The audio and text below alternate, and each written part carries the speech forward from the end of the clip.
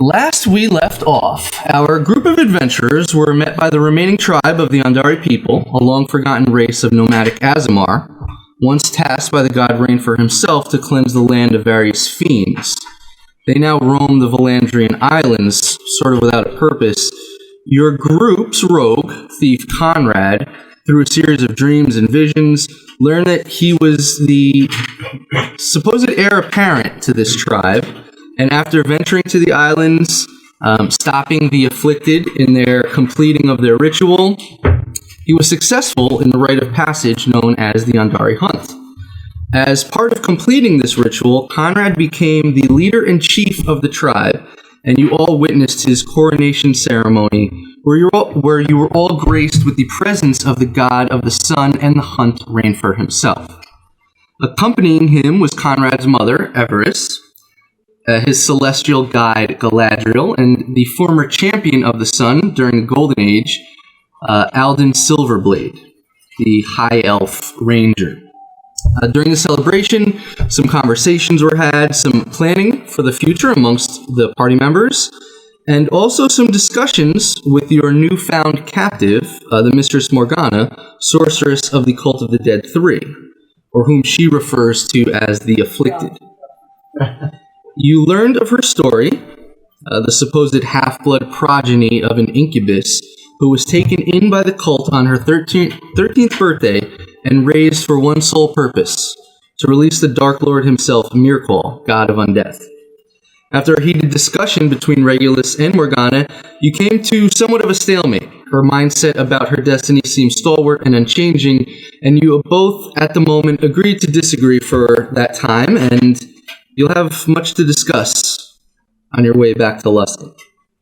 Fassbender spent much of his day reading from a few tomes, which you had discovered in the study of the mage Evanfall, who lived during the Golden Age, one of which was the book of mental exercises that is meant to increase his wisdom, and another was an ancient tome that went into great detail about certain artifacts and weapons used during the Golden Age.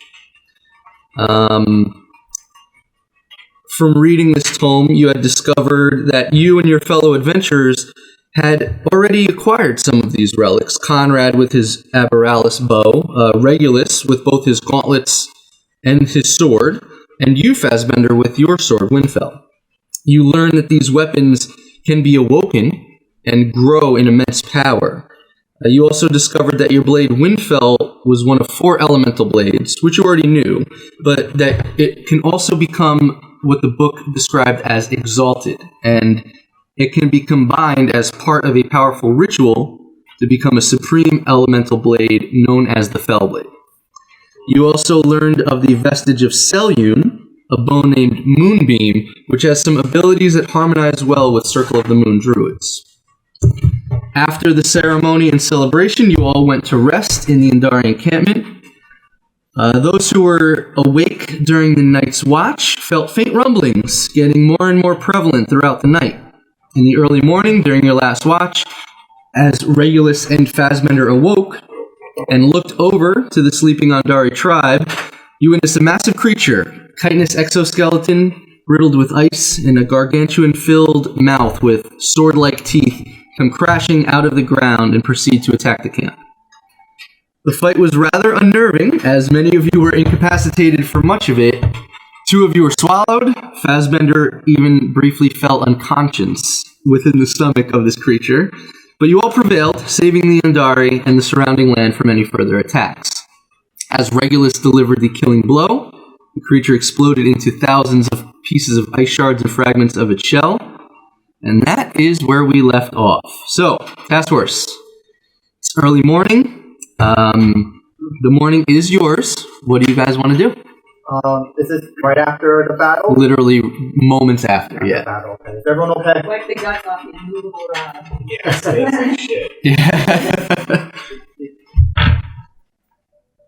I think we all healed. Rin did some healing briefly after. I think so. Yeah, because I think everyone's at max hit points. She did a high-level prayer of healing.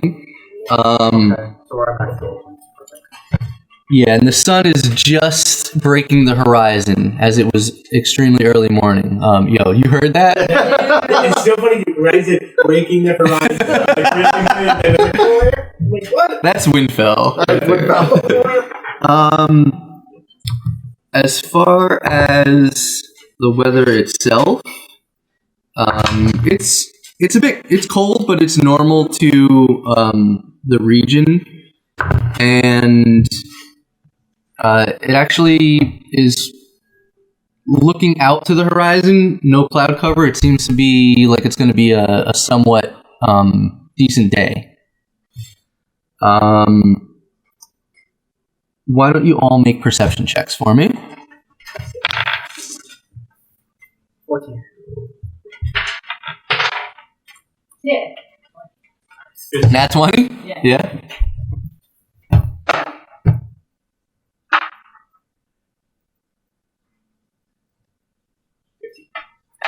All right. You kind of see this. Conrad really sees this. Off in the distance, it's a faint little speck, but you do see the airship, the Spirelight, making its way towards you. Seems to be, it's tough to gauge how far, but it's quite a few miles off. Probably 30 miles or so, but... After the chaos, the encampment and the surrounding Andari have kind of begun to settle down. Some of the Andari people are clearing the campsite of a lot of the debris, and a lot of the women and children who were being kind of cordoned off to that one section last session, they're being brought back and making their way to the rest of the tribe. The spiritual guide and shaman of the tribe, Marduna, she and a few others are using druidic magic to shape the stone to kind of block off the holes that this creature had caused when it broke the surface. Other tribe members seem to be preparing meals, and you see a small hunting party gearing up for what you can only assume is a hunt of some kind. So, you guys, what do you want to do? I'll probably save. I'm not sure what's up with you now. We keep getting swallowed by you guys are actually quite putrid. You have like a thick coat of acidic stomach acid. I'll get mine back and bring your back with you. Sure. And there is like a... You're drinking whole too. There's like a trough that they kind of use as like a communal, and one of the druids creates water for you guys to use. It's not entirely warm, but it'll get the job done. Right. And I mean, it's covering your armor, so it's more of a wipe down as opposed to like, you have to clean your face and your extremities, but it's more so on your armor and your clothes at this point. You get the sense that when you get back to Luskin, you guys might want to get some new clothes, because you've been swallowed quite a bit over the past few weeks, so... You have a thought? No? I'm just thinking like their clothes look like acid wash jeans. Yeah, true. Part of the Kanye West collection. You should at least roll around in the snow. Yeah, right? There you go. Yeah. I like Get that. some exfoliation from the snow. Yeah.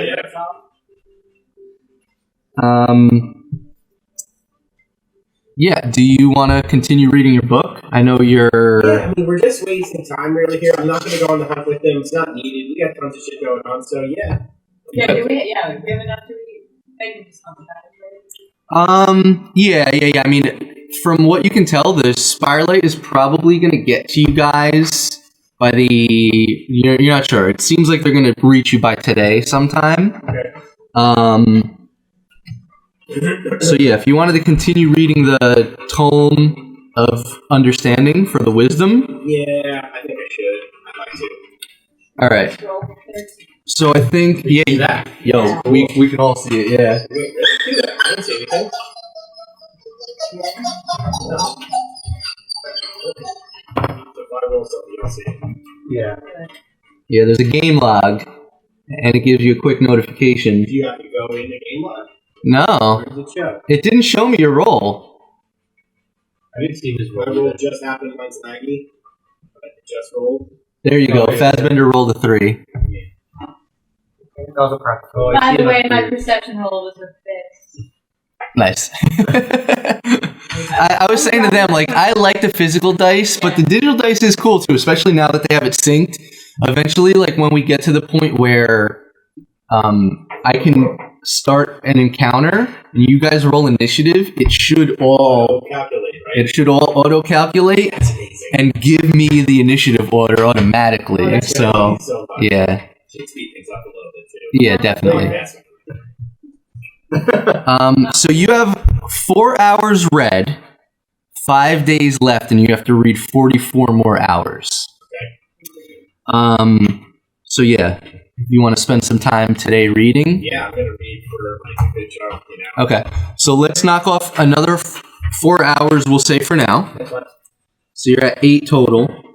And I would say an hour into that, you get a message from a familiar voice, the first mate of the ship of the Spirelight. Trios, we are approaching the tower and should be seeing you this afternoon. If the skies clear up, you will see us on the southeast horizon. See you soon. Okay. Told my team. All right. So yeah, I would say by afternoon time they should be approaching. So you're at 8 hours while you're reading. Is there anything else you guys want to do? I'm feeling kind of cocky because I'm in this sweet crown. I want to print around the Interesting point. Your crown, when you woke up, is not there. What? But the gem that he took off of his is there. Where's the gem? It was kind of like on your bedside. It like was on. Well, I don't know. Where did you sleep with the crown? Did you sleep with the crown on your head, or? Yeah. So then, in the middle of the night, like it turned back to the gem and kind of rolled off to the side, and it was like on your bedroll. Right. Well, But everyone is looking to you with a sense of respect. There's some newfound sense of purpose among the tribe. And actually, Darrow approaches you. As I told you last night, I will lead the tribe in your stead. We will follow through with the task of guarding the tower and the surrounding lands. I will have my sister tomorrow oversee this endeavor. Is there anything else you wish us to do in your absence? Tomorrow, yeah.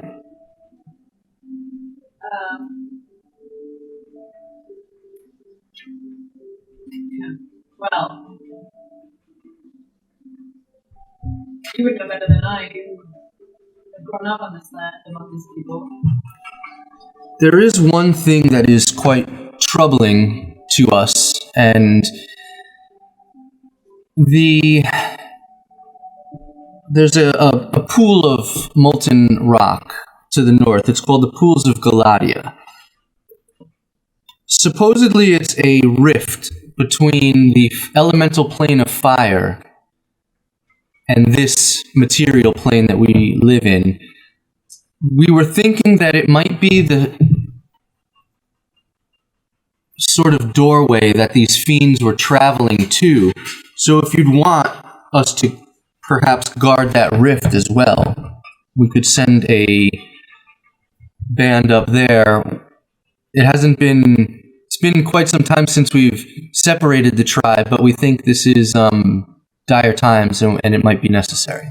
Yeah, we know that Miracle is stuck somewhere, In hell, yes. so we wouldn't want him slipping out of that lava pool. Yeah, alright, send some guys up there. It will be done. Lastly, Rainford forbid, but if anything should happen to me, my sister tomorrow will lead the tribe, and Gillian will take her place. Valet will be the main huntress, and make sure we are all well outfitted and remain fed. Marduna will act as spiritual guide, as she has, But I will just let you know, she is nearing the end of her road, and she has already began training her successor, Sarah. You may want to meet her before you go. Surrah. I said mine. Yeah, no.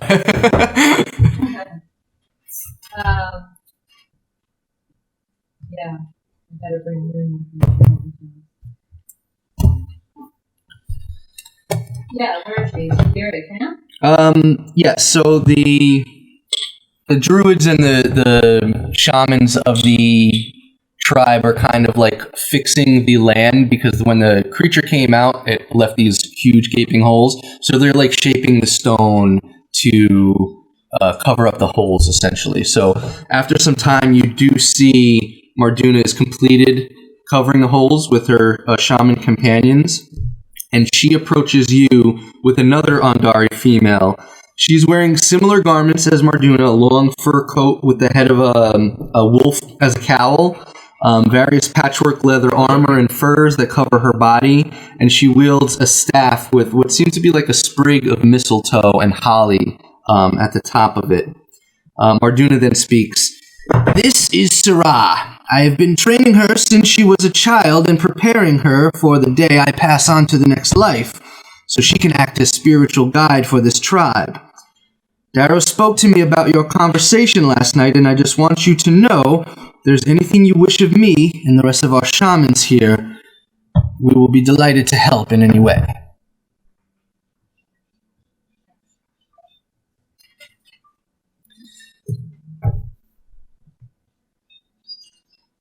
Yeah, I don't know. Thank you.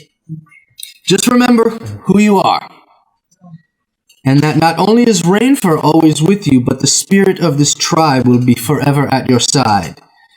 You know how to reach out to him, and I know Rin can reach out to us if need be, so don't be a stranger. Sorry, DM reminds us. Just want to reach out to Rin. Meditation. Okay. Yeah. You did that in the glade of... Right, like praying. Yeah.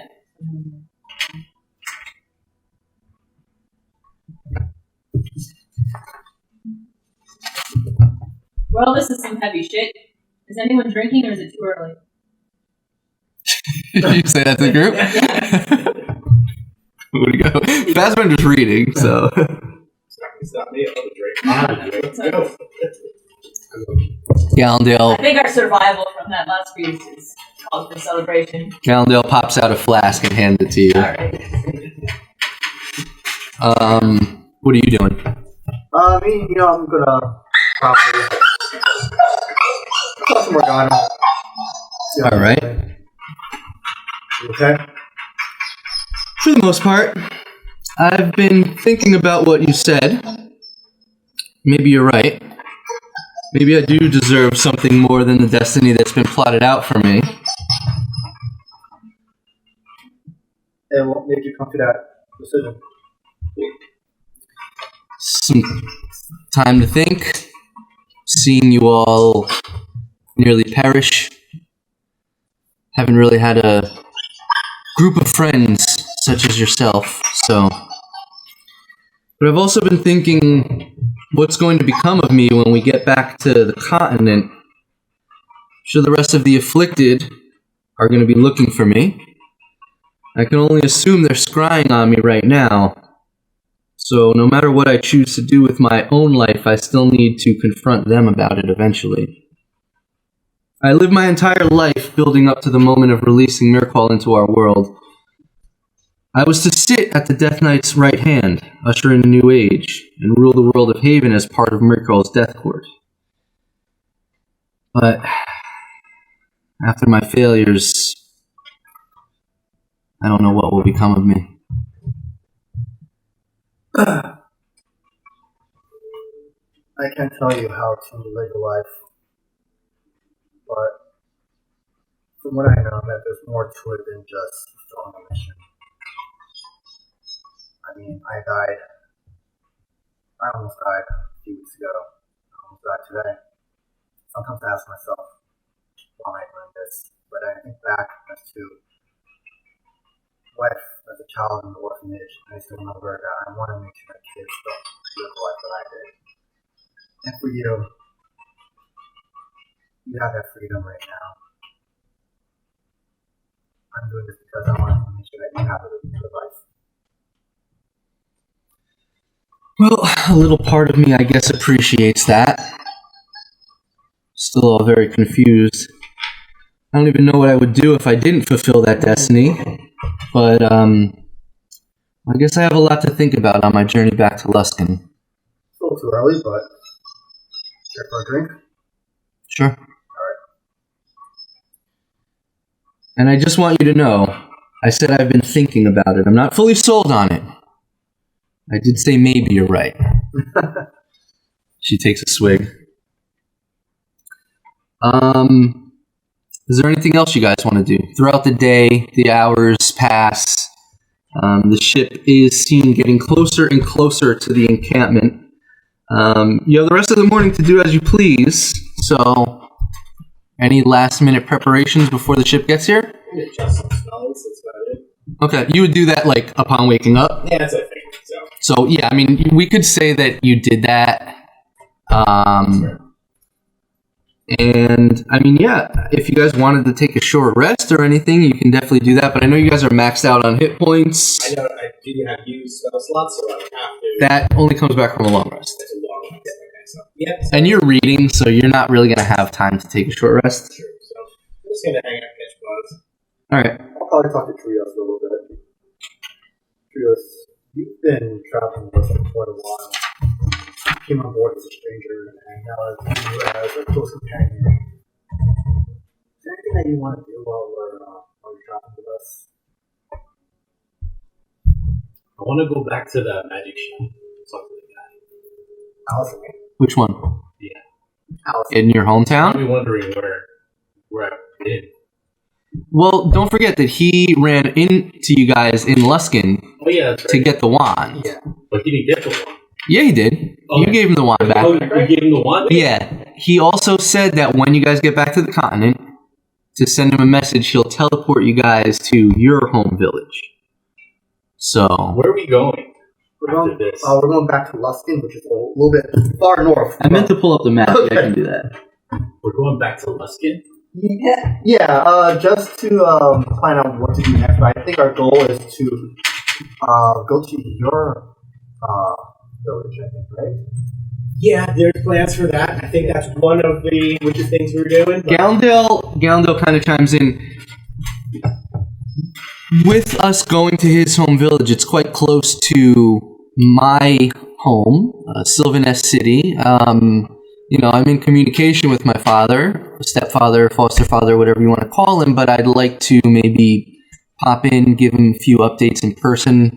I kind of wanted to share those letters with him as it pertains to maybe our country being attacked Absolutely. and just the fate of our group as a whole. So I also do know, I mean, I'm not very familiar with the timetables, but there is a big event known as the Sylvanest Assembly, where a lot of the villages and cities of our country come together and meet before year's end. So I do know that we have maybe about a month before that happens, so I'd like to maybe update my father on our findings before the Sylvanest Assembly. So if we're going to your home village, we can probably make our way to Sylvanest City. It's kind of close. Especially if you wind walk, it's not a problem too, so. Yeah, it'll be good XP for all of us. I hate you.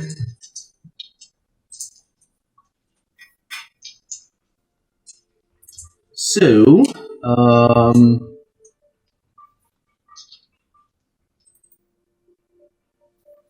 actually, I think I have this here. You need to be prepared before we get on this ship. Yeah. Just in case we get attacked. I mean, we have a fortress with us. Can't we fly high? As you say that, she looks at her manacles and says, "I'm no good with you with these manacles." I mean, I'm falling for that. yeah. To be fair, once we're in the air, I don't foresee myself going anywhere. And I have no way of getting back home. Systematic is still angles. She still won't be able to cast magic. Yeah. Oh, they're outside the magic. Yes. Yeah. So, I don't know where my other map is, but here's Luskin. You guys are here, or you're about here. So it's going to take about 12 to 14 days via airship to go back. And then Sylvanest City is somewhere around here. And then Fassbender's Village is somewhere here. When you guys got teleported, it was in this region. And that's when you came across Conrad's village that he grew up in, that tree village known as Serene. So yeah, that's kind of where you guys are at the moment. Yeah. Go back to Luskin, restock the potions. Buy some new armor or gear for you too. Interesting point too, Fassbender. You guys saved a bunch of items from either the Remoraz or the Frost Giants. They've been, being in the cold temperature, they're fine for now. But once you guys get back to a more temperate climate, you're going to want to do something with them because they're going to start going bad, right? And that's the whole reason why they're not in the bag of holding currently, because that kind of removes the coldness, if you would. So keep that in mind. Or, you have alchemy skills, so you could potentially use those to create potions of your own if you'd like as well. So just some thoughts, yeah. That's like a downtime activity that takes X amount of time depending on what potions you want to create. But also the Remoraz, I forget exactly what he has on his list of things.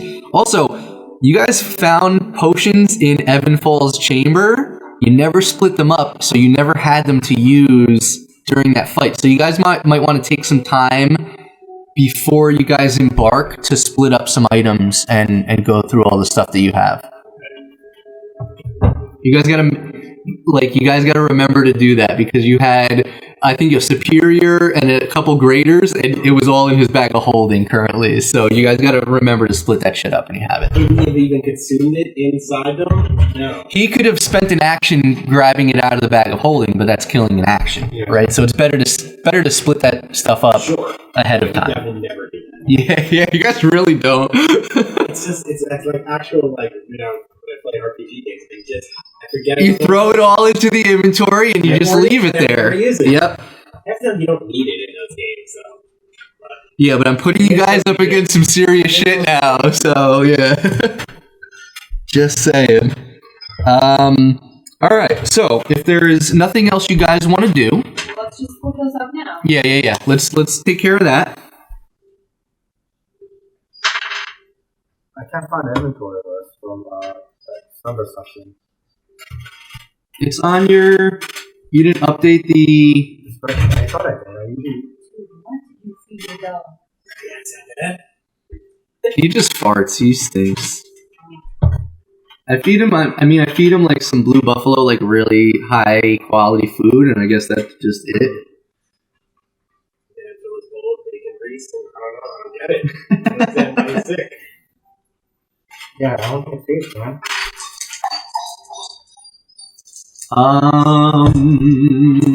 Give me some potions of healing.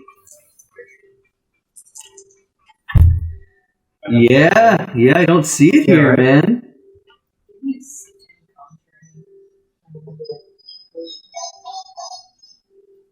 Yeah, a lot of this stuff, like a lot of the shit that I highlighted here, yellow, Fassbender already identified. Mm-hmm. So you have that stuff.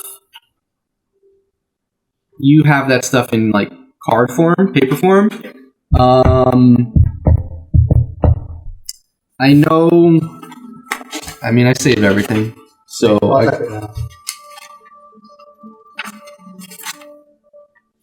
I definitely thought you did this though, because the books were in here too. Yeah. I have those books marked off as well, so if we needed to, you guys could look at that shit. So. Well, if you click on any of these, it rolls it. The pipe of smoking you already identified, so I don't know who wants that. Pipe of smoking, it's that pipe that you take a hit of it and it releases a fog cloud. Oh, give me that. I want that. I don't know if I have that in D&D Beyond. If anything, just give him the card for it. That way he has it. I'm sure I made it. It's been so long since I created this shit. You found a bag of 46 gems. That'd be good to like pop when we're trying to get away or get ambushed or something.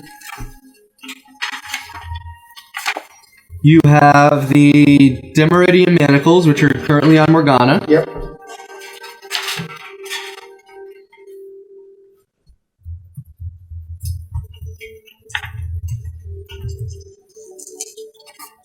There is...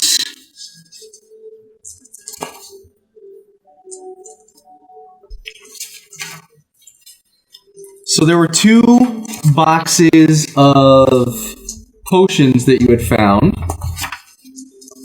One of which was a series of healing potions. There was 4 regular, 2 greater, 1 superior, 1 supreme. There was a potion of heroism. There was a potion of gaseous form. I remember typing this down too. Yeah, that's what I thought. And then there was a potion of invulnerability. Let's go with the potions. Go for it. Also, just for your sake, there is a purple potion with golden swirls at the very top of your item list. Yeah. That is a potion of rejuvenation he already identified. Alright, so You could, Trios, search in D&D Beyond under Manage Equipment and look for Pipe of Smoking. I'm pretty sure I made it, but I might not have. If not, you have that there. can I take the supreme potion? Of critter healer? No. Yeah, talk to them. Don't talk to me. Alright, I'll take the supreme. I have my list now. Okay, okay, that's yours. So add that to your inventory.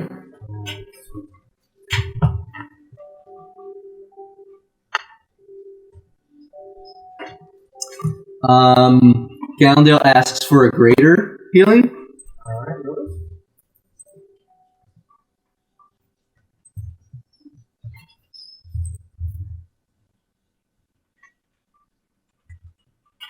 I see a pipe of haunting and a pipe of sewers.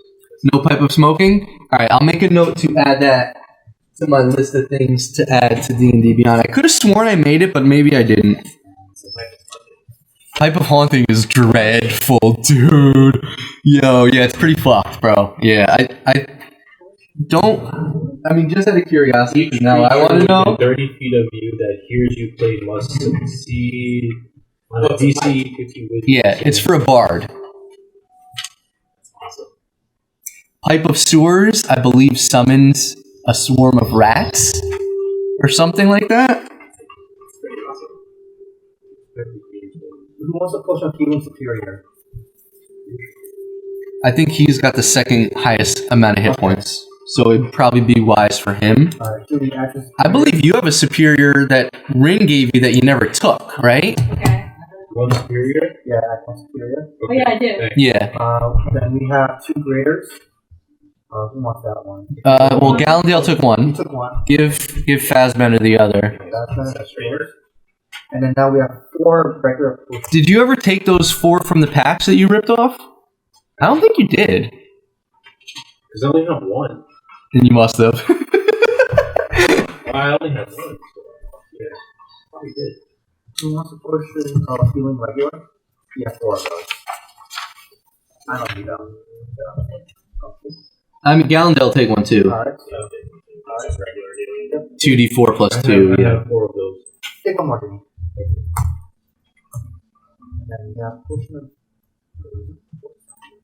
The Potion of Heroism gives you 10 temporary hit points, and it puts you under the effect of a bless spell for an hour. Hashtag blessed. This pipe is cool. The pipe of smoking, right? They have hidden this- Also, as part of the pipe, there is a small little vial. I told Fazbender this last session. it has some elven pipeweed in it.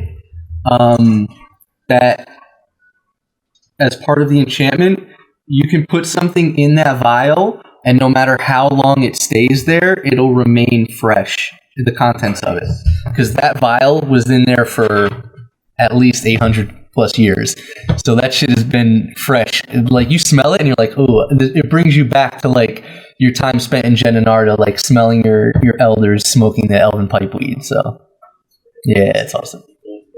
Weed container. It is, yes, it is. Yeah, it's kind of like a weed bag of holding almost, but it keeps it in stasis, right? Because like if you put a body in a bag of holding, it'll eventually decay. So it's like that, but it keeps it in stasis. Yeah, it's like 3 by 3 inches, I would say. You know, nothing serious. You have the potion of invulnerability, which that gives you resistance to all damage types for 1 minute. So I would say probably this guy, since he's always in the fucking fray. Yeah, I think that. So you're taking half damage as opposed to full damage for a minute. And I'll take the potion of heroism. Okay. And then you have the potion of rejuvenation, which what that does is if you drink the potion, it basically gives you the effect of a short rest simply by drinking the potion.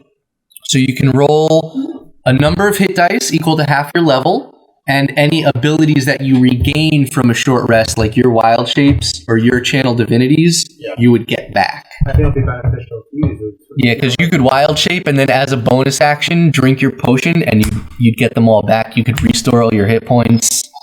It's a pretty serious potion. That really is. Yeah. And then let me know if you guys have an issue finding the invulnerability potion. Yeah, I don't see it. All right, I'll add that to your inventory. For some reason, my nephews couldn't add it either. They found one yesterday, and I was visibility. Yeah, they're having the same. They were having the same issue. I'll add it to your character sheet. It should really be better with the keywords you're using as how you're searching. I typed in greater, and if it wasn't in parentheses, you won't find it. Yep. It's so weird though. I type INV, and the potion of invulnerability shows up. See, you do what I'm saying. Nah, but I try it, but for some reason I think it's because I'm on the PC, you're on a device. Something wonky is happening. Yeah, I see. You found it? All right, cool. Never mind. Oh wait, it's heavy armor plate. Yeah, don't do that. Yeah, my nephew did the same thing. I was like, you put it on your inventory. He's like, this is armor, and I was like, take that shit off your inventory, bro. That armor is serious. What is the armor of invulnerability, so it basically gives you resistance to everything. Yeah, it's pretty fucking serious. It's like epic armor. Yeah. It should be in your inventory now. Just you might have to refresh your page. Okay. I mean, there's a few more items. You might have. It might be better for you to go through the list of things that you identified. Did not keep a list. They have to keep it. Well, no, not when I say list, I mean just that stack of papers. Yeah. Endless stack of amazing. We could open up our own curiosity store when we're done. You could, or you could. Got so many magic. Or you could trade that shit into a store for some gold or other items. We have so much crazy stuff. You're wearing the studded leather armor of spell resistance, right? Yep. Okay. Rin took the staff of healing, and she also took the prayer bead necklace. Okay. Yep. Necklace of prayer beads. Yep. You have the tome of extrication that Morgana was reading. I don't know where you guys want to store that, and also the Death Knight's sword. Those two things you understand are crucial to bringing back the Death Knight. So make a concerted effort and let me know where you're keeping it, just so it's all out there in the ether. All right. Well. Yeah. Do you want to put it in a bag of holding? Does someone want to put it on their person? Say this might be something I want. We probably should keep it in a bag of holding. I don't think anybody should see this. Just hanging from us or anything. Yeah. You also attuned to the Black Lotus, right? Yes, I did. So, as part of, if you wanted to take a short rest and regain spell slots, you could do that. I don't know if that's what initially you were going to ask me when I said, do you want to take a short rest? No, I wasn't. But you could do that. There's also the dark plate armor that you found from the Chaos Warrior, the two-handed great axe. All of these items Fassbender identified. And then think about who has the earrings. You have a set of 2, and they are used to communicate amongst yourselves. So make or get an idea of who wants to use that, and they're not attunable, right? So if you wanted to swap them out and say, for this mission, let's put Conrad and Gallandale with them, and then for the next mission, Trios and Regulus, and so on and so forth. So you could do that sort of thing. Oh, it's awesome. I didn't even the boots of false tracks. It's great. Slip management. It's starting to get the rainbow right in the face of hot powder.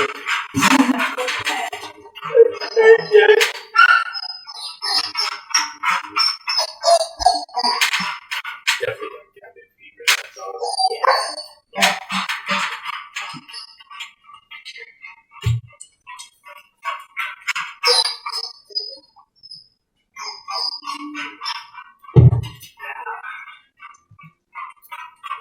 Population 1 request.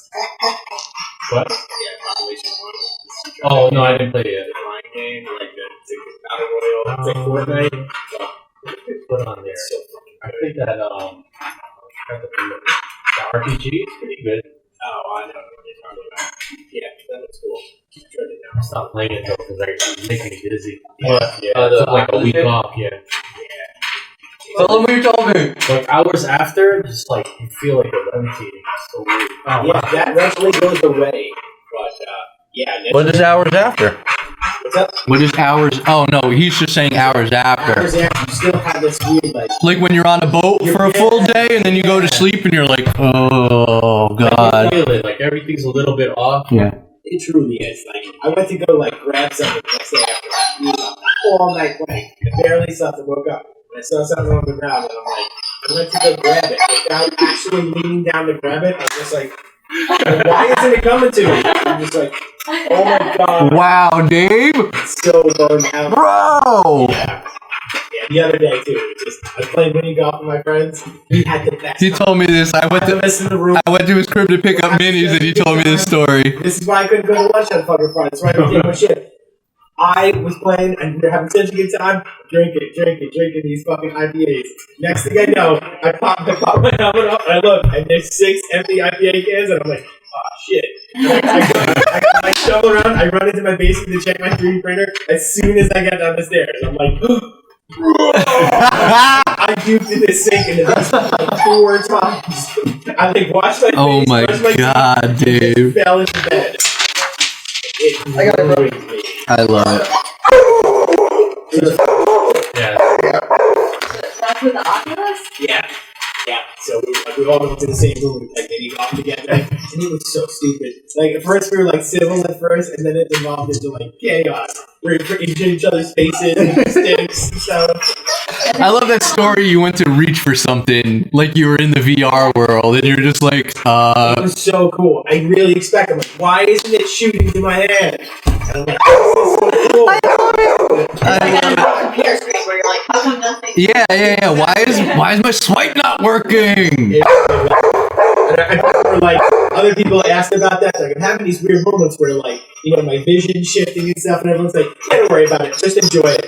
It won't last forever." And you'll go back. Good combination with IPAs. I have that list of gems. Super strong IPAs. I'll update this list afterwards. Yeah, we'll work on the list together just to make it good. All right. Yeah. I mean, I was going to call you yesterday, actually. basically what's been happening is you grab the gems, Gallandale then appraises them, and then he adds them to his collection. Okay. So, you do know that he has a use for them. He's shared this detail with you guys here and there. There's back in his, and this is another reason why he wants to go back home. There is a tattoo artist who has this magically enchanted tattoo needle, who infuses gem dust with the ink. When you guys were in the bathhouse, you noticed he had this His body's actually riddled with tattoos. He has like 2 rapier, like 2 swords on here. To live by the sword, die by the sword. In Elven, he has on his back this like mountainscape, and standing in front of a pond is this peacock, which is the symbol of the Qualinesti clan, which is his family. And then off in the distance, instead of the sun, it's the symbol of the Guild of Free Traders, which is the all-seeing eye. So he has plans of infusing that tattoo with some gem dust once he gets back home. So I have a whole mechanic set out for you guys. Just wait. You're gonna love it. Yeah. What's that stupid fucking Jennifer Garner movie? Electra. Oh yeah. And they're able to pull the tattoos off of them. Yeah. That's kind of like his robe of useful items, Yes, actually. Wow, I never even thought of that. All right, so you guys are all good with the split up? Yep. I think for now, yeah. Okay. Some healing going here, some protection. All right. You should do this hiking. Would he hike or is he too lazy? No, he loves walking and stuff. And you know what's funny? Like sometimes I'll walk him at such a slow pace that the leash will just come off by accident, and he's just walking right by my side. So That's cool. yeah, he's full of energy. I mean, he's old as shit, but he's still full of fucking energy. He's like 7. He's still a baby.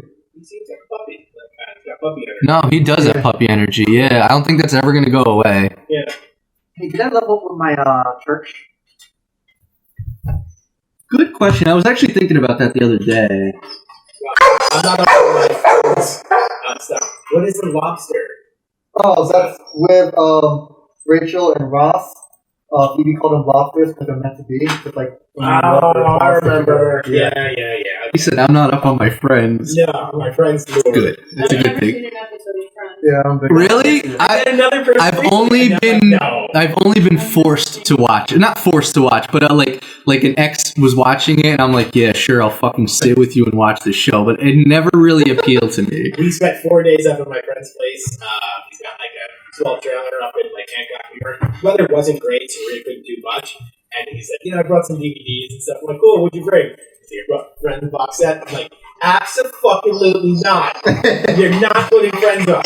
You understand, during the pandemic, this is the only thing that made me happy. And I was like, why am I fucking friends with you? I gotta show you what. I'm so sad that I'm missing out on this weekend of land property. But I gotta show you what's going on. Yo, Oh my god. you still have to wait. It's fucking gold though. You still have to choose a skill or a tool It's on our property. For what? It's just like for Temple of Horror. Skill or tool? Yeah, so you can choose, Sorry, because I go on. like acrobatics, athletics, stealth. You can choose one of those. Okay. There's Patrick on the side. Survival. I thought you chose history and or religion. I did, yeah. That was based on your suggestion. Yeah, then why does it say that? That's a really open field.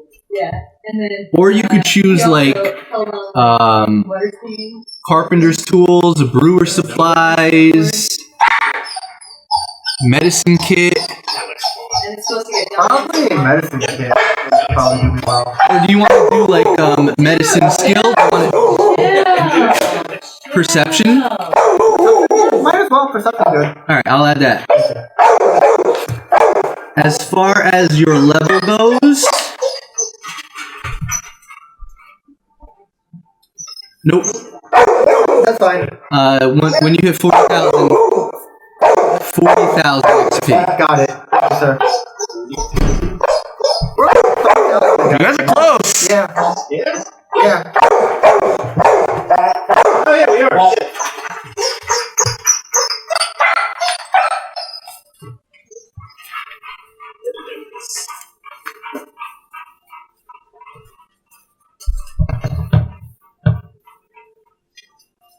How do we do the air show again?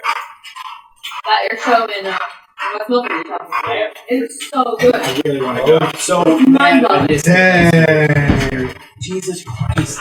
Yo, Dude, we gotta take a picture of this. Holy shit. What? That's incredible. There's a Ninja Turtle on here? There is a Ninja Turtle, yes. This dude here.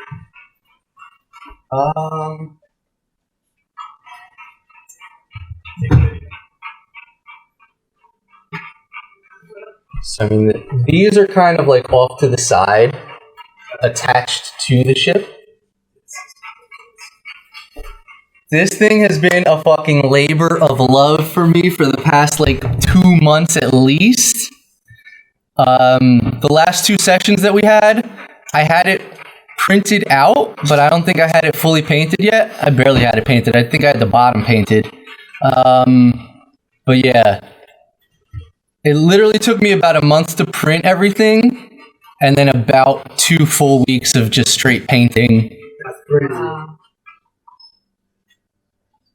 Yeah, this.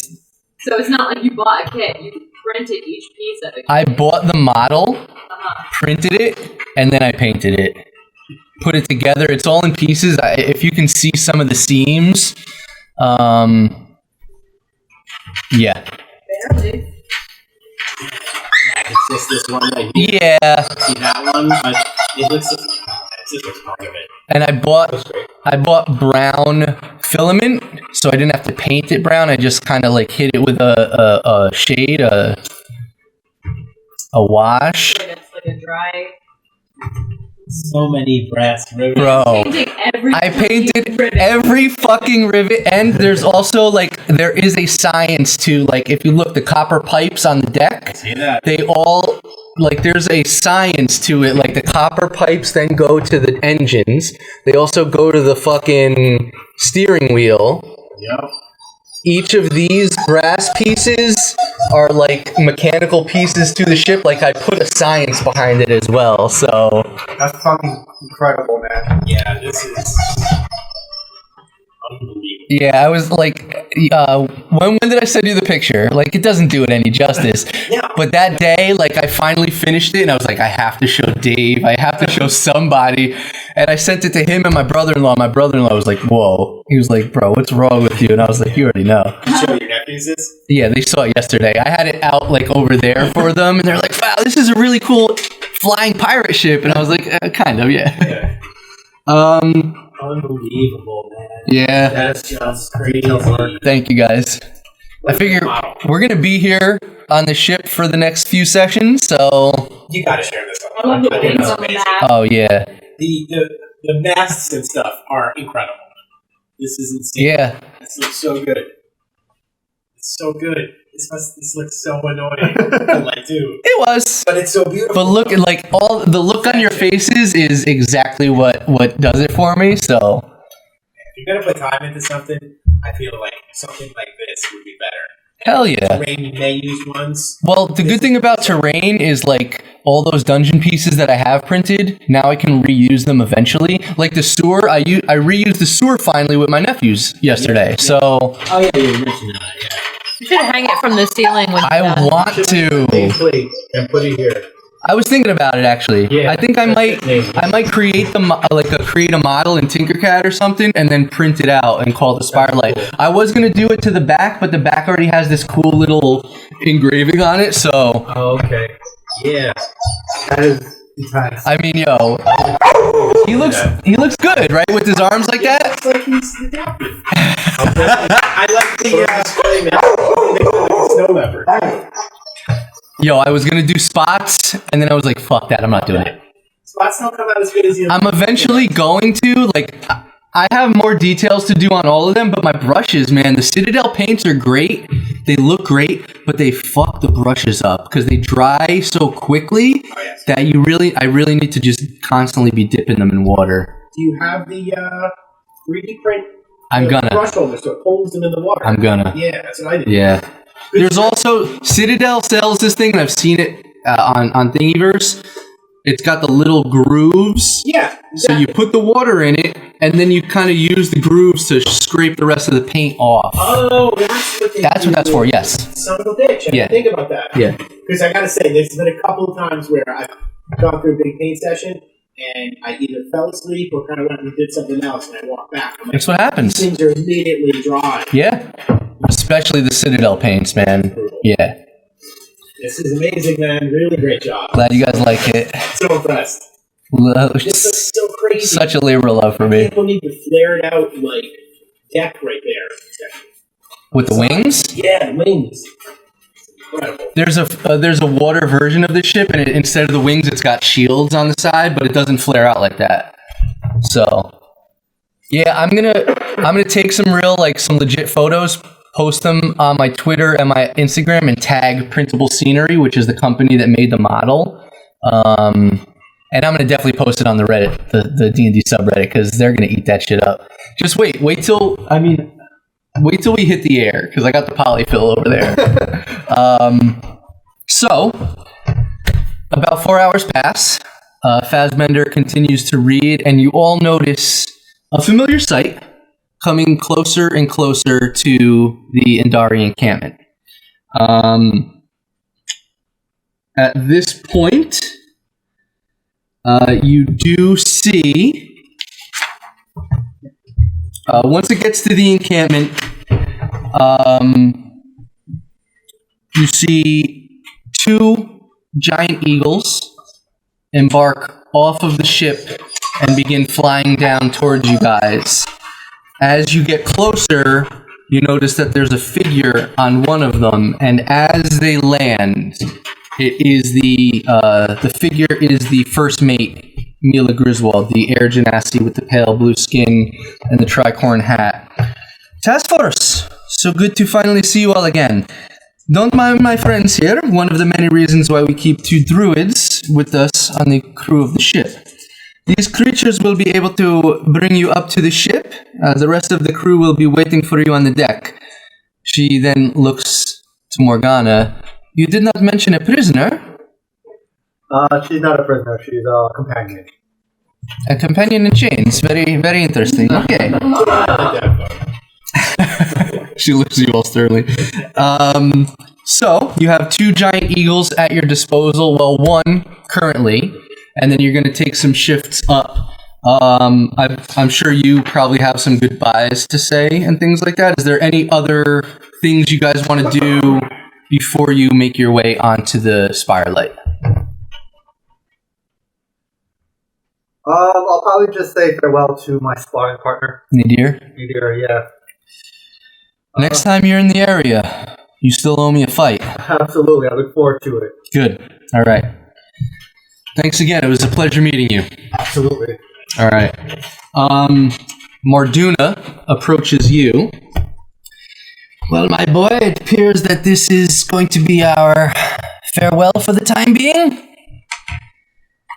Remember what I told you, Conrad. You're always with us. I'm very proud of you. I'm very glad I had finally got to meet Everest's son. It's been an honor to be you. Absolutely. Can you take me to my father? Your grandfather? Grandfather. Yeah, and she begins to walk over with her staff. You then see Darrow standing with the rest of the elders. Tamora is there, Valet, Gillian, all the kind of head people of the tribe. We will see to it that your wishes are carried out, my child. Or my chief, sorry. You have no idea how proud I am of you. I damned your mother all those years ago, but as you stand before me here on this day, I would not have had it any other way. I truly am honored to serve you and look forward to your return, Conrad.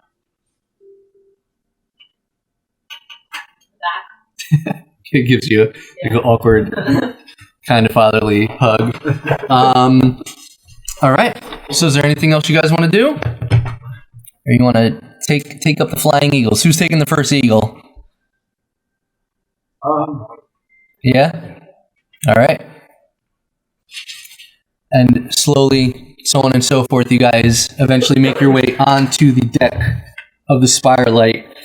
You're greeted by the captain, Davin Forsyth, the half-elf with the longer than normal pointed ears. He's got this green kind of duster, white billowing shirt. Welcome back to the Spirelight. Judging by the looks of it, you all survived your quest. Appears you made a friend as well.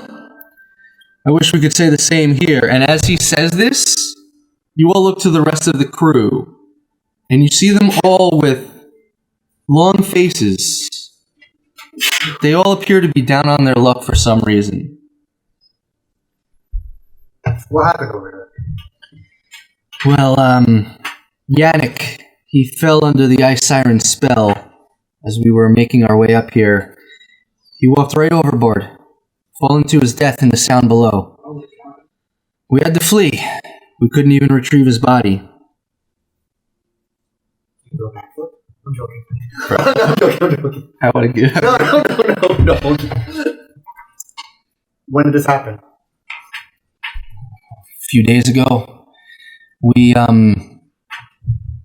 wanted to go south to avoid the storm giant that we had run into, but it was really me being too confident and cocky in our abilities, I guess. And one interesting point is when you guys flew up to the ship, you noticed that the ship has been outfitted with some armor, or some armor. It's got some plated armor at the bottom of the hull now, and there's also the two ballistas were not there when you guys initially went. So we used some of the earnings that we had made from you lot, and fixed the ship, re-armored it, got some ballistas, and I thought we could brave the Ice Siren sound without any problems. But yeah. What's protecting us from calling out to us again? Well, we're going to totally avoid it this time. Oh, okay. I'm going completely south of the sound, and we're going to it might, take us some more time to get back to Luskin, but it's probably for the best. So, We all just plug our ears. That's not good enough. you can certainly try. How much more time is it added to avoid their sound? Roughly 2 to 3 days, depending on the weather. Tie each other to the ships each year. Oh god. You know anything about Ice Sirens? Only heard the legends. Supposedly she's some sort of hag. I'm sure your friends here might be able to tell you some more. We fought a few hags early on in the journey. Have you ever fought a hag that could fly? That? No, we have not. I didn't even know it was possible. She's got an army of harpies at her disposal too, so it's quite dangerous. I'm sure even if we avoid the sound, we'll still run into some harpies, but at least we won't run into her. Harpies can't do it. They have a song as well that could lure you off, but they're a little bit easier to, withstand, so Okay. we're just going to go all the way south and just curve around the sound. We'll be safer than normal. And he looks to you all. I honestly wish that Tabaxi bastard Barlow was the one who went overboard. Useless sack of shite. And then Mila chimes in, cut him some slack, Captain. I'll choose to grieve however I damn well please. If he had listened to me instead of doing whatever he wanted, he would have been the one man in the ballistas, not Yannick. And it would have been him walking overboard. Then you hear a voice begrudgingly from the other side of the deck. I can still hear you, Captain. Oh, fuck off, Barlow. You should have stayed in Luskin like you wanted. I tell you what, you survived this leg back, and I'm kicking you off this damn ship once and for all, you fucking prat.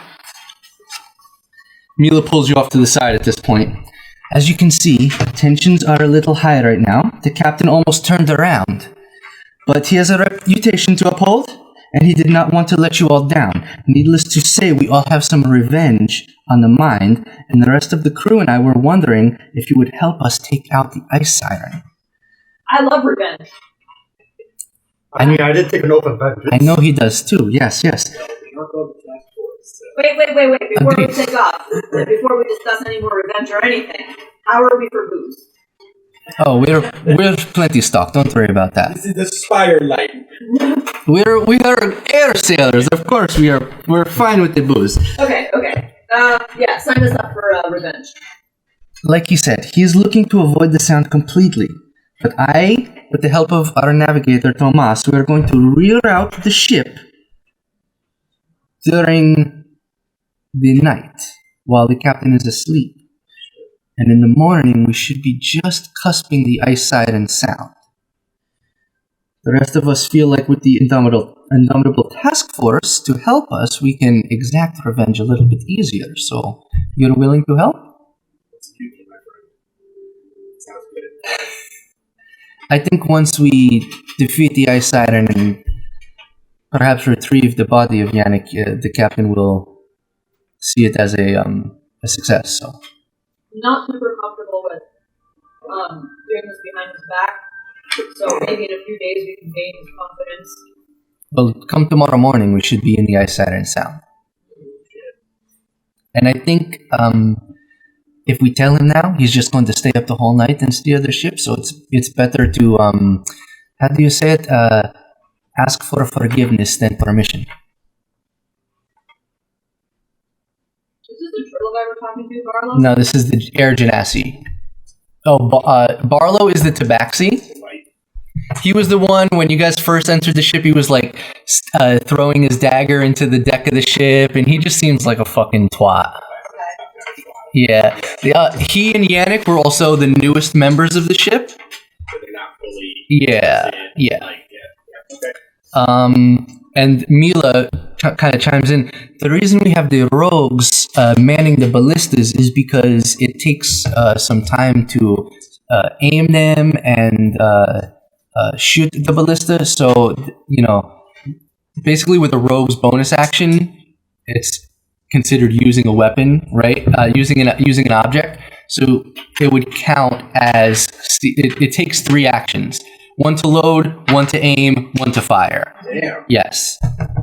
So keep that in mind. A hasted Conrad would be really good because he could essentially shoot a bow with his 1 action and then use his other action to his hasted action to shoot the ballista as well. So keep that sort of stuff in mind. Harpies are flying also, right? They are flying. The one problem is, if any of us were to fall under his spell, or the Ice Siren spell, we would have to, we would plummet to the bottom. So I think what we might do is descend closer to the water so we don't hit terminal velocity and impact the ice and the water below. It's dangerous. And, but fighting an Ice Siren at a fucking ice hag sounds pretty dangerous too, so. That sounds like a good plan. Definitely eliminate. Instead of falling 300 feet to your death, you could just fall into the ice and... Then again, everybody could just tie a tether to themselves, 30-foot tether, probably get all tangled up, like maniacs running around. We could, but I'd say let's go down. Let's fully be safe, considering they already lost somebody for the same reason. I tell you what, settle in. We have some rooms for you down below, and after some time, we will meet down below. So the captain is up here and distracted, and we can come up with a game plan. Okay? Which way are the casks so bad? I'll have Metal, the Dragonborn, grab one. Metal, they need some ale. Fine. He goes down. He has a barrel over his shoulder. This large, looming black dragonborn with breastplate armor and a pauldron on his shoulder. But speaking of revenge and your mission, were you able to carry out what you meant to do here in the Valandrians? A little bit, yeah. And then some. I'm assuming your prisoner friend was one of the people you thwarted? She was just someone we met along the way. Interesting. Okay. Keep dodging the truth, but that is fine.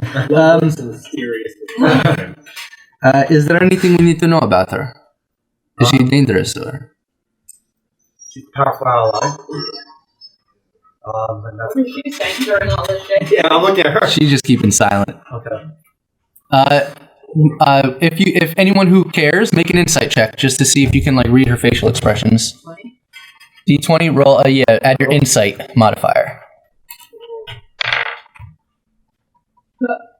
17.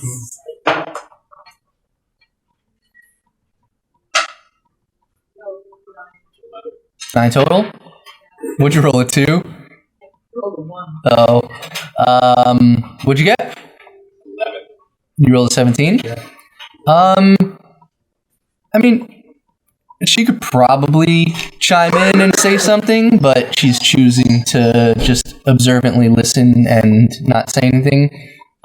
She kind of hints to you about the manacles as well. Yeah.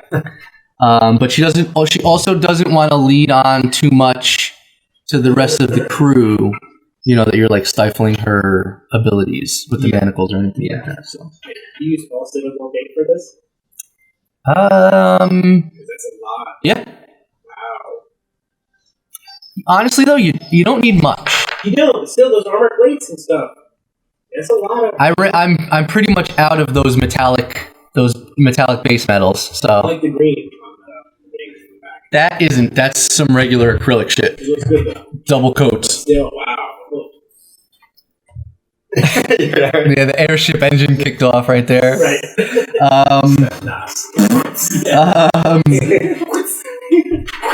The only thing that the captain asks is that you cover the dock fee when we get back to Luskin. Dock. D-O-C-K. Sorry, my accent. Nice. So that will be 200 gold pieces. Okay. Considering we never gave you your gold back for the rest of the journey, we are going to just say we are even now. Okay. You keep you pay the fee and we are good to go. Okay.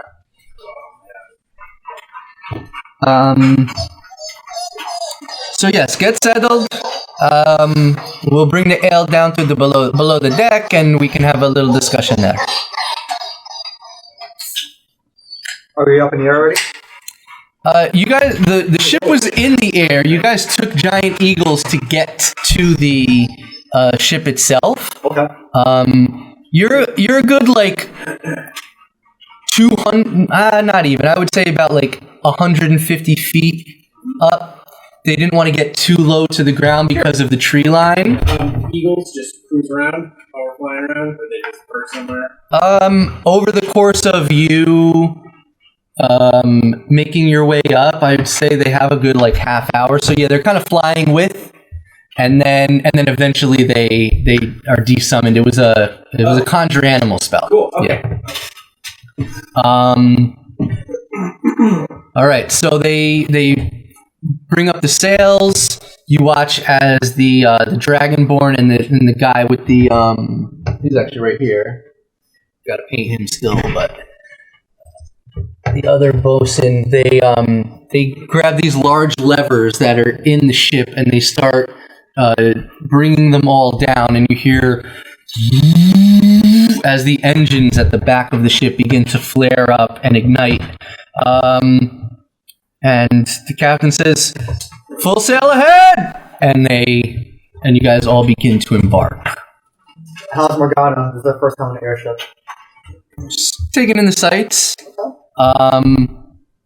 Yeah, she's not below deck at the moment. She's kind of just like looking around. Incredible, isn't it? Pretty cool.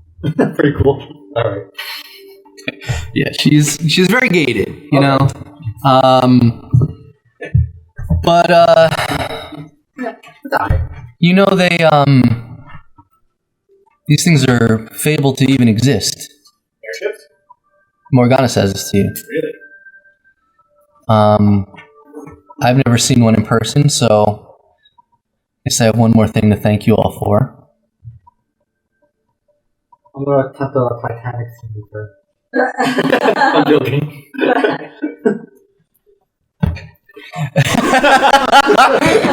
I mean, if that's what you want to do. It crossed my mind all 2 nights ago. I was like, maybe. All right. So, is there anything you guys want to do? Are sirens only interested in men? No, not necessarily. You guys settle in. You find your rooms. I actually have the below deck. Are you serious? Kind of mapped out too. Where did I go? Oh, sorry. I'm serious.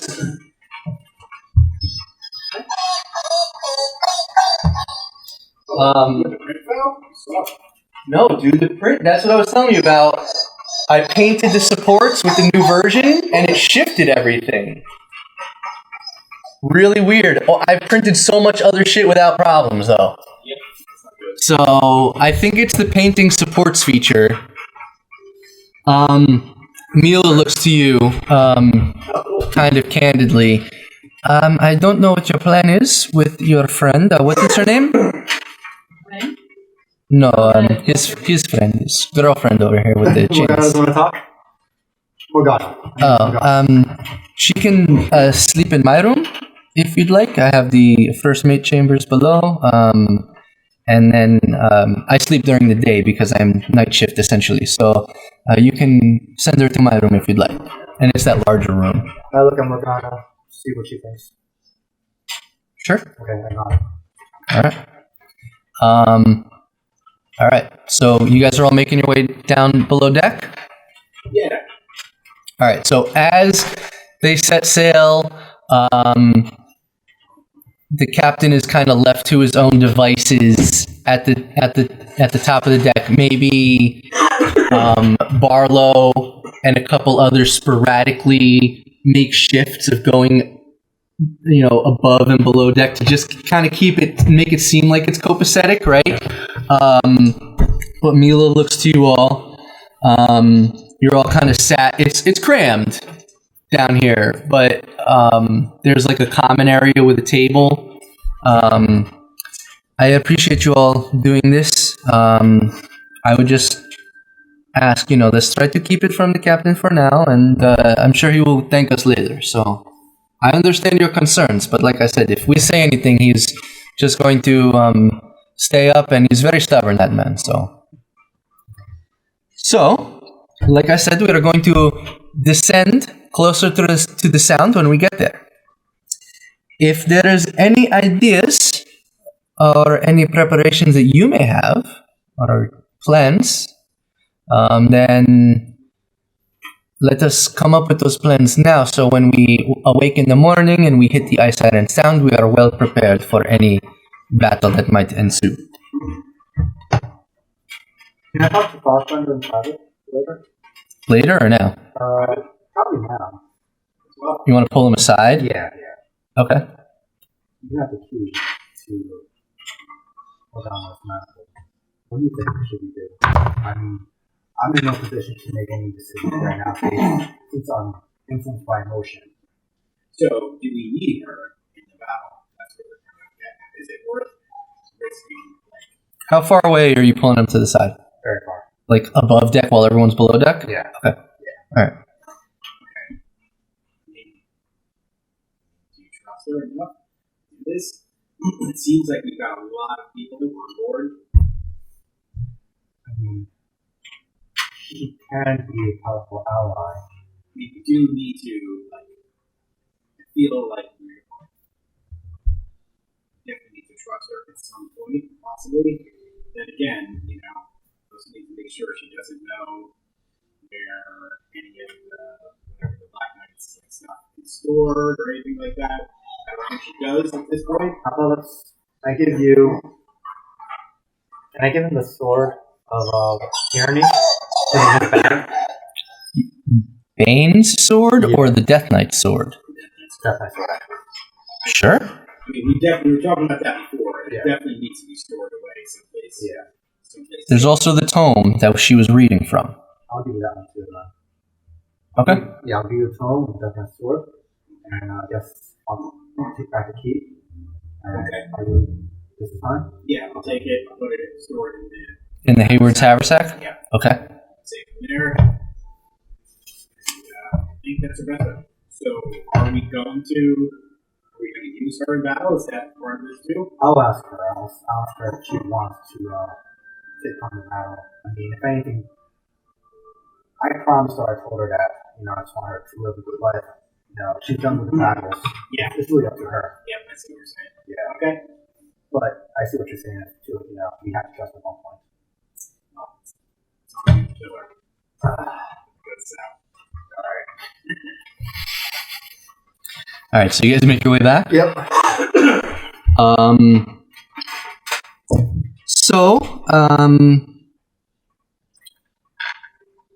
By the time we reach the sound, it will be tomorrow morning. I don't know if you know much about hags or harpies, but their song can eat away at your will. So if you have anything that will help that, Rin chimes in. We do have one more chalice, so we could cast Hero's Feast, and that would at least give us some increased strength in our wisdom saves. So we could do that. And she looks to Mila. It's a song, right? Yes, it is. I could cast silence, and it kind of makes a bubble of silence around me or around a point that I choose. The problem is, if we move, that bubble will also move. It stays relative to the place I cast it on, not a point or an object. So if we were to do that, we'd have to bring the ship to a halt. Right. Morgana pipes in. I can also cast silence. We'll do that too. So we could have 2 areas of a void of anyone hearing their sound.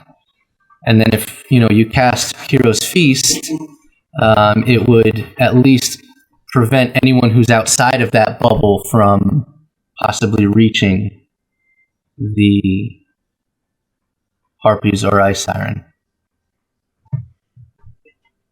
Is there your siren call? Is that a spell? It is a part of their innate abilities.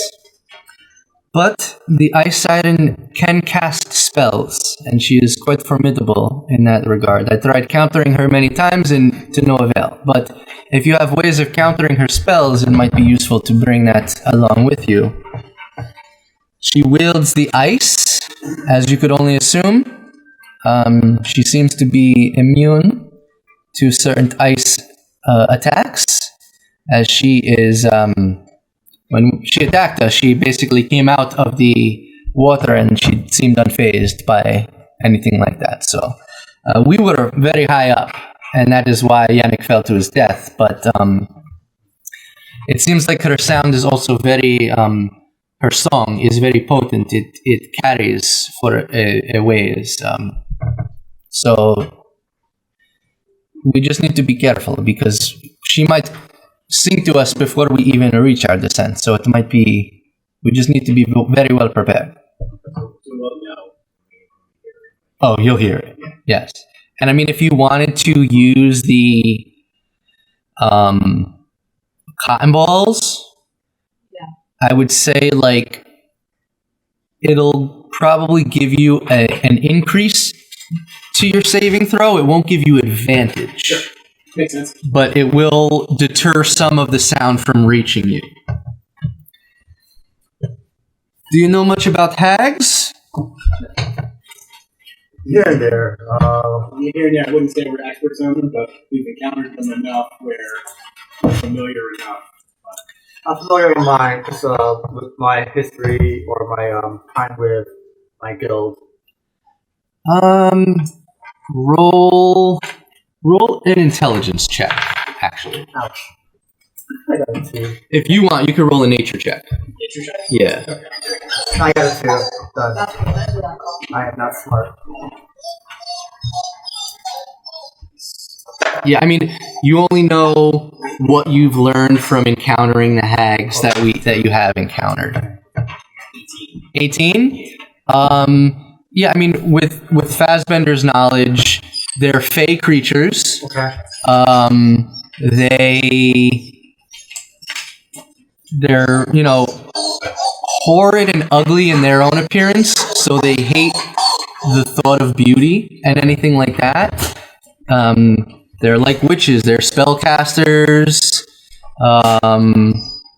They like to make deals and things like that. So that's kind of you and Fassbender and the rest of the group have this discussion. Okay. As part of that, Mila looks to you all. As the legend goes, the Ice Siren was supposedly the most beautiful siren of the land. I know, rather an oxymoron, but since most sirens are vile and disgusting creatures, she must not have had much competition. Either way, this siren made a deal with a hag that lived on a smaller island to the east. And instead of making good on the deal, the hag cursed the siren, robbed her of her beauty, and she had and made her voice the most decrepit sounding of all the sirens. This made the siren exact revenge, and even through her voice and her song, was not what it once was. she was still able to lure the hag from her hut. She swooped down, grabbed her, and flew her over the sound. The hag tried to plead with the siren, begging for her life, and in an effort to survive, she reversed the curse and gave the siren similar abilities and traits to that of a hag. Instead of honoring the deal, though, the Ice Siren then dragged her down to the depths of the sound. And with her last bit of breath, as the air escaped her, the hag cursed the siren once more, making it so that she could not move past the boundaries of the sound. So, essentially, the siren hates anything that represents beauty. Am I correct? Well, all hags do. And since the siren is now considered a hag, yes, I mean, I would suppose so. So, Morgana needs to put on a mask. Sure. I'm just trying to flirt with Morgana right now. Is it working? No. No facial expression. I got a 4. I produce a stack of rings.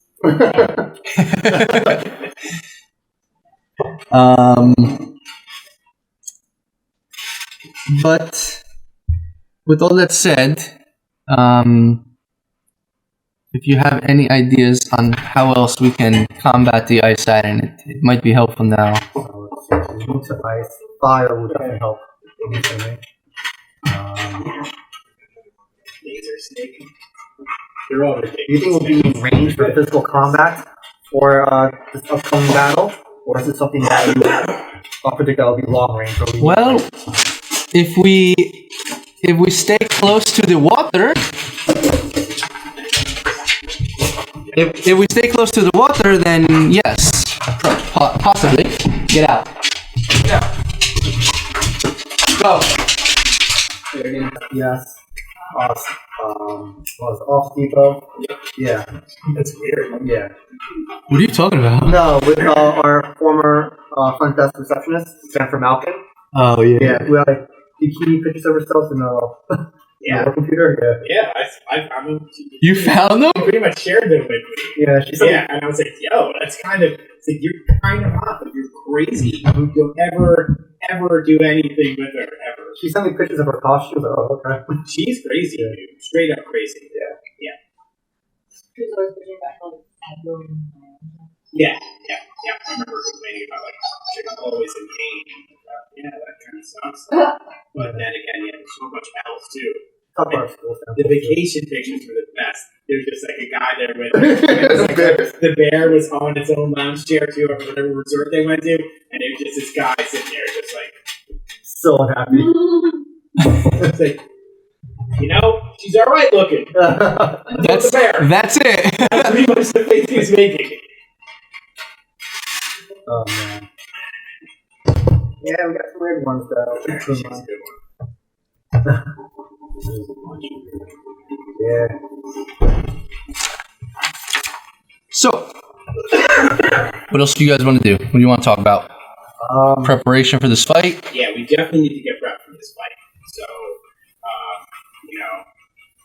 so I'm assuming we're going to be, ranged attacks. I doubt the Harpies are going to be stupid enough to come land on the ship. So it sounds like it's going to be all ranged attacks at them. So we got to worry about protection. We're going to buffer with the hero's feast. It sounds like so that can help a little bit. Cotton Ball should give us a tiny bit of buffer.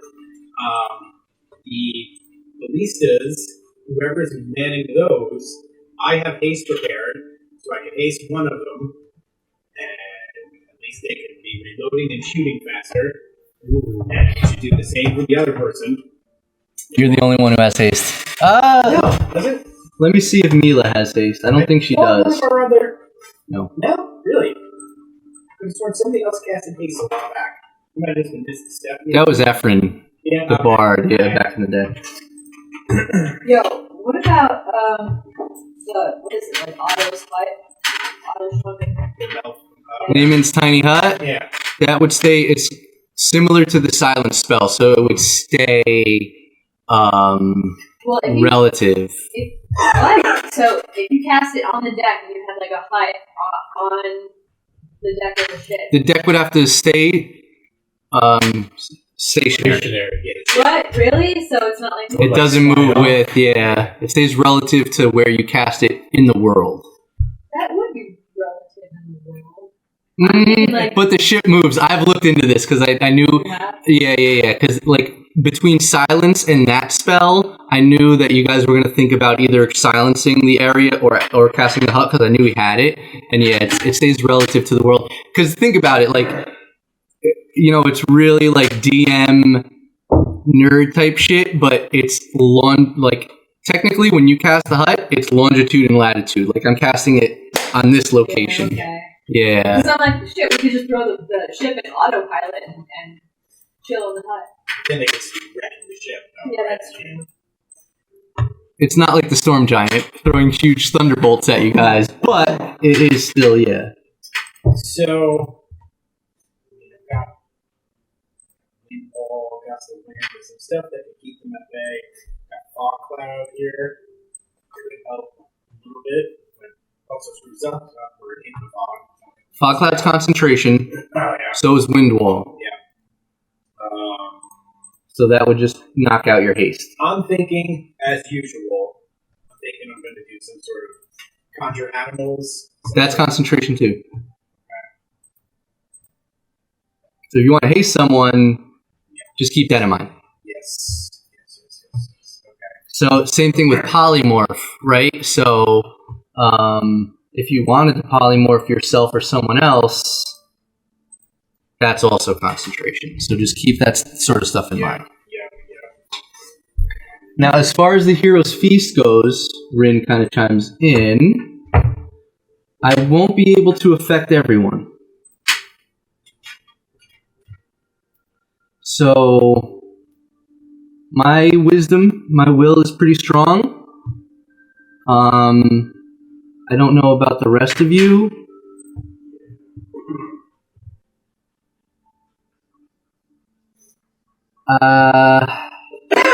I can only affect 6 creatures.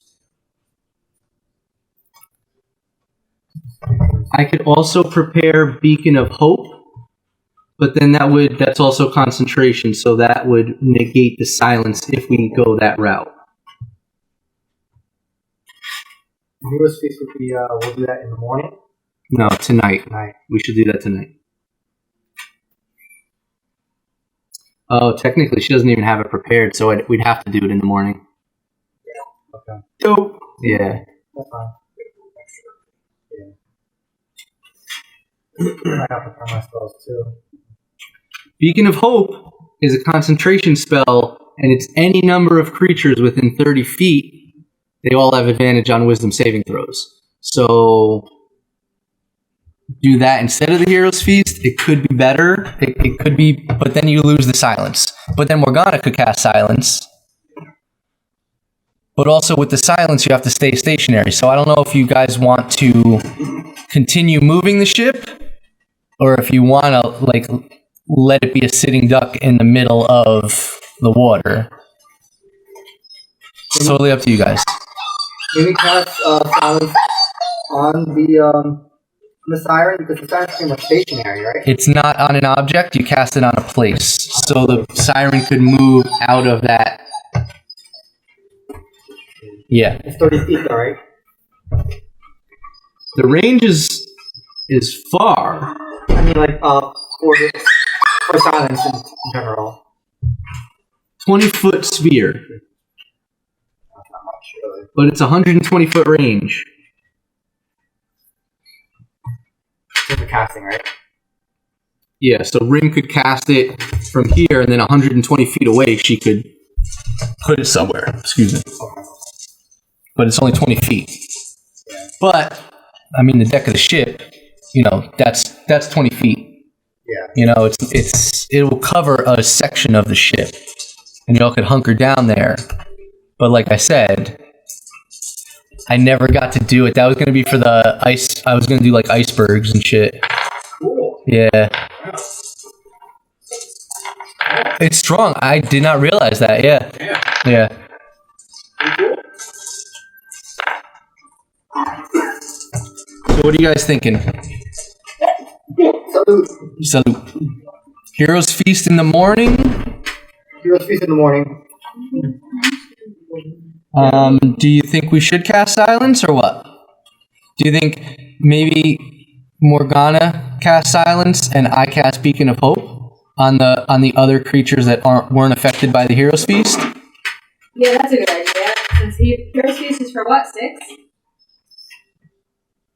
Yeah. What does Silence do?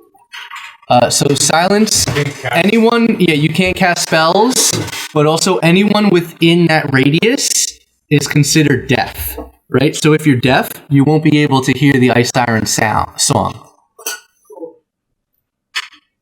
Okay. I'll look at Morgana for she's okay with it. No use to you with these manacles on, so. And it's not like I'm going anywhere. I told you that already. Yeah. Okay. So settled. Morgana will cast Silence, right? And Rin will do Beacon of Hope. Okay.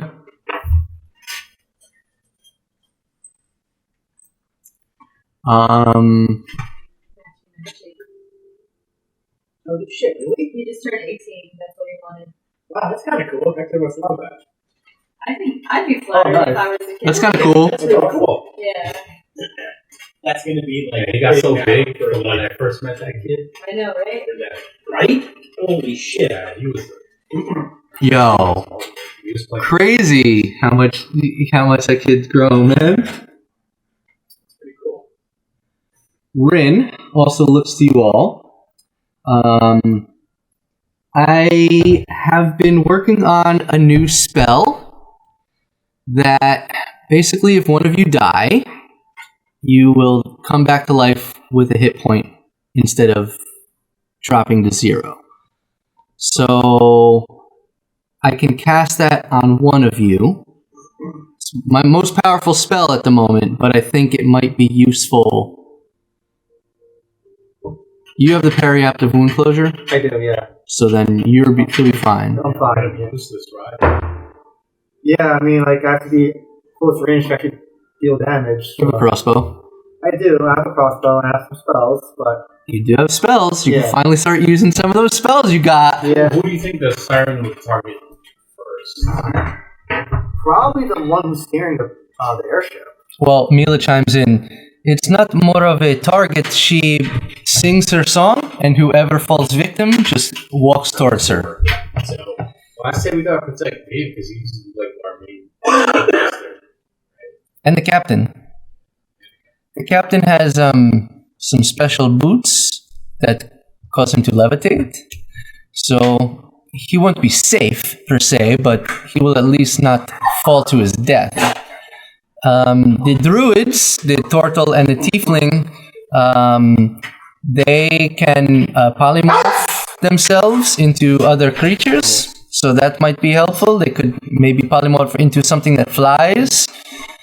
They are very strong of will too, so they might be able to withstand the song. They actually, most of us did not fall victim to the song. It was Yannick and the captain did for a brief second, but he broke out of it. So What was Yannick? Is this a bard? Yannick was a rogue, Is this a bard? No, he was like a half elf. Like, looks like It's a rogue or a bard? That's a bard.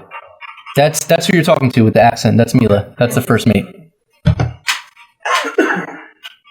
I also, being that I'm a air genasi, I have the ability to levitate and harness the air in certain ways. So, if something were to happen, I can possibly save myself, but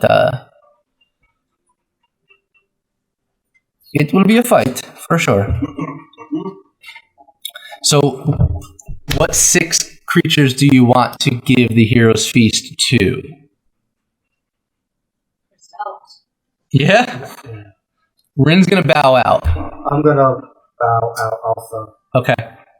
Don't forget, if you stand within 10 feet of him, you add +3 to your save, so we might all want to bunch up on Regulus. Fine. So yeah, if anyone has low wisdom saving throws, you want to probably partake in the feast.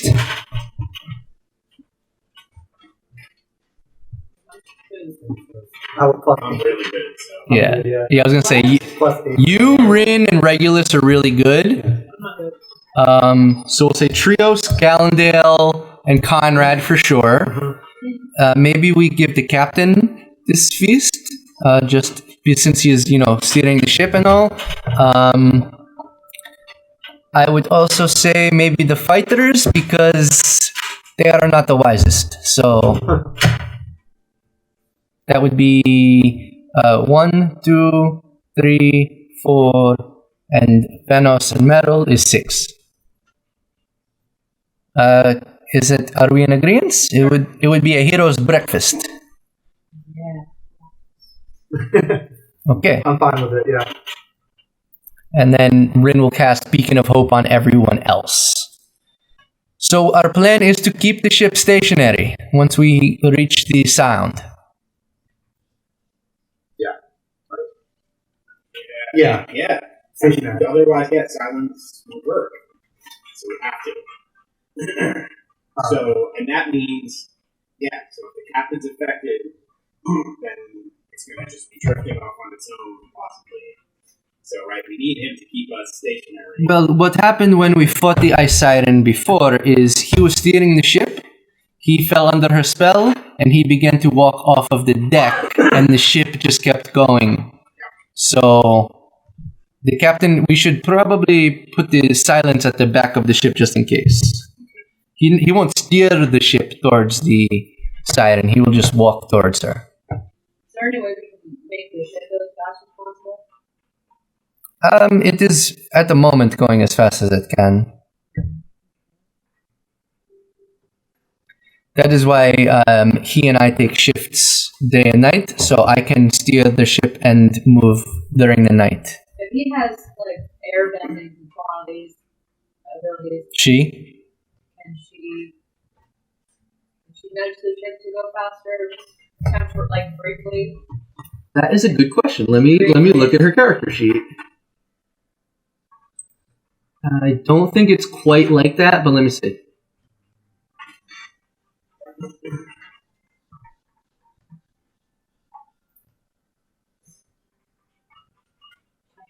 About it, but it's been in next fridge for 3 months. Is it good? I like it. I tried it last time. It wasn't bad. After a couple of sips, I didn't mind it. So the most she can do with her ability is cast Levitate. Oh. Yeah. I mean, technically, I should be able to move it if I did wind ball. It sails up. It's gonna be nothing. No, wind wall just puts a wall up. Oh, it doesn't. Yeah, it's not like control wind. Cool. That would be different. Yeah, I don't think there's much we can do. Alright. Yeah, I mean, I just figured we don't want to lurch over her territory. The ship is moving quite fast. Okay. It's moving at 8 miles per hour, or 9 miles per hour, give or take. And our goal straight up here is to encounter her and fight her for revenge. This is the goal, yes. Okay. Yes. No evasion. Fight. Good. What do you hear? Is there a big old balloon on top? And no, it's just It's I think Druzia explained this to you last time. They have 2 air elementals within the engines of the ship, and they're used to basically fire up the engines, and it's still combustion, so there's flame that comes out of the engines, but they use the air to kind of force the combustion and move the ship along. The sails are there as well to pick up any extra wind that they can, but it's really those 2 engines at the back of the ship.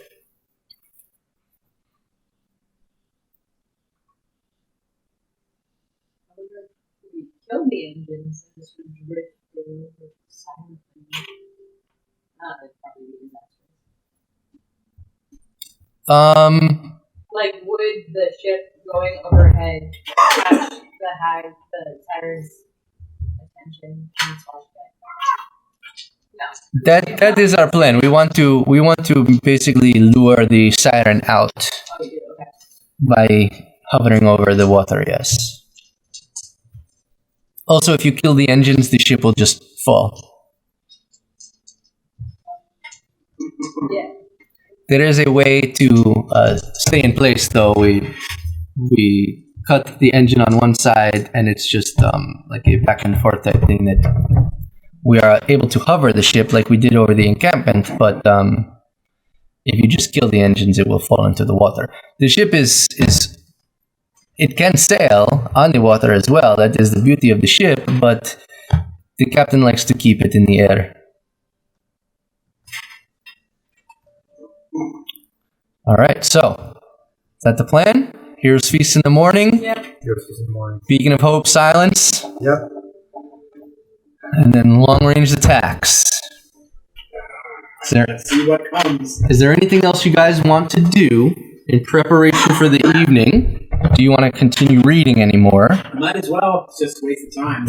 Yeah, so I'd say over the course of you getting onto the ship, having this conversation with both him and the rest of everyone, I would say roughly about 2 and 3 hours have passed. So you got your 8 hours in. You have 4.5 days left of reading and 40 hours left to read. So right now it's about, I want to say 4 o'clock. So you have, if you want to go till, luckily you're an elf, so you can meditate for the 4 hours and complete your long rest, right? So if you wanted to go till about like 10 or 11, we'll just remove an hour for dinner. So you're looking at, a good 7 more hours before you complete your long rest. And then before everyone else wakes up, you could get another 4 hours in. So is that what you want to do? Yeah, let's do it. All right. As long as I got that rest and get my spell slots back, yes, let's do it. Got a lot of reading to do, so 40 hours is a lot. I swore I had a fire spot. I can't find it. No. I don't know. Fly? No. A fire spot. What kind of fire? I don't know. I thought it was like a smite or something. Branding smite. Searing smite? It's one of the smites. Yeah. One of the smites. I can't find searing smite. That's what I can't find. Sorry, what did I say? 7 hours? Yeah, right? We still have those elemental gems. You do. They're in your inventory. They're like super powerful. That's a concentration though too. You cast it, it's kind of like you're casting the spell and concentrating on it. Yeah. Here's the thing, you break concentration, the elemental remains. It could be a friend, it could be a foe. Oh shit. Yes. So that's So cool. yes. So even if you cast it and like you get attacked and you lose concentration, that's still a potential. Would hearing the siren's call break concentration? No. Only attack would. Yeah. Only attacking or casting another concentration spell. Yeah, okay. Cool, okay. I'm pretty sure. Hold on, let me just double check one thing. I'm gonna use this eventually.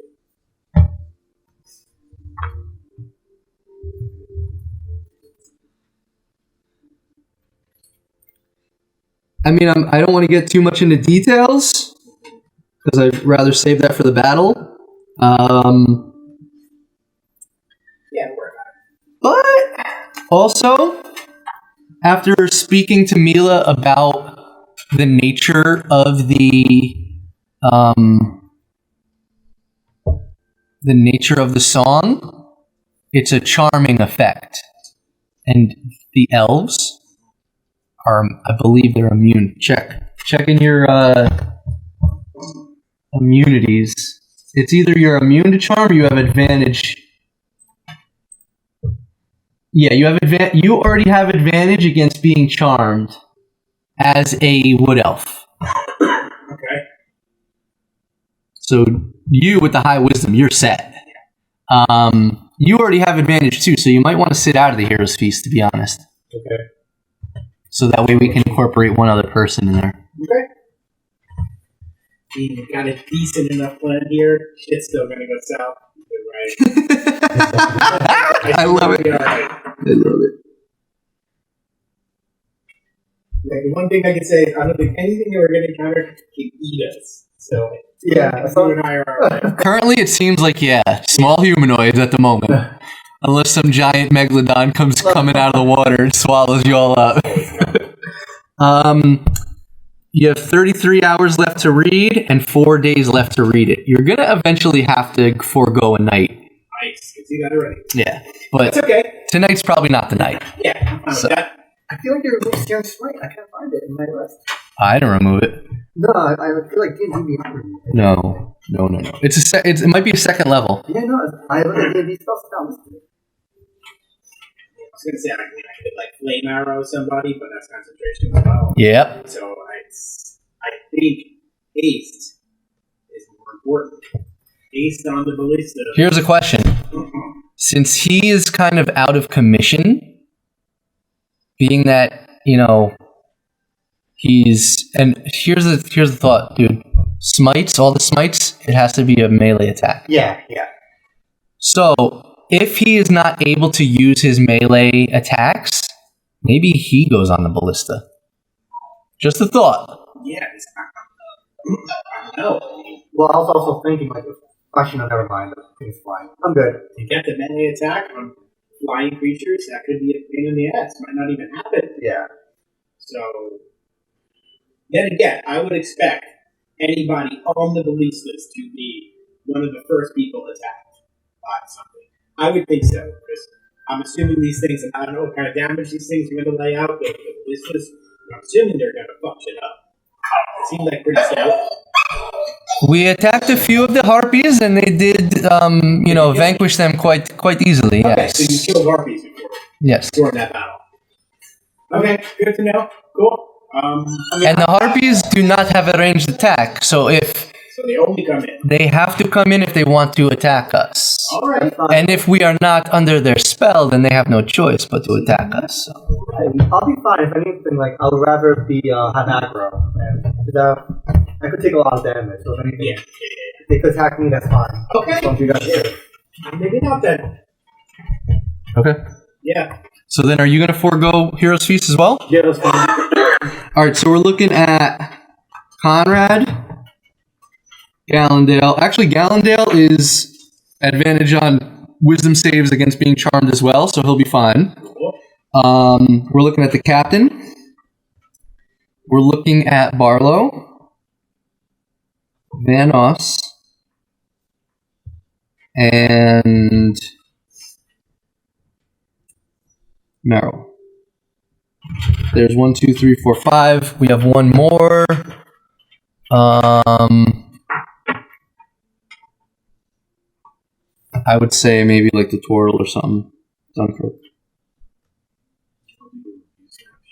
No, Bro, I just like glazed through it. I didn't even go into detail because no matter what I say, they're gonna tell me that I didn't do like the best that I could have done. So fuck them, bro. What we get always. That's what they have to So I just went 4, 4, 4, 4, 4 down the line. Good. Maybe typed in a note here or there, but I didn't go into detail. Fuck that. I don't plan on doing it too much either. Yeah, it's not worth it. Yeah. It's not worth it. Good. That's all I needed to know. Yeah. I want to get it done tomorrow. All right. So you guys want to complete your long rest? Yeah. So you ready, Mark, what I read for 7 hours? We're good? Cool. Yep. Right? You're 15 hours in. You got 33 hours left. 4 days left to read it. Good. I'm going to cozy up with a book on one day. It's been a whole day. So is there anything else you guys want to do before you complete your long rest? I'll probably just talk to Madonna again. Okay. What do you say? Is she in her room? She's currently on the deck of the ship. Yeah, sorry. It's a first level spell, but I can't find it in D&D Beyond. Bro, I don't know. Something's been going on with D&D Beyond because certain items weren't showing up in character sheets as well. So Yeah, like I had Thunder Smite, which I used. if you want to just make a note that it's there, Okay. that's fine. Searing Smite and Thunder Smite. And I am. Just to make sure that Searing Smite is the smite that you're thinking about, though. Yeah.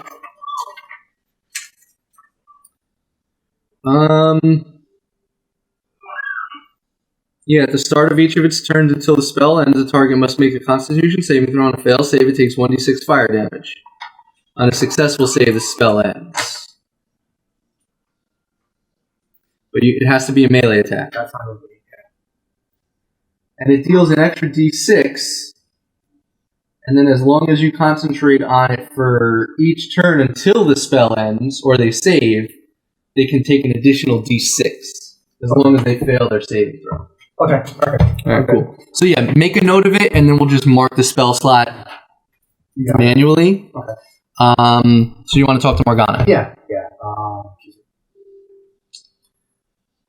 Are you okay with this? I mean, Are you? a little bit. I told you that, put down your blade and the fight is over, live with good life, but here we are, asking for assistance from another battle. From all my experience, fight's never really over, but... Well, thank you. So tomorrow morning, you get the deck, and I'll mark the change for you. Very well. Alright? Nice. Alright. Anything else you guys want to do? You think she can be bribed? Morgana? No, the Ice Siren? yeah. Judging from the nature check that he rolled before, hags like to make deals. But considering that from the story that Mila told you, this was a siren that made a deal with a hag, and then the hag kind of like rescinded on the deal. So she's probably super wary. Yeah. And then the siren even rescinded on her deal and killed the hag. Yeah, So never mind. it doesn't. I don't know. And you also know this from dealing with the green hag, that they're very deceptive. They're very tricky and conniving. So even to get that close to her, it might be a danger. It's definitely a possibility if you want to go the route of talking. These are all hack family. Yeah. We'd have to be able to listen to her too, though, if we had to negotiate. Right. And by that point, she's already singing. But you don't know. You don't know. All right, so you guys want to complete your long rest? Go for it. Any more? Oh, no. It's like, oh yeah, dog fart stench just wafting into your face. Right? Yeah. Yeah. I'll bring gas mask next time. Your long rest is shorter than the rest of them. So do you want to spend the next 4 hours reading? Yes. It's so exciting for me. You must read it. Yeah, nerd. So what do you do in D&D? Oh, you like fighting stuff? Yeah. I think I read. I read a lot. I study. Concentrate. Read. Yeah.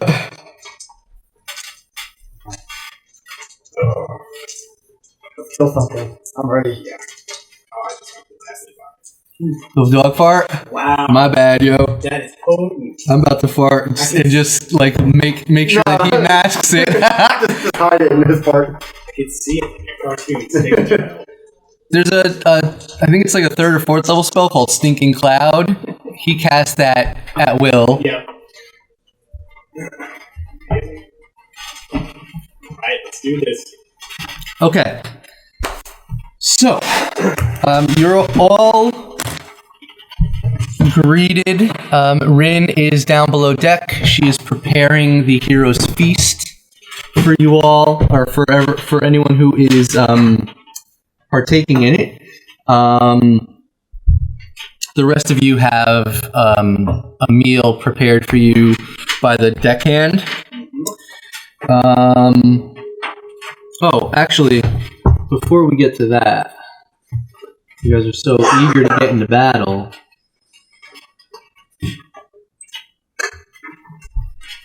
Regulus. You wake up in the middle of the night. Pitch blackness surrounds you. You sit up in your small cot as you look around to let your eyes adjust to the night, and they don't. As you look around once more, you see a vast expanse of darkness far as the eye can see. Lightning crashes in your proximity, and as the flash subsides, the ominous silhouette of your patron, Hor, stands before you. Regulus, have you abandoned me? Not. Then why have you discarded such an important tool of retribution? And he kind of beckons towards the gauntlet that you're wearing, that you've unattuned to. The gifts I bestow upon you are not done in vain. It would be wise to use them since you have not uncovered their full capabilities yet. Retribution is always met with death. You have chosen a different path of retribution for your newfound friend. Just remember how to discern friend from foe, and when to deliver your retribution with either life or death. And as he says this, your eyes awaken, sweat dripping from your face, breathing sort of heavy in the night.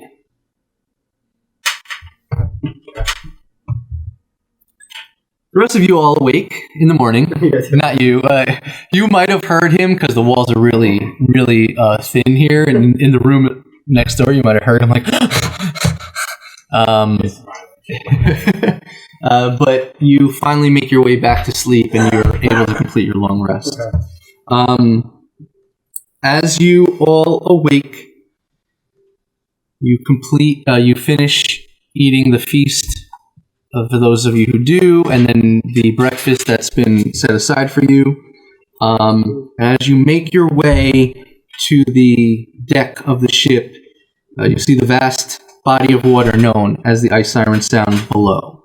You were just cusping the main island that you were once on. As you all look ahead, you see various icebergs and small rocks riddling the sound. There's an eerie stillness to this massive body of water, and it sends chills down your spine.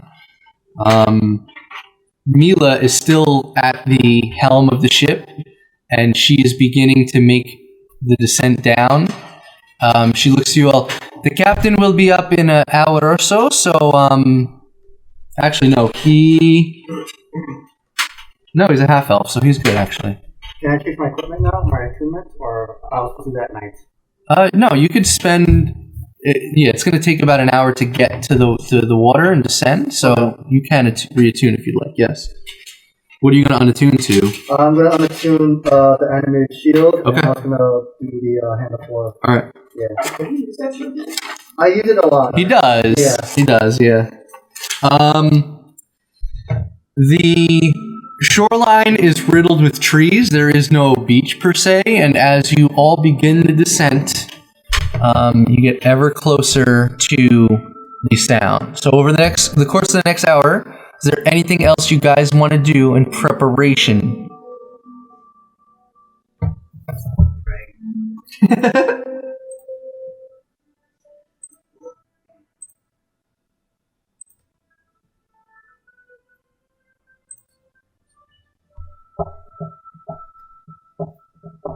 You can prepare any spells you'd like for the day. Yeah, if you guys want to talk over your game plan once more, I'm going to hit the men's room, and then we can proceed. Honor will be our best bet though for the healing the most damage. Get that off. Yeah, exactly. It's quite easy for you. Yeah, as long as it's alright. Yeah. You just gotta make sure she doesn't get hurt. I'm gonna... Yeah. Just gotta stay in the silent bubble for sure. Just one fire from there. The two ballistas are gonna be shooting and stuff. It really depends on how many archies, and we don't even know. Like, we don't know if it's one. Technically, I'm assuming it's gonna be multiple. At least 2 to 4. It's gotta be. Usually, Yeah. rolled in. So then the other thing is the ice switch. I mean, I think it's only, we might not even see her. She could technically just be somewhere just singing. Yeah. So we can't even say we're going to encounter her. So, and the fact that we know that the harpies have to come down and interact with us. Yeah. So I think that's an advantage to us, so to say. So yeah, I think it's just a matter of protecting our best ranged attackers. I love your plan with the command. They come down, as soon as they come down, we just beat the shit out of them. Yeah, pretty much. It's great. And so I'm planning on casting haste. Now, If say anything like lands on the ship, like Yeah. I'll jump on it.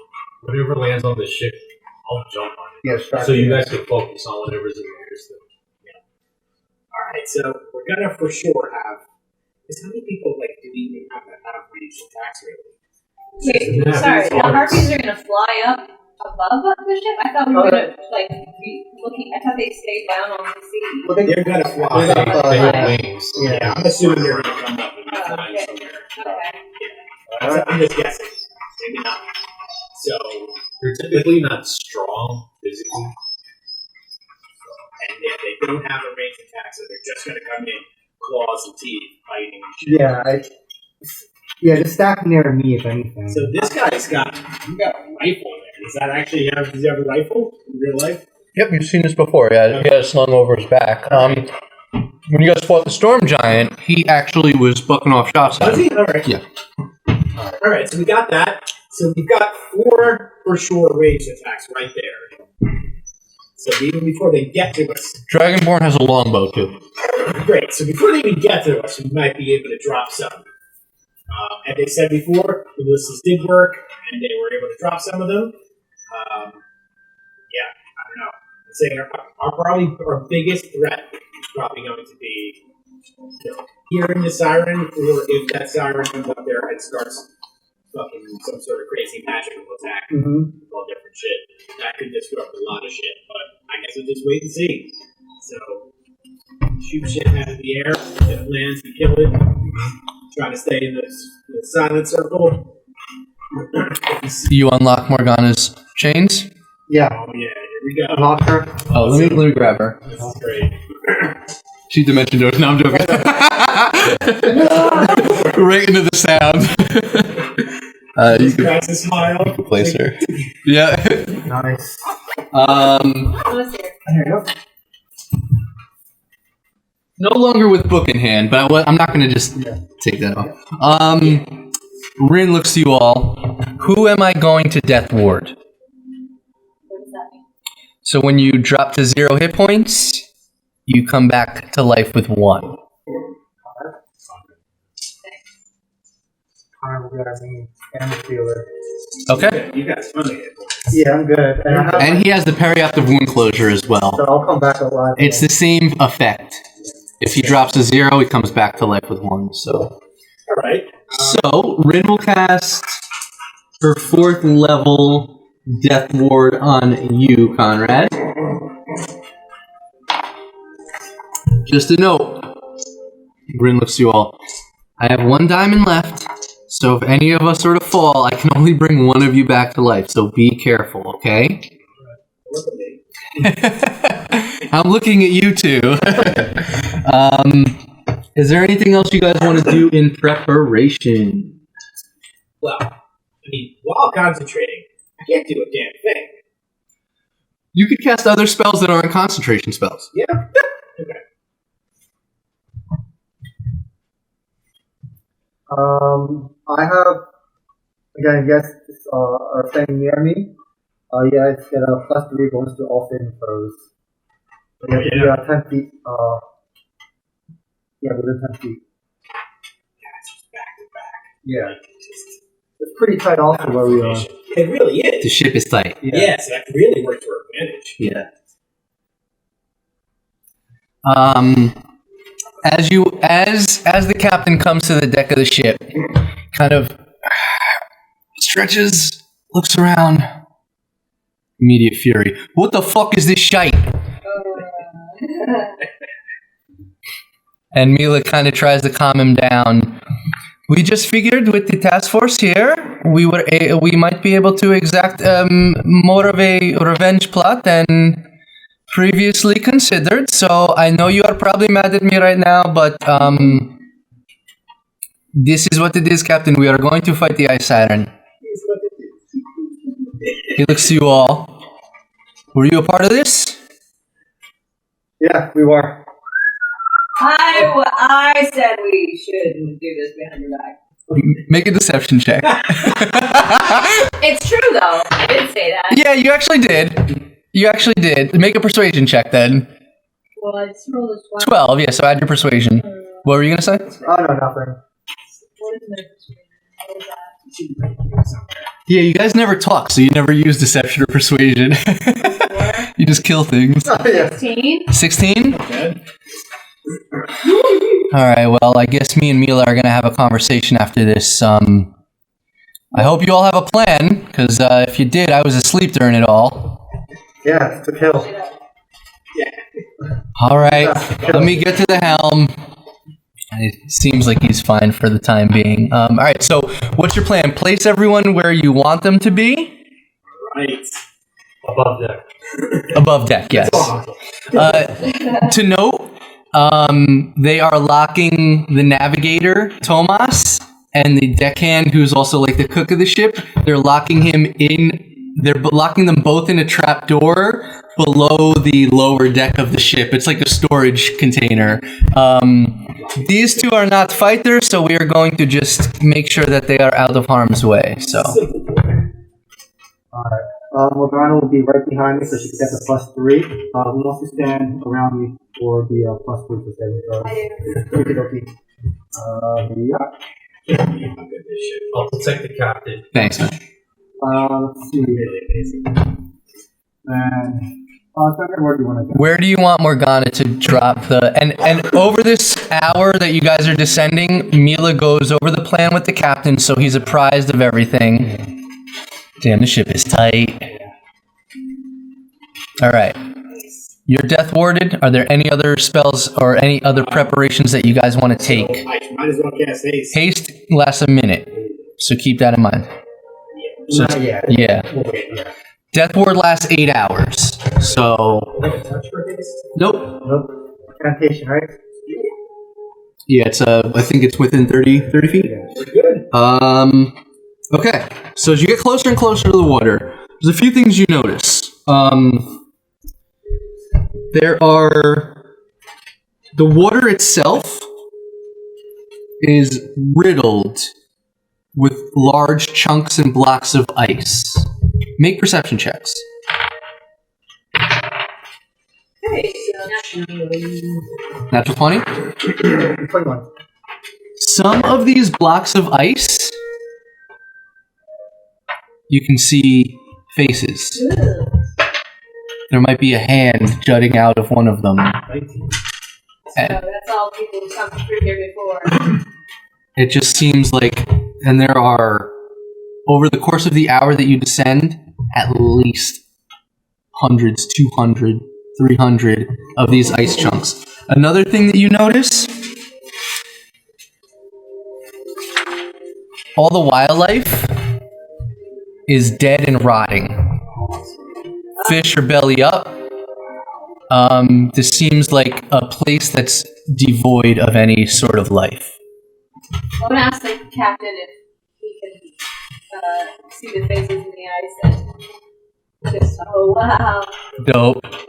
Oh, the fog monster is coming. Yeah. Well, it's not coming yet. Like probably March, but I gotta say, our half-ass approach was okay. no. In comparison, In comparison, it was okay, but Yeah. their unit's better. yeah. That was amazing.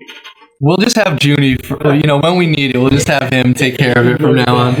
Just bait like it. You remember Yannick, so you would be able to recognize his face. But the captain does say that he fell overboard, on the other side of the sound. So if you wanted to search for his body, you could help him later on, sure. Okay.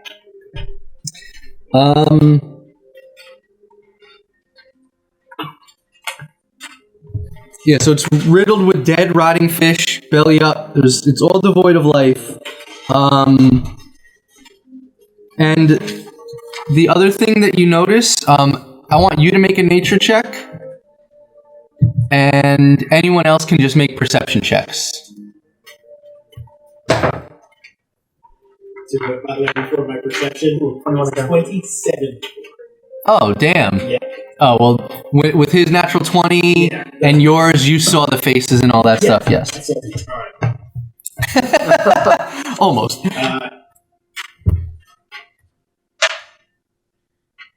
23. Not natural. Nature? The tides are random, unpredictable. It seems like if this ship was actually in the water, it would alter the direction and cause the captain or the navigator to have a bit of a problem navigating the ship normally. So you guys are actually better off that you're in the water, in the air right now. So if we were in the water, they'd barely be able to keep it still. So that circle of silence would be all fucked. Oh, totally. Cool. Totally, Okay, totally. good. So they don't have to get put in the water. Another thing with that 27 and the natural 20 perception before with the bodies in the ice, seems like some of them might be alive or undead, as there's one of the arms that juts out. It's like reaching for the ship, although the ship is like 10, 15 feet above the water, but it looks like it's undead of some sort. An hour passes. You're just slowly cruising along. No sign, no sound. Did you want to put the cotton balls in your ears? Yeah, let's do it. I'd say it's probably All of us, right? I think so. So it's going to be like you add a D4 to your wisdom saving throw. All right. So keep that in mind. Another hour passes. Nothing. The captain and Mila look a little worried that she may not come out at this point. Is there anything you guys want to do? Let's get our part and stuff, man. So,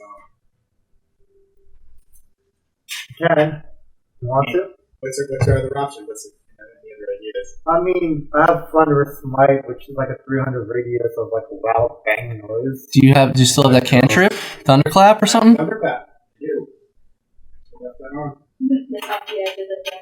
You piss off the edge of the deck? Conrad just loves to piss on shit, huh? Okay, so you do that, you cast Thunderclap? Yeah, fuck it. Just a large clap of thunderous energy. Where are you casting it? What's the range? Create a burst of thunderous sound that can be heard up to 100 feet away. Each creature within range you. Let's just say throw, blah, blah, blah, blah, blah. Range. So what's the... 5 feet. Okay, so you're gonna cast it like... Yeah, I'm gonna off peek the off the side. Yeah, I'm gonna while you're peeing off the side, I sneak up beside you. And I cast Is it a Constitution saving throw? Make a Constitution saving throw. Just for the fuck of it. Yep. It gets a D on your right. 15? What's your spell save DC? 16, right? Oh, you 17 total? Yeah.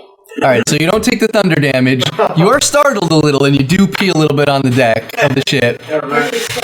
I'll just have Barlow clean that up, he says, the captain. After this thunderous clap, there's a eerie 10 minutes of silence. Is she coming? You guys don't know. Then all of a sudden you hear...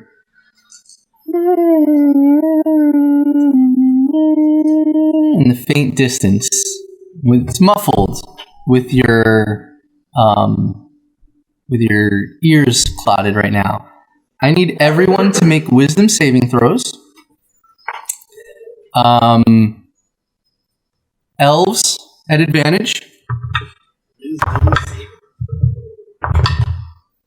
Gallandale's good. Rin is good.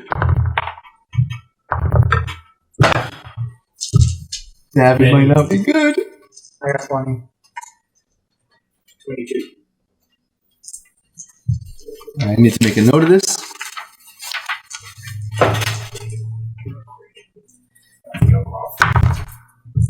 Meryl's good. Manos is good. Druge is good. Dunkirk's good. Mila's good. Wow, I'm rolling really well right now. Wow. Everyone... Oh, I gotta roll for Morgana too. Everyone except the captain is good. And the captain begins to take his hands off of the ship and begins to slowly walk in this direction. He's going to use his full movement to get right around here. And he lost his shit. Mila, seeing this, is going to run up and begin to steer the ship.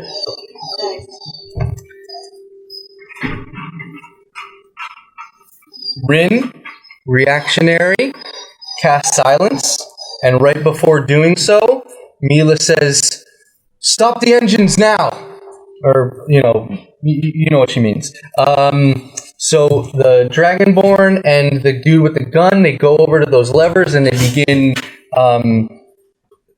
moving the opposite sides up and down, causing the engine to undulate. Can you move the camera up?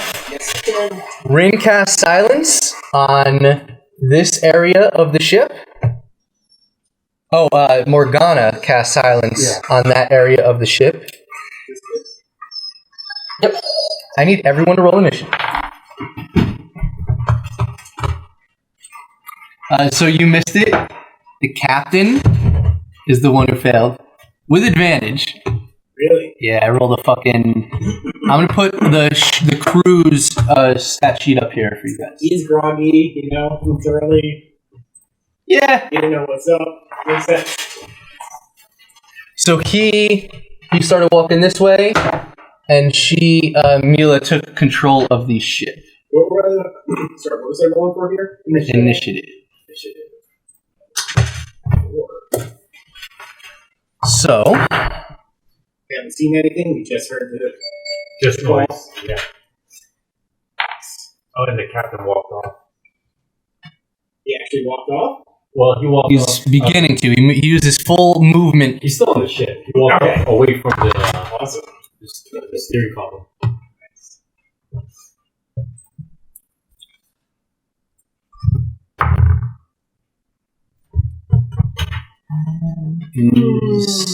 Damn. I have a lot of people to manage right now, so bear with me. I have a lot of people with D's in their name, too. Dunkirk, Davin, Druja,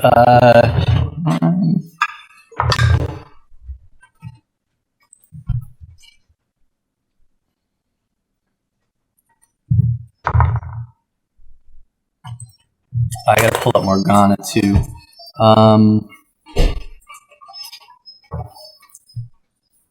Meryl rolls at advantage. Wow, 8 and a 1. Good job, Meryl.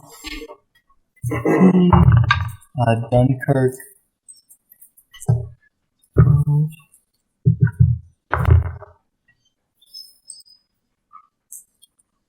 And Nox is a... I got it. You got it? Here you go, sir. Thank you. And then Mistress Morgana. Oh man, she rolled in that one. Oh, no. Oh, shit. Huh? Just got another. Yeah. Sweet. Simon had a boy. I heard, yeah. I was talking to him the other day. I'm like, So I holy was shit. telling Easter, he got a name Sony, so his name's Sony Radio. And then Easter was like, the initials gotta be AM. Wait, Jesse from CMS? Simon? No, Jesse from CMS had another. No. Joe. Joe Larkin. Yeah, Joe Larkin. Yeah, he's not coming out anymore. Yeah. Yeah, got it. Number 3. Number 3, that's crazy. Yep. Yep.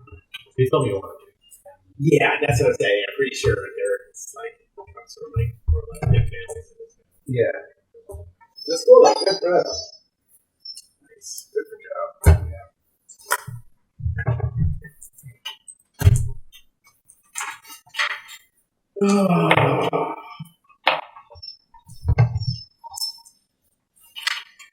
All right. Do you know what Conrad rolled or no? Let's just wait till he gets back. Yeah. Shoot. 23 written here, but no. Yeah? No. Oh. You motherfucker.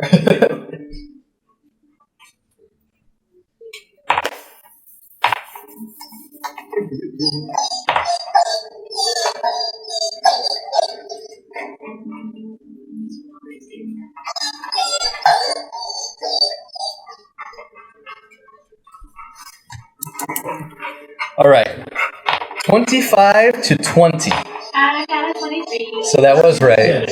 All right.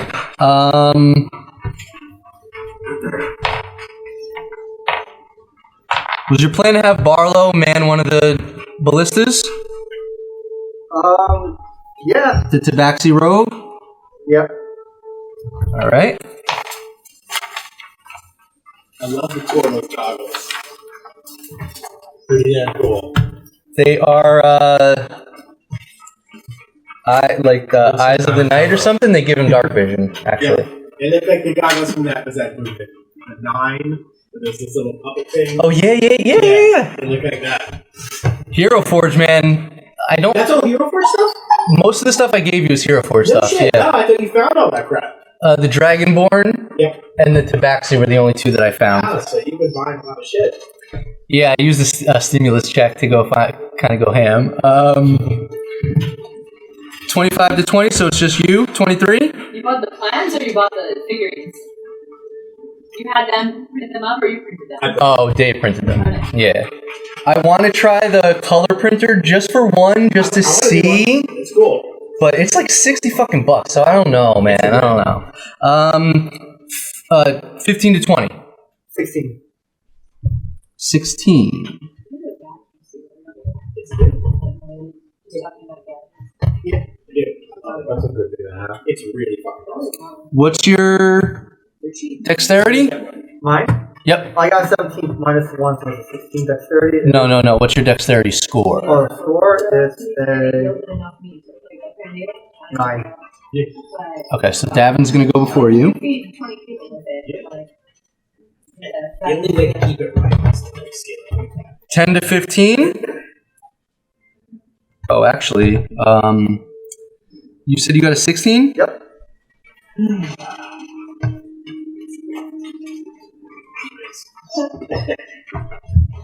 Yeah, 10 to 15?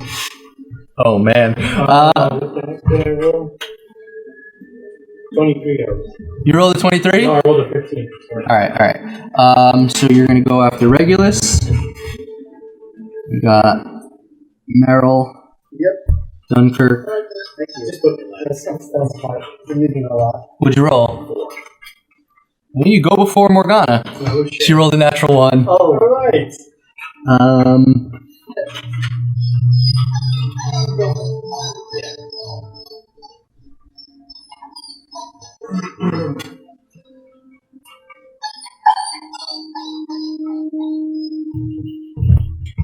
Oh, I forgot to roll for Gallendale and Rin. You rolled a 10. She rolled a 12.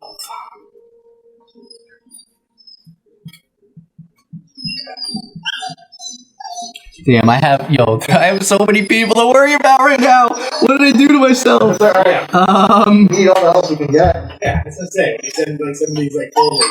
Oh my god, like you're out of here. This is nuts. You get the shit pulled in Nazi tribe. Too many people to deal with. it's a lot. But you know, hey, that's how it would be. I'm giving you guys an experience. Yeah. So, top of the round is Barlow.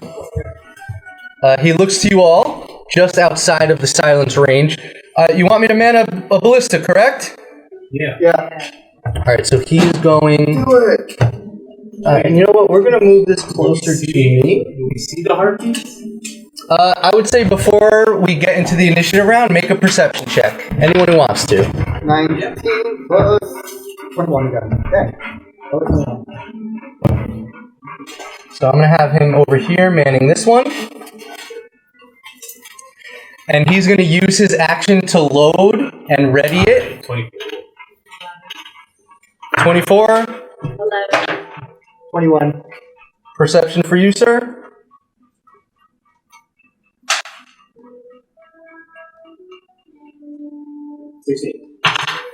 You two notice off in the distance there seem to be 2 flying creatures looming over, and then judging from the way that the captain is walking, he's walking in that direction towards these creatures. So,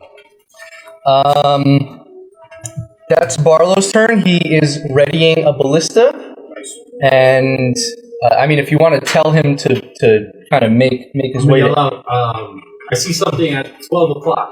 Nice. Calling it out. Alright, so you know what, with that said, he's actually going to move over to this one. Vanos is going to head to the front. Because he got the gun.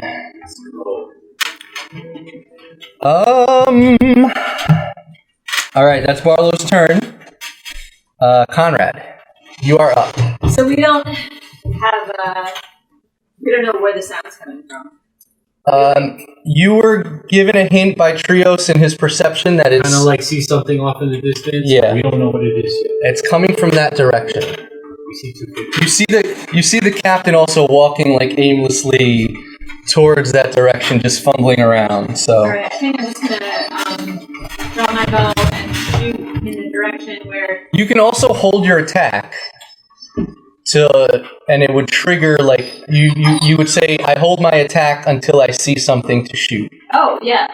So you do that, you knock your bow and you prepare to shoot when you see. Okay.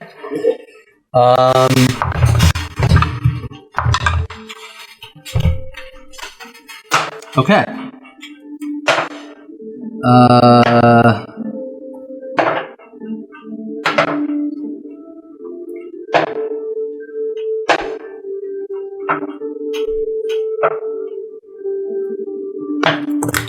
So, that is your turn. Do you want to do anything for your bonus action?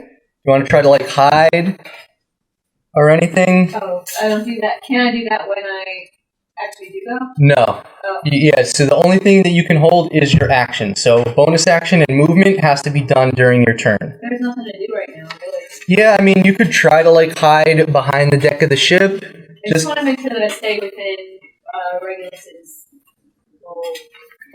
So you would, I mean, the furthest you could move is like there. So. Alright, no, okay. You can duck a little down. You could duck down. I mean, you are a rogue, so roll a stealth check. Give it a little projection. So.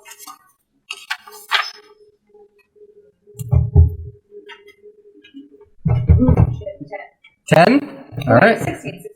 Okay. That was a 7, not a 1. Alright. Seem to be hidden for the time being. Alright, so that is your turn. Initiative count 20. Lair action. Being in the Ice Siren's sound. To roll something here.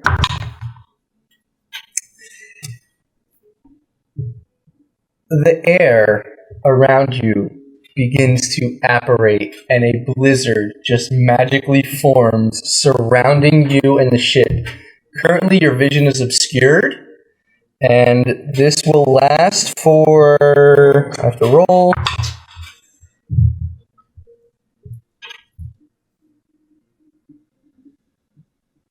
Actually, no, I don't have to roll. So, it creates a blizzard 40 feet high and a 20-foot radius. And it's literally going to cover the front of the ship, but not the ship itself. It's blocking your view from what you're looking towards. So there's a huge just blizzard in this area right now. That is the lair action. Mila, it's her turn. She is gonna maintain the ship, being at the helm since the captain is out of commission right now. But she is going to use her bonus action to inspire. She's gonna actually inspire the captain. So she sings a gallant song about Captain Davin, trying to help him when he has to throw his next saving throw to try to break free from the Ice Siren spell.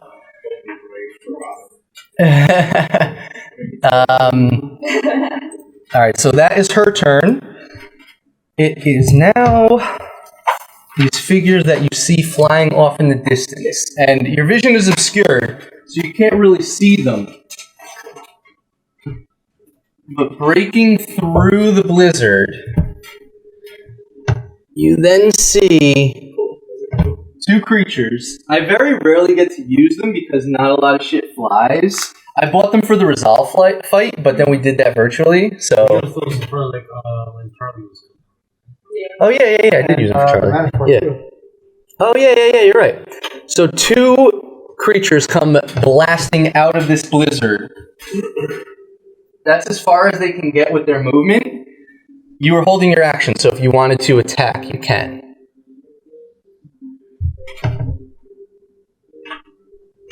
You turn around if you want to look for now. I'm pretty impressed with how I painted those wigs. But Yeah, right when that didn't come up, the printer got the young guy. They came up this morning. They were clean and cured, so. I wasn't going to be able to get to paint them all anyway, so it's good. it's kind of good because I would have stayed up till like 4 in the morning, so I'm glad that worked out like that.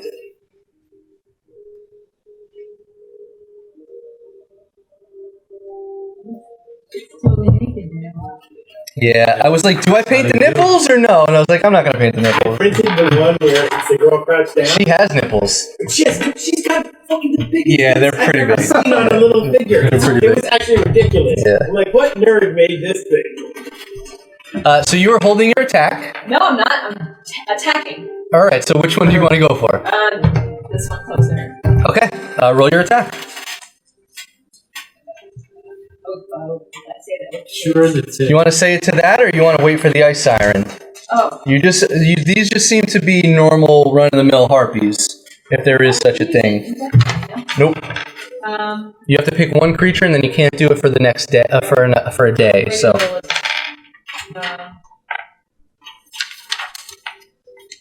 So I just roll regular 20. Yep, and then add whatever modifier is next to Aberralis.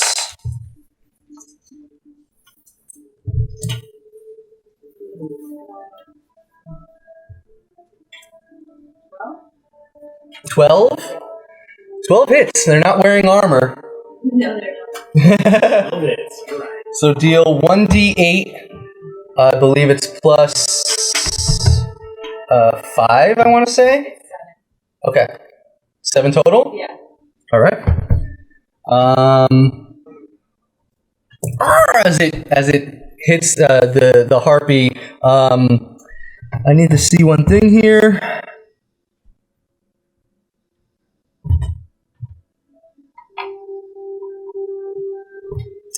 Nope, it maintains singing, and it's actually going to spend its bonus action to continue its song, luring the captain closer towards you guys. You do notice it's still singing, but in this close proximity, oh wait, yeah, we rolled the saving throws, right? Everyone who saved and succeeded seems to be immune from the song. Okay. So that is your turn, that's the harpy's turn. So the harpies are singing as well. As they break through the blizzard, you notice that these are the creatures that are singing currently. Okay. Yes. It is now Van Oss's turn. He's gonna put away the long rifle, and you see him brandish out a shorter, stockier kind of contraption, and he pulls the flintlock back, and he takes a blast with that. Man, awesome. So he's gonna shoot with his pepper box. It's a natural 7, but with the +8 that hits. And then he hits both times, so he's going to deal 1d10 plus 5. He's going to shoot this harpy here. So that's 8 and 7 points of damage. So that's 15 total. I actually think he gets 3 attacks. Nope, just 2.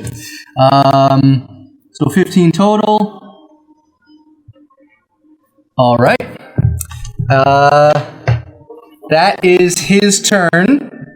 It is now the captain's turn. The captain is going to use his full movement. 5, 10, 15, 20, 25, 30.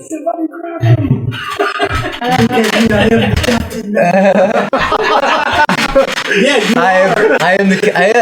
Wow, you said it with Mila's voice too. Good job. I need to see one thing here.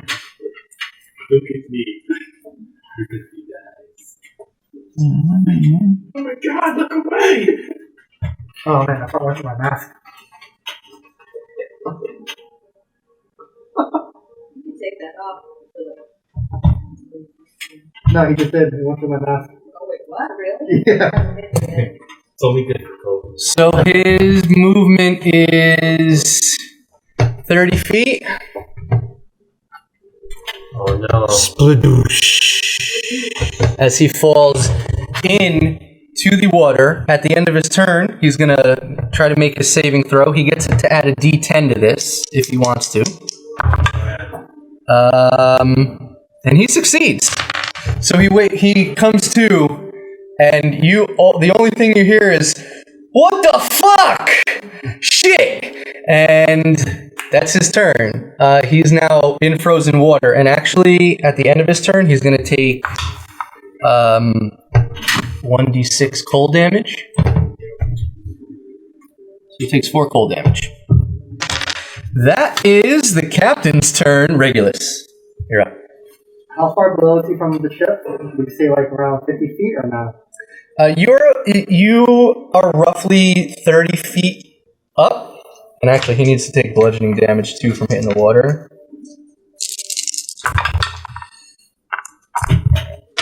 So yeah, he's 30 feet up. You don't know because you don't have a line of sight on him. So if you wanted, you could move closer to him. You know what? Should I move closer to him? Pull out my hempen rope for him to like grab and pull him up? Or do you think that's a waste of action? I don't think he would even reach for it.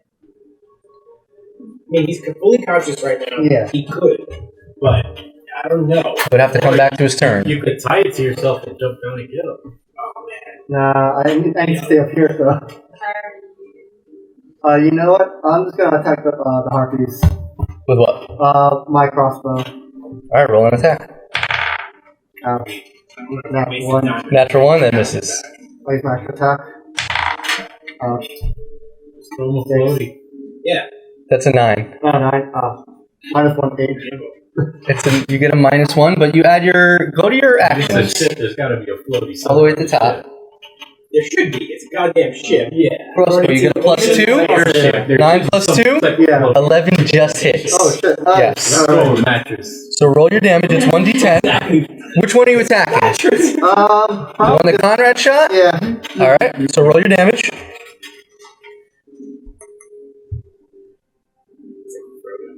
Wait, what do you do with like pulling your sword at it? No, crossbow. Oh, So I got a 10. You got a 10? Yeah. Okay. I got it. I got some. 11 hits. Yes. They're not armored. He rolled a 12. 11 just hit. Gotcha. Yeah. So as you shoot first with the crossbow, it flies over their head. The second one, you pull back and you shoot, and you're like, oh, I don't know if that's gonna hit. And it just grazes the shoulder, and it gets them right in the clavicle to where it actually deals a decent amount of damage with the 10 points of damage. It's hurt, but it's not on death's door or anything like that. You still have a bonus action and your movement. Bonus action, I will probably cast Spiritual Weapon. You can cast Spiritual Weapon? Yeah. Alright, go for it. Where is your spiritual weapon? So where do you summon this spiritual weapon? Probably above this harpy. This is like what? Oh, you're definitely within range. Yeah. So roll your attack with your spiritual weapon. Roll for attack, right? Yep. 19. You add go to your spells. It should be in there. Weapon, so 19 plus.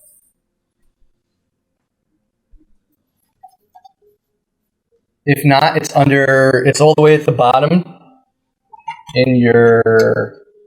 It's a +3, right? So I got a 22. Okay. Yeah. Where's Morgana at? She's concentrating on silence. Yep, so deal 1d8 damage. 8. 8 points of damage. Yep. Alright. Harpy's starting to look kind of hurt. Alright, that's your turn? Yep. I'm good. Trios, you are up. Just watch the captain go over. You just watch Vanos and Conrad start to do some damage to these harpies. I'm gonna throw a dart. Alright, I'd say you're out of range. You need to move closer. So you can go 5, 10, 15, 20. Do you want to take the steps down or do you want to jump down? Yeah, I'll jump down. Make an acrobatics check.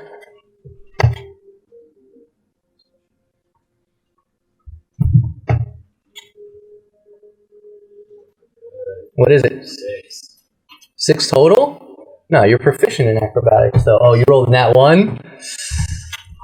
Gotta do it, man. Steps. You jump down and you go to do a barrel roll, and you're still not used to the height of the airship and the height of the steps, and you fall prone. You still have half your movement, so you could get up and have 5 more feet if you wanted. You stumbled 5 more feet. Yeah, you're actually gonna take because it's a good 15-20 feet down. I just stumbled down. Ooh, I rolled 2 5s. You take 10 points of bludgeoning damage God. as you hit the ground. You guys watch your normally deft fucking monk just eat total shit on the deck of the ship. Think about it. Like, you know, these things are super rare. You've never been like on a Never been on an airship. You've never done a fucking barrel roll on an airship before, so it's a learning curve. You move 5 more feet. I would say I'll move Rin over just for the time being. What is the range on your darts? It should say there. It says 20 and then parentheses 60.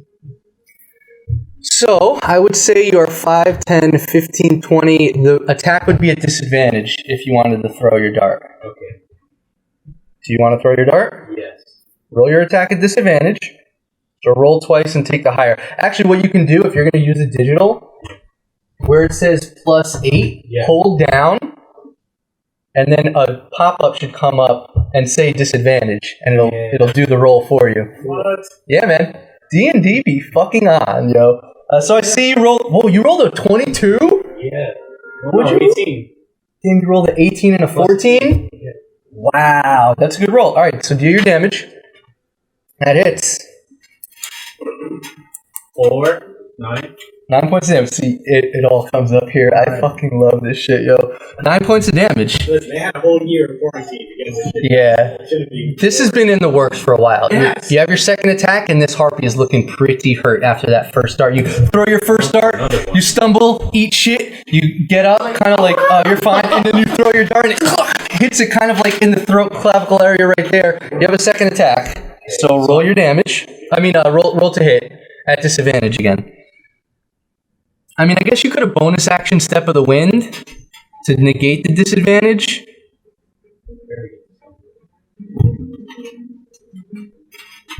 But yeah, this harpy is looking pretty hurt.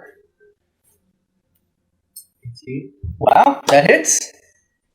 So do your damage. 6 points of damage. And with that, this harpy falls and hits the water below. Still have a bonus action. Yeah, that movement, it would have been almost your full movement to get to where you were, so... I'm good. I'm just going to chill and cry out loud. I'm still hurting from that fall.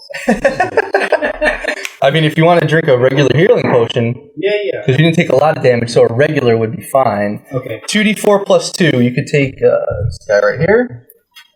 Drink your potion, and... With that, it is now the Dragonborn Meryl's turn, so add 2 to that roll. Meryl is going to he's standing here just to keep Mila guard, but he's going to circle her, and with his longbow, he's going to shoot at this harpy. It's strange, you see this beefy Dragonborn pull a longbow and begin to shoot. That's a natural 6, but it still hits. Oh, wait, hold on. Let me see. He could do something really cool with this.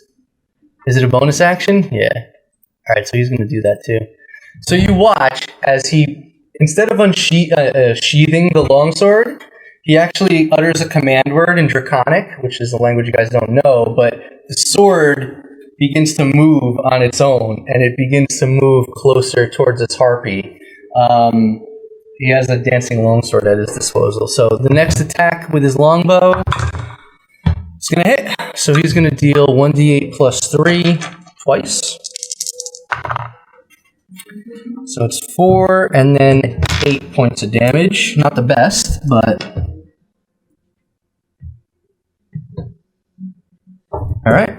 Second harpy has 2 arrows sticking out, a couple bullets in it. It's looking kind of hurt at this point. That is Meryl's turn. It is now the Turtle's turn. He is going to Go 5, 10, 15, 20, 25, 30. Oh, shit. I got it. And I guess I need to see what this guy can do here.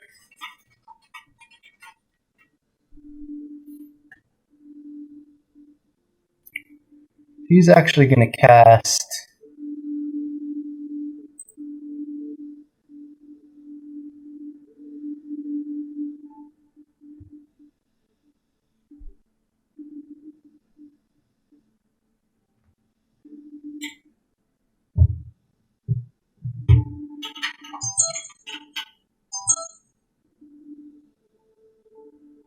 Fuck it.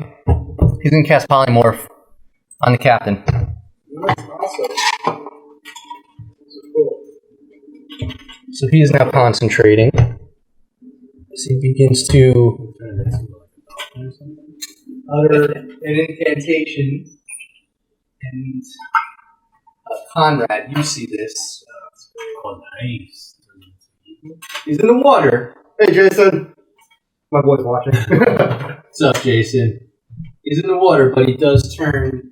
Oh, Thanks shit. for the sub. I forgot. Subscribe. Yeah. I'm a douchebag. Smash that like button and subscribe. Smash it. Throw douchebags out there. He casts Polymorph and turns the captain into a flying eagle so he can potentially fly away and make his way back to the ship. That is Dunkirk's turn. It is now Gallandale's turn. Gallandale doesn't really have much he can do here. He's going to man this ballista. He's going to use his action to arm the ballista, and then he's going to begin to aim the ballista and ready for his next attack. It's Rin's turn. Rin is kind of in the center of everything, so that's perfect. She's going to cast Beacon of Hope. And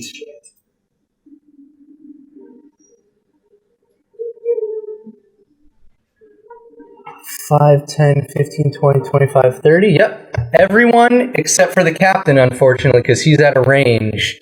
You all have advantage on wisdom saving throws.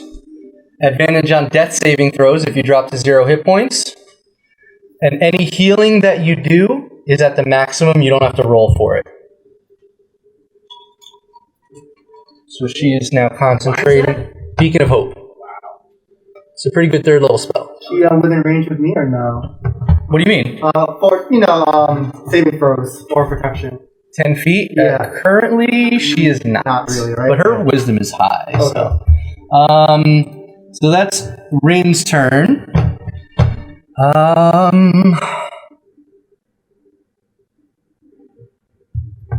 Okay. Conrad. Looking over the deck of the ship, you watch as this humanoid figure begins to come out, encased in ice. And it seems like the ice is almost holding her up as a pedestal. She has this crown of ice around her head. She wields a staff in one hand, and she seems to just be harnessing ice. It's kind of whirling and apparating around her. Let's use one of these.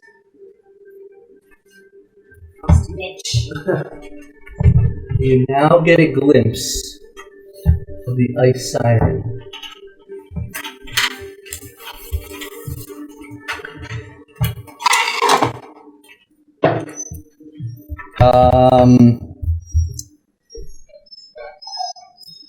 Let's see, what can I do here? I love when I ask questions like that. Yep, how can I kill you guys?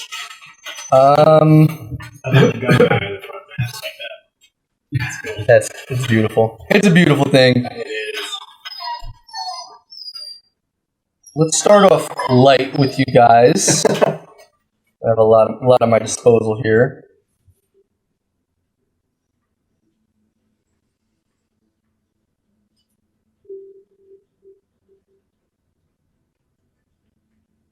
Stop, Creed. So, I need She's gonna throw it at Dunkirk. You watch as she and Conrad, you're about the only one who sees this currently. I mean, Vanos and Dunkirk see this as well. But she has this swirling bit of ice. Actually, you know what? No, never mind. She's gonna cast something else. Yeah, she's gonna do that instead. So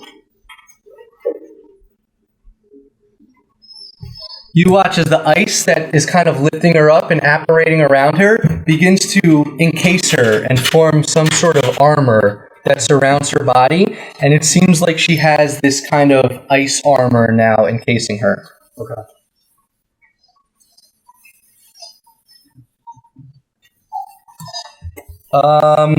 That is her turn. It's now Druja's turn.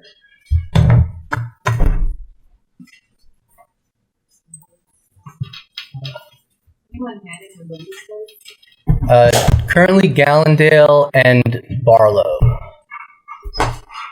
Just started snowing. Yeah, I noticed.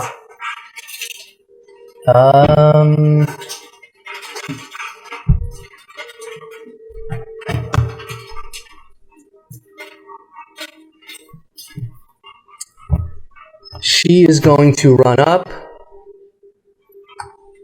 She's actually...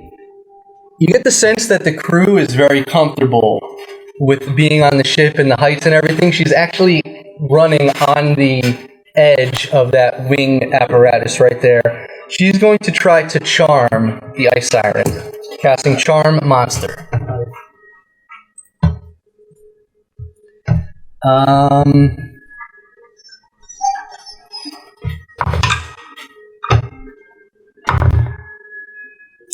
She mutters the incantation, and you see this flourish of green arcane energy. No effect, unfortunately. That is her turn. Fassbender, you're up. Alright, so she's showing herself now.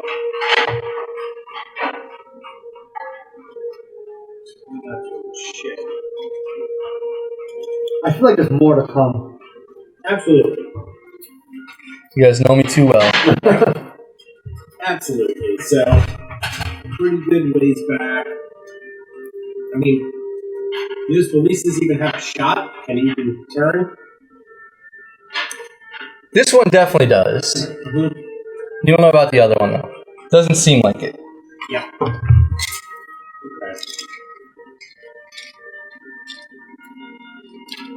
Yeah.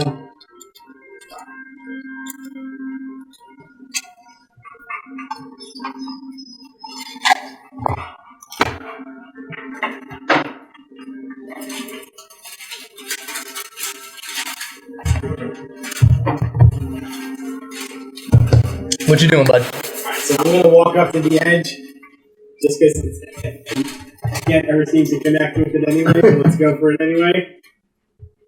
Yep, I'm gonna walk up to the edge. Like here? Whatever, like, so somewhere where I get a shot. Not too exposed, but whatever. Wherever I've got a shot. The first base I've got a shot. Alright, so I would say it's like right Yeah, here. it's right there, that's what I figured. Alright, what are you doing? Alright.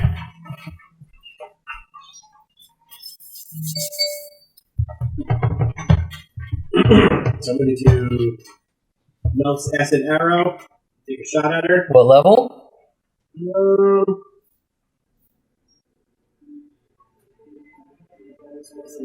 I'll use the third level spell slot for it. Go for it. Extra D4 on that. So roll your attack.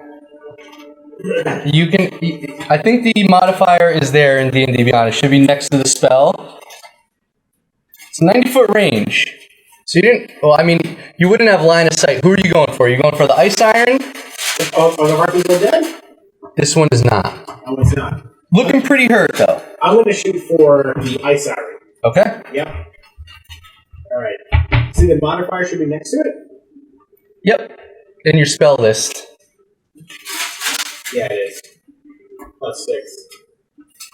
Does he make us? Yeah. Oh. Yeah, I saw that.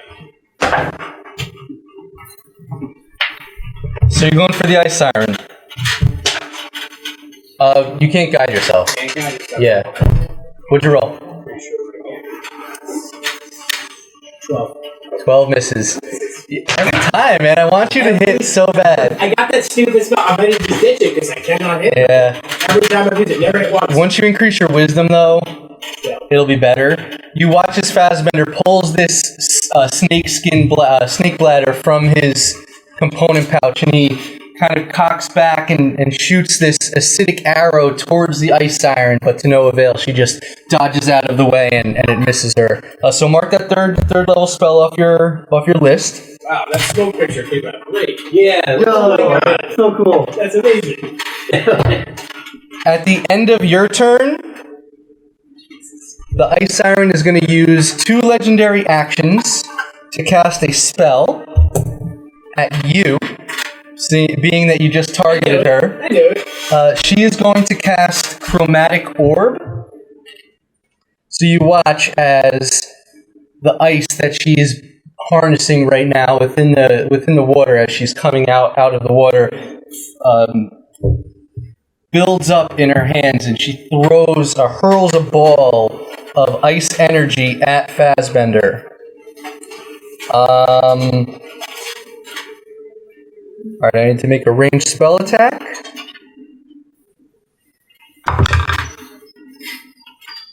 Natural 1. Alright. Yay. Finally. So she throws it, and it just hits the deck of the side of the ship, and it just shatters. You look at her like, I know the feeling. Yeah, right?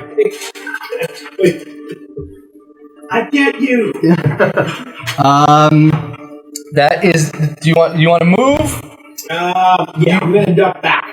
Yeah. All right. Duck back here, closer to the mast, kind of out of her line of sight. All right. So you move like 15. I'd say you want to get like right back here then. Yeah, right back there, right where I was. Yeah, right there. Boom. All right. Perfect.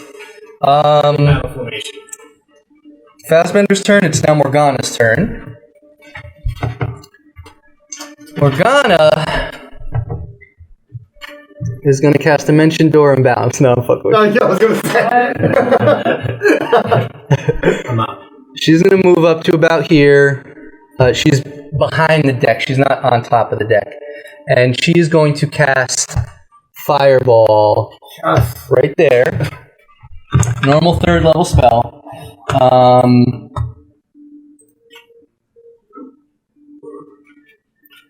So it's going to be a dexterity save for the Ice Siren and the Harpy. The Harpy fails with a natural 1.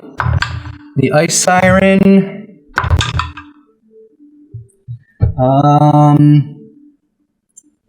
fails as well, so it's going to be 8d6.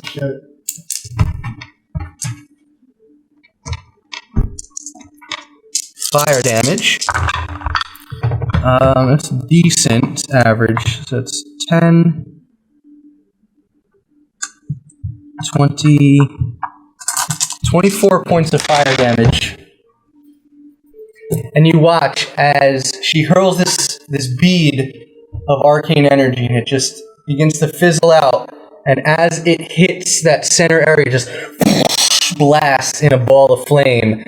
The armor that the Ice Siren once summoned around her seems to have mostly disappeared.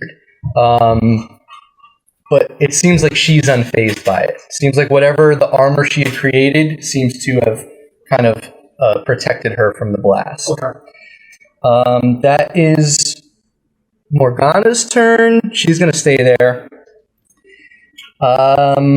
Top of the round, Barlow. Barlow is going to use his bonus action to aim, and then he's going to use his actual action to attack with the ballista.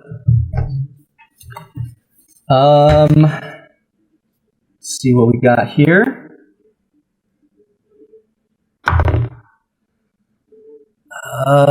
He doesn't really have a good line of sight on the Ice Siren, so he's going to hit the Harpy instead, and that's going to hit.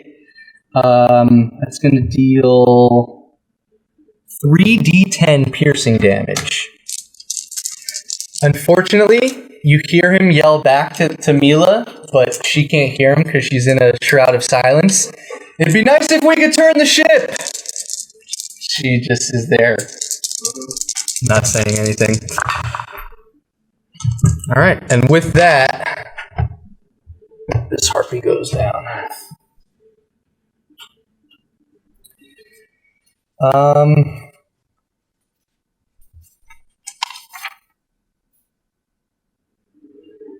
That is Barlow's turn.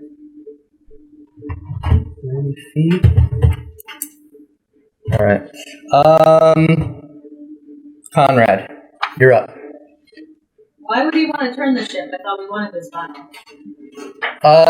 Yeah, but he's just saying that he doesn't have a good line of sight on the Ice Siren herself. Okay. So she's all wrapped up in ice.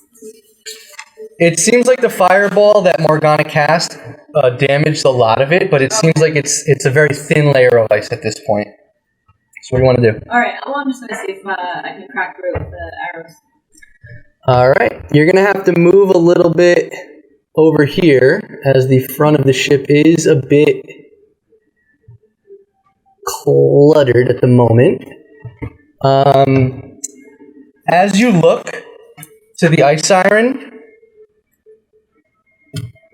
she originally coming out of the water appeared quite beautiful. But a shimmer of light, a shimmer of light kind of goes over her face, and you see this horrifying, decrepit visage of what you can only assume is her true form. I need you to make a wisdom saving throw with advantage because of Beacon of Hope.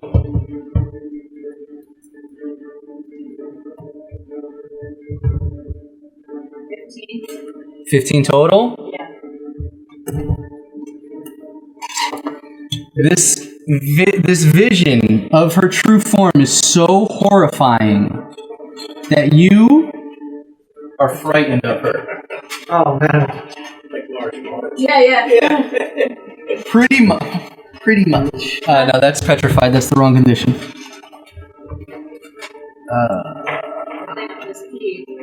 Yeah. Yes, it is. I guess I should have had these conditions out. So basically, a frightened creature. Disadvantage?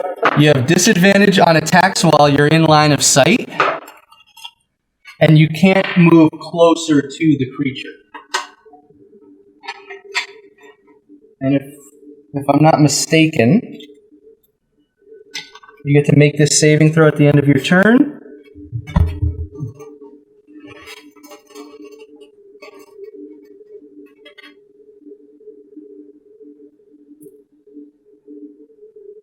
Can you put that onto Conrad? Alrighty.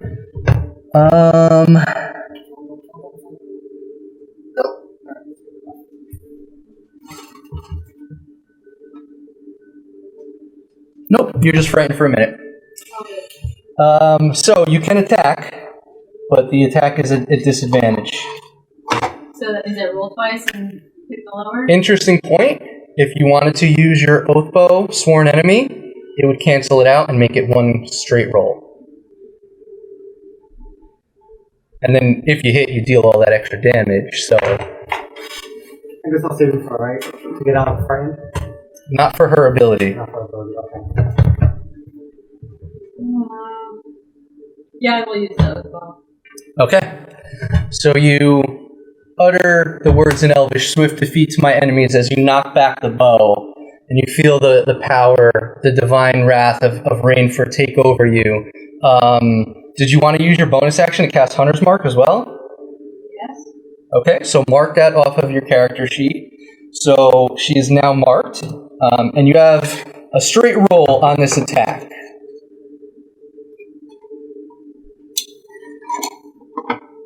Am I putting that on the Ice Siren? Absolutely. Thank you. So it's a D20 plus 8, correct? I think it's 8. Yeah. Go under actions. Aberralis might be 7. Yeah, it's plus 7.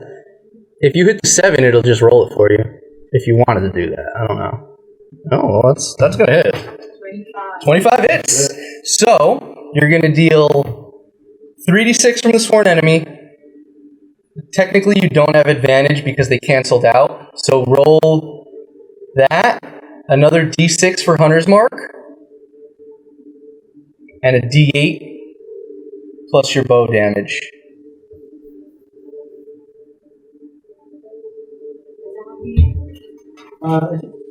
Yeah, that one. And then add 5 to that total roll. That's 34.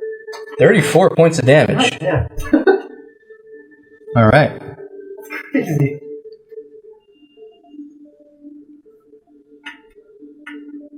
Okay. You knock back the arrow, you break through the ice armor, and as you do that, the remaining ice armor that's around her just shatters into a mist. That's your turn. Did you want to, you use your, I would say use half your movement to get up there. Being that you're frightened, you can't move any closer, but that also doesn't mean that you have to move away, so you could stay there if you'd like. Probably just crouch down. Okay. At the end of your turn, she's going to use her last legendary action to use her Death Glare ability. Any creature that is frightened that she can see within 30 feet has to make a Wisdom saving throw. So make a Wisdom saving throw with advantage.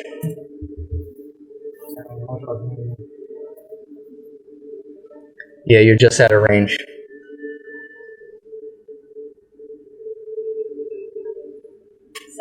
17. You see her true form once more, and it shakes you to your core, but whatever she was trying to do to you, you seem to shake off, and your will is your own. That is your turn. It is now the lair action. Initiative count 20.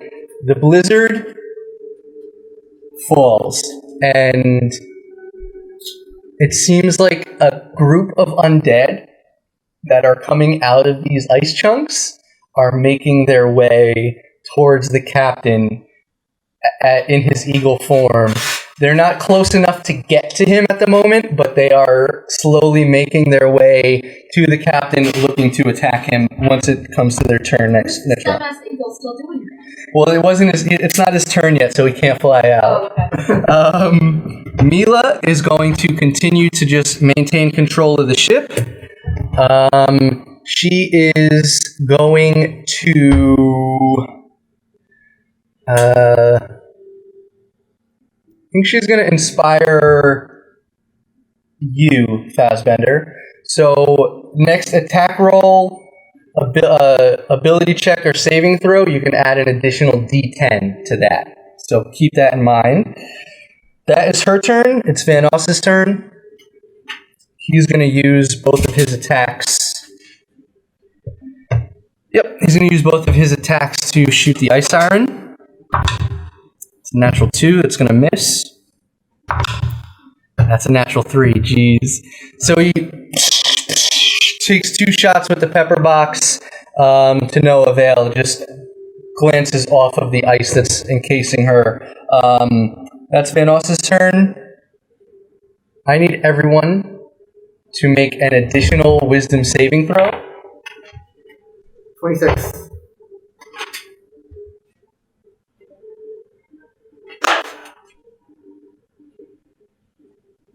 At advantage. Don't forget you have advantage.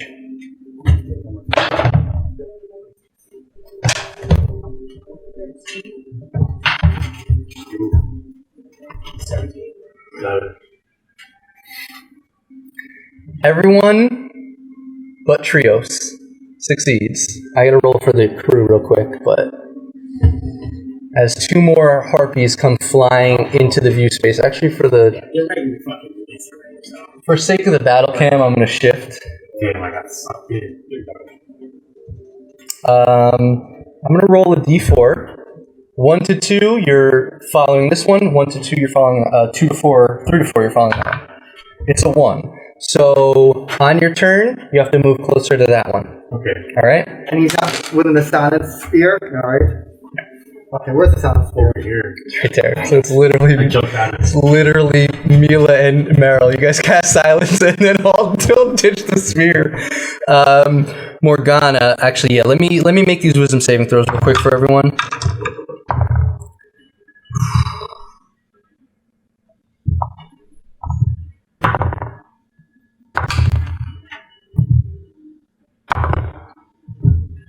Okay. Okay. Okay. All right. And with advantage, you kind of see Morgana's hands go limp, and she begins to making her way towards the same harpy. That is their turn. Davin, being a fucking flying eagle, he's gonna use all of his movement to fly. He's just gonna begin to fly over here.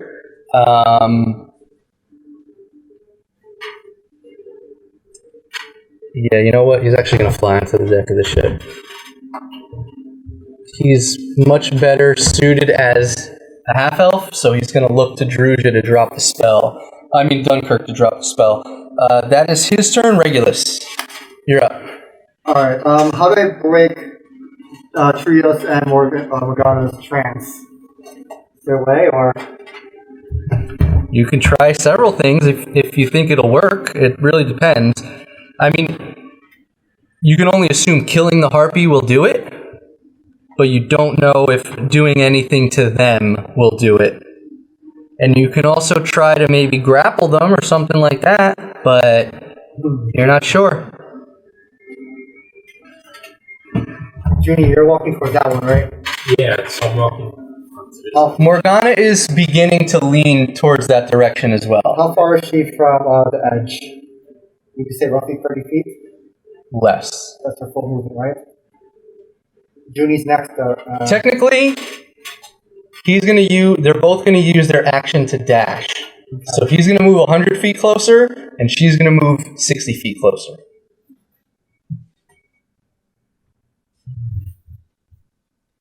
Safe for her. Safe for her. Yeah, for sure. Alright. I'm going to go over to Morgana and grapple her.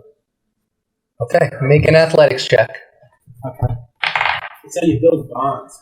17 plus 8, 25. She rolled a 17 too. Her acrobatics is only a +2, so she rolled a 19. You technically have her grappled, so move her up to you. Alright. No, I mean move you up to her, my bad. Okay. I said that backwards. So you technically, you have her grappled, that was your action? Yeah. And bonus action. Let's see. This is, you can only move 20 feet, right? Yeah, so I mean, I could say you'd move 5, 10, 15, 20. You're not going to get up to her. Do you want to use half of that? You'd be here, and you could move it down closer to her. Yeah. Impress her with your spiritual weapon. Hey! He will. All right. He can certainly try. I mean, yeah. All right. So you're about there. Next turn, you'll be able to attack her with it. That's your turn. Yes, sir. All right. Enjoy that coffee cake, man. That is Regulus. Trios. You use your full movement and action to move closer to her. That's 100 feet. Don't fall off the boat. Oh, you're gonna fall off the boat, bud. You're gonna go. You kind of just like push past Rin. You go 5, 10, 15, 20, 25. I'm no good at sea. Douche. It's a slight impact when you hit the ground. I mean, when you hit the water. So you're gonna take. Actually, make a dexterity saving throw, as there are chunks of ice in the water. This will determine if you get half of this damage. 7. Or 7? Okay. So you take, and actually, being that you're a monk, you know you're charmed, but you can still act as you normally would. You can use your reaction to slow fall, so you would take no damage. Okay. But when you hit the water, you do take 6 points of cold damage. And then that was 30 feet, so you then go another 20 feet as you move closer towards that harpy. I need you to make a wisdom saving throw with advantage to try to break free from this now, because it's the end of your turn.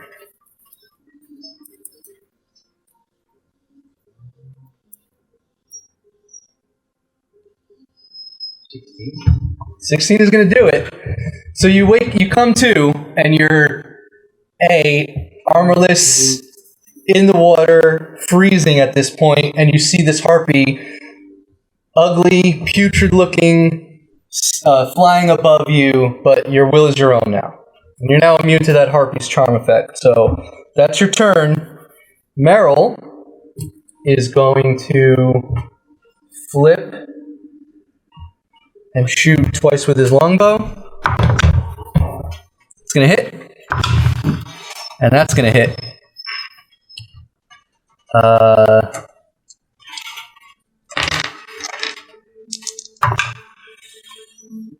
It's going to be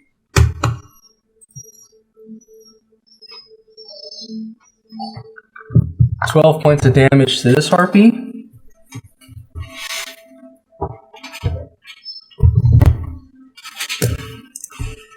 And that is his turn. Dunkirk is going to drop polymorph. So the captain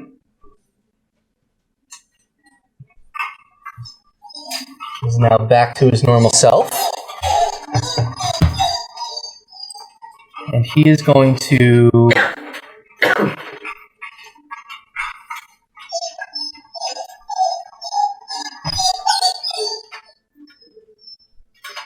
cast lightning bolt.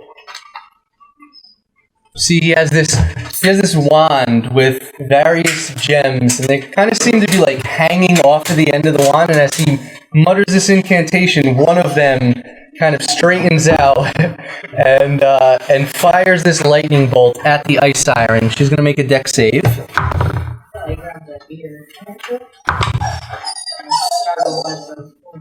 That's a save, so she's going to take half damage.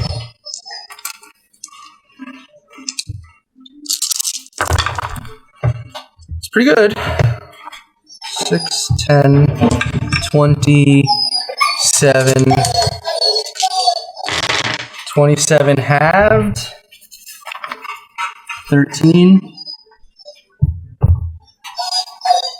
As he shoots this bolt of electricity, it blasts through the Ice Siren, seeming to damage her quite a bit, but she's still maintaining. That is his turn.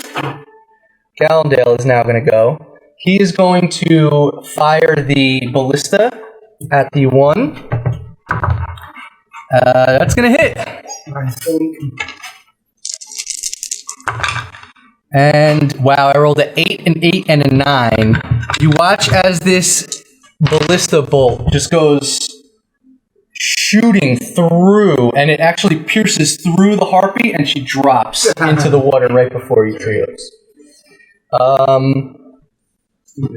He's gonna use his bonus action to then rearm, and that is Gallandale's turn.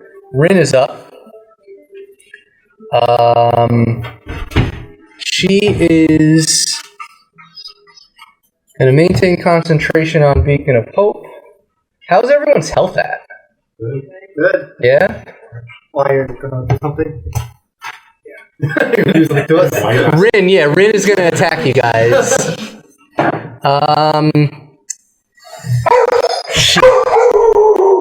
I don't know what I can do here with Rin. The front of the deck is like super jumbled, and she really doesn't even want to do anything up there. Spiritual weapon. Oh, wait, no, she's already concentrating. No, it's not a concentration spell. Oh, it's not? Okay.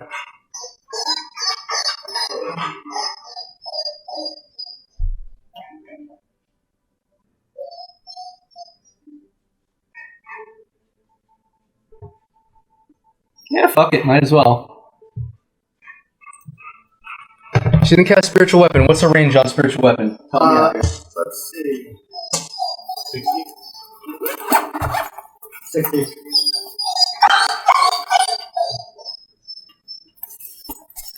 So,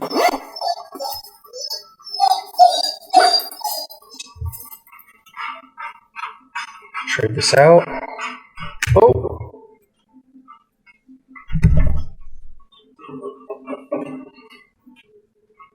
Nice. He watches Rin mutters the incantation, and the familiar spiritual hammer that she summoned so many times comes out and attacks his harpy. That's gonna hit.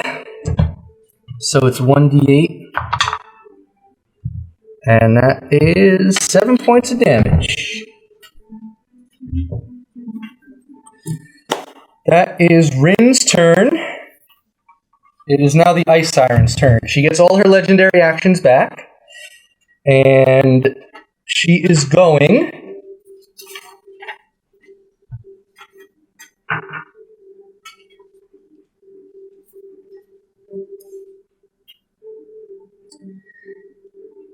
She did not like that attack that you put onto her, Conrad. She's going to cast Hold Person on you. I need you to make a Wisdom saving throw.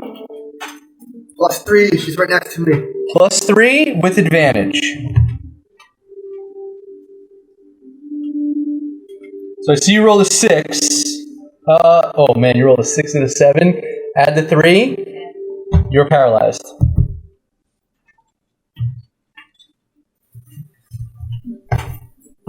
Frightened, paralyzed, all sorts of fucked up for you right now. Friday. At the at the end of your turn, you can make a saving throw, I believe. Let me just double check. That is her turn, I think. Yeah, she's gonna move. So she's gonna go and begin to circle this way. Just look up one of these details here.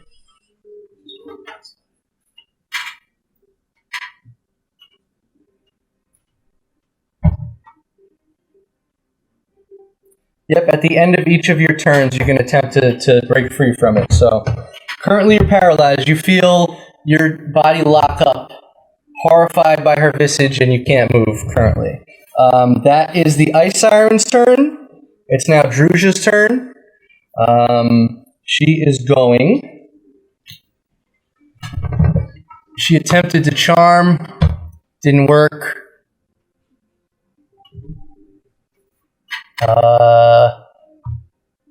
Seeing what she had just done to you. Seeing that you're paralyzed. How would this work, actually?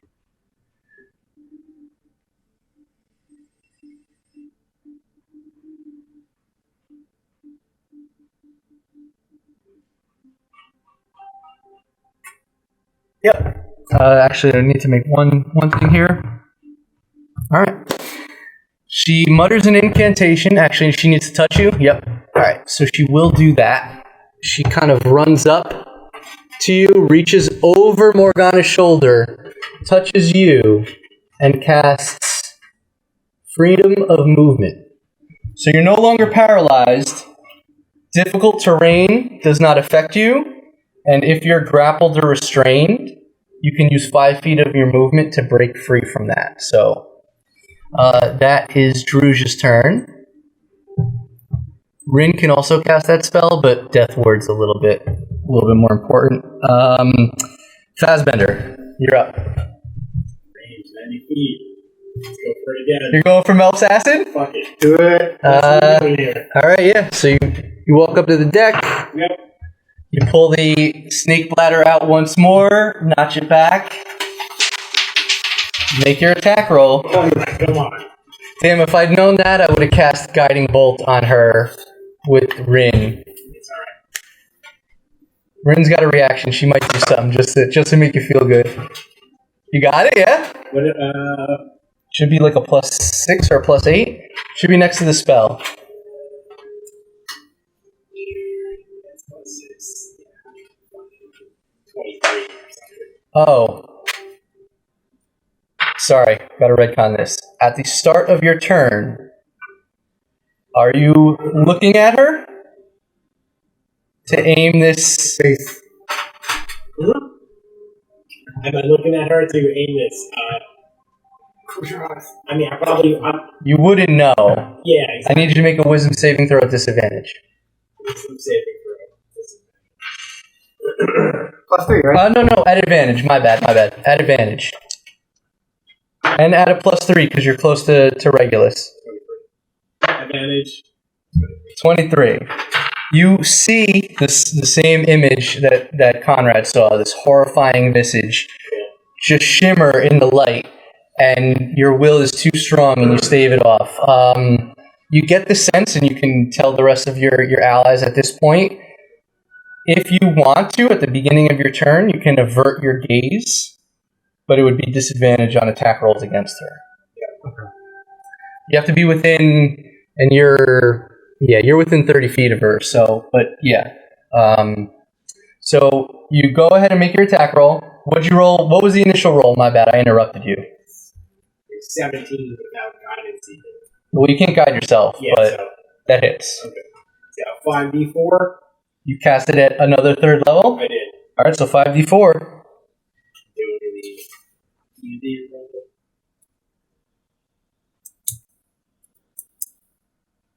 That's good. 16? That's good. 16 points of acid damage, nice. That's good. Finally. It's like the 5th time shooting that thing. Anything with that. It's not a normal druid spell, so it's taking you some time to get used to using the snake bladder, and you finally knock it back and you release, and you watch as this green acidic arrow just shoots through the Ice Siren, finding purchase and dealing quite a bit of damage. Comparative to what her full health is like, she's looking hurt. She's not like looking rough, but she's starting to show some signs of wear and tear for sure.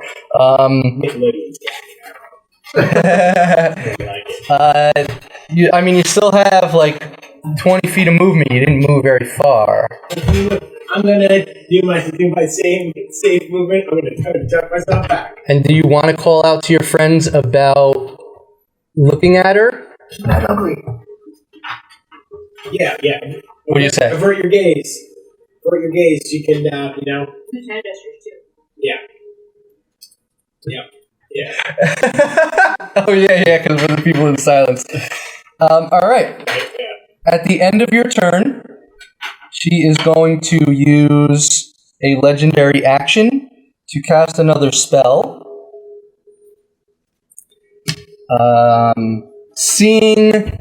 Taking the damage from Conrad, taking the significant amount of acid damage from you, she is going to summon the spirit of the ice that surrounds her and cast a spell.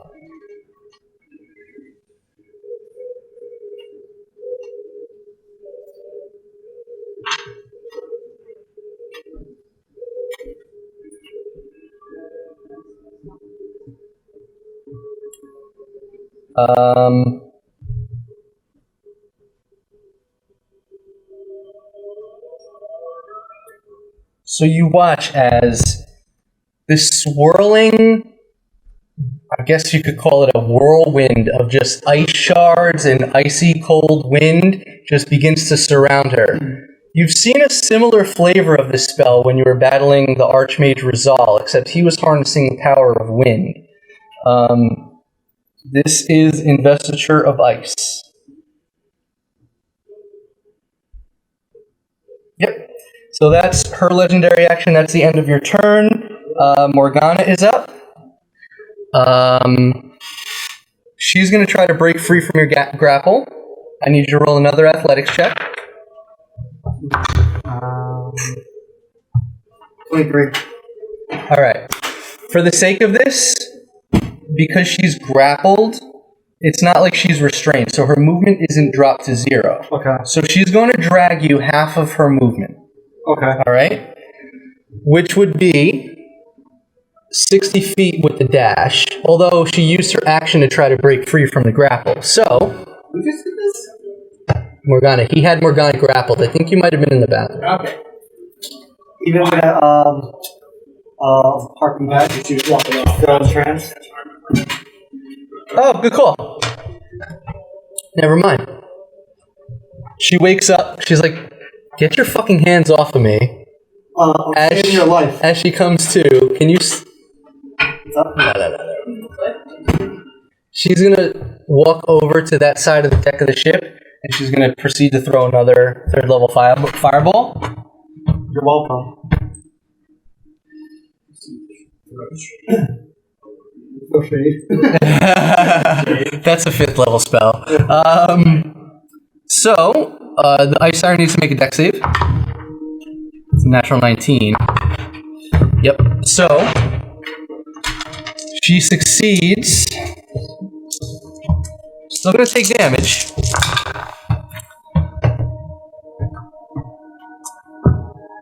$10, 20, 28, reduced to 14. Strangely enough, it seems like the ice that she's controlling and summoning helps her resist the fire damage even more. Now, is the ice harpy mouthing words also? Well, doing this spell?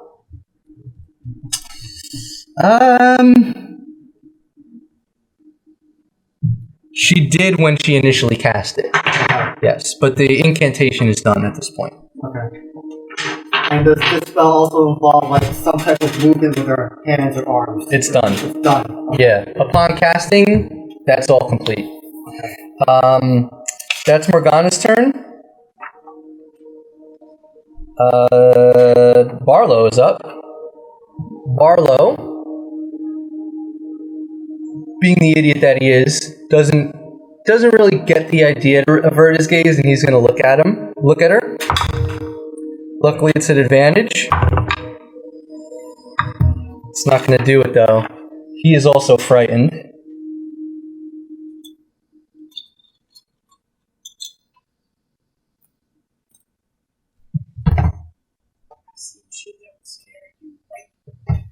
Literally.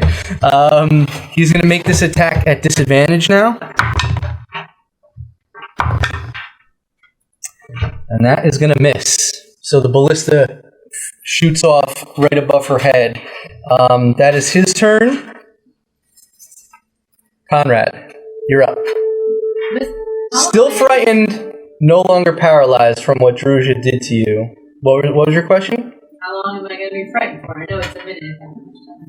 6 seconds per round. We're in round 3 at this point. I'm just going to keep on shooting. All right, straight roll. Make your attack. Add 7. 19 hits. So do your damage. You're going to deal 3d6 and an additional d6 from Hunter's Mark.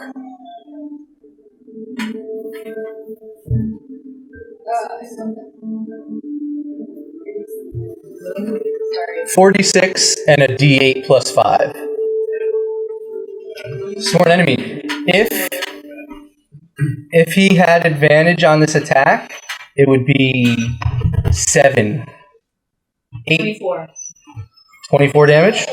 Nice.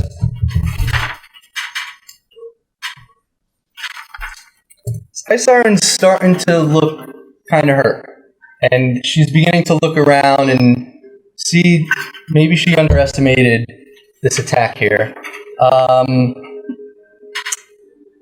You have movement, you have a bonus action. I'm going to flip her the bird. As a bonus action, you flip her the fucking bird. You guys know what the bird is? That's your turn.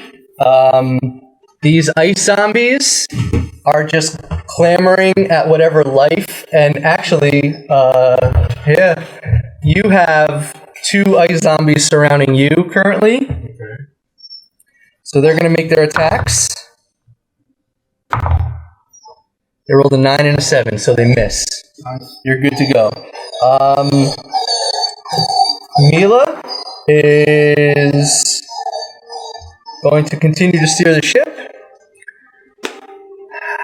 She's going to inspire Barlow, seeing that he's a little frightened and out of his element. So she's going to strum her harp briefly while controlling the ship and inspire him. That's her turn. It's the Harpy's turn. She's going to fly in. Kind of land over here. Fly to me. You can kill something.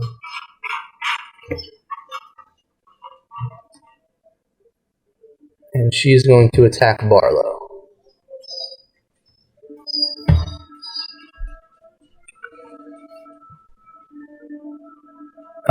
She has a claw. She has a club in one hand and just these horrid-looking hands with claws. It's a miss. And that's a natural 19. So the club is going to hit, and that's a measly 2 points of damage to Barlow. That's the Harpy's turn. At the end of Barlow's turn, the Ice Siren is going to use her third and final legendary action to use her Death Glare ability once more on you, Conrad. I need you to make a Wisdom saving throw with advantage. And you're just out of range of Regulus. 13. 13 total? Yeah. Well, I did this. Yeah. You, with advantage, you roll twice. Yes. You drop to 0 hit points. What? But Wait. What? But she has that spell. but you are death warded. Yeah. So you come back to life, prone. What I need you to do, as you're right there on the edge, roll a d20. If you roll 1 to 10, you fall over into the water. If you roll a 11 to 20, you maintain your posture on the deck of the ship. 14, you're fine. You are prone. You are prone, and I'll say, oh shit, my bad. Well, you fell in. For the sake of like some drama, you are kind of like hanging off. You look at her, and her eyes glow this beady blue, bright, icy energy, and she stares through your soul. And for a split second, you drop, and you feel the divine power of Rainfur as Rin has instilled this death ward into you, and you catch yourself on the deck of the ship. You are at 1 hit point, and you're on death's door currently, but you are able to manage. Death ward is also no longer in effect since it was used, so keep that in mind. That is Mila's turn. Vanos, seeing all this happen, he's gonna take 2 shots at the Ice Siren. It's a natural 16, so that's gonna hit. And the 10 plus 8 is gonna hit as well. He's gonna deal 2d10. I believe he gets a plus 5 per.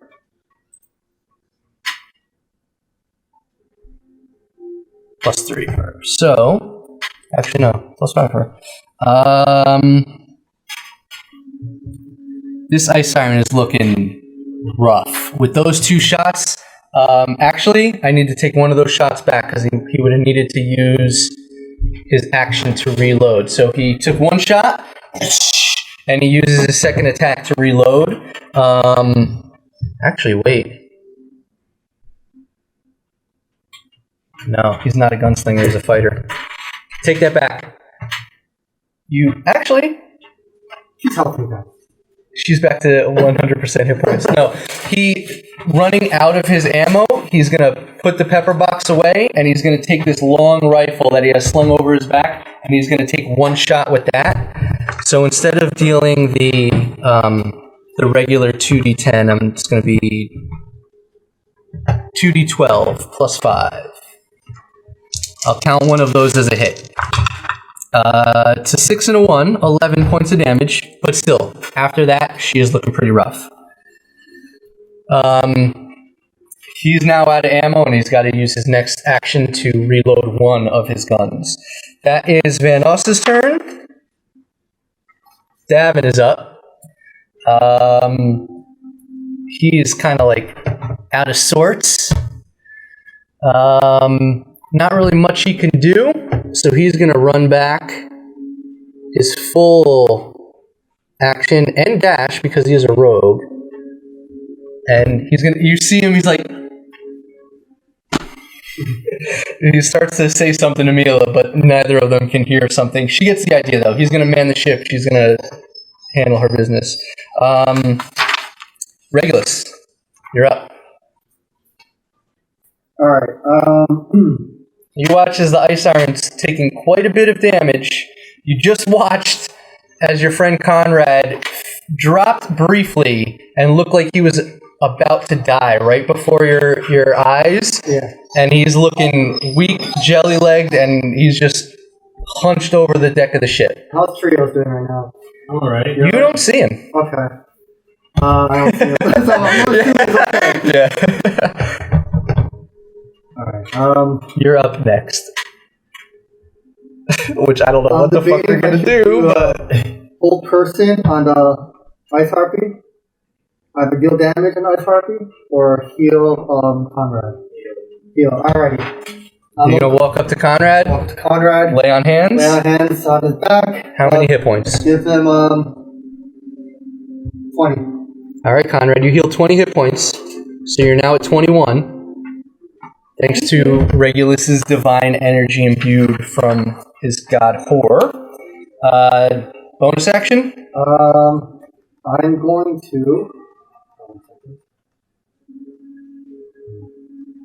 going to. Move my.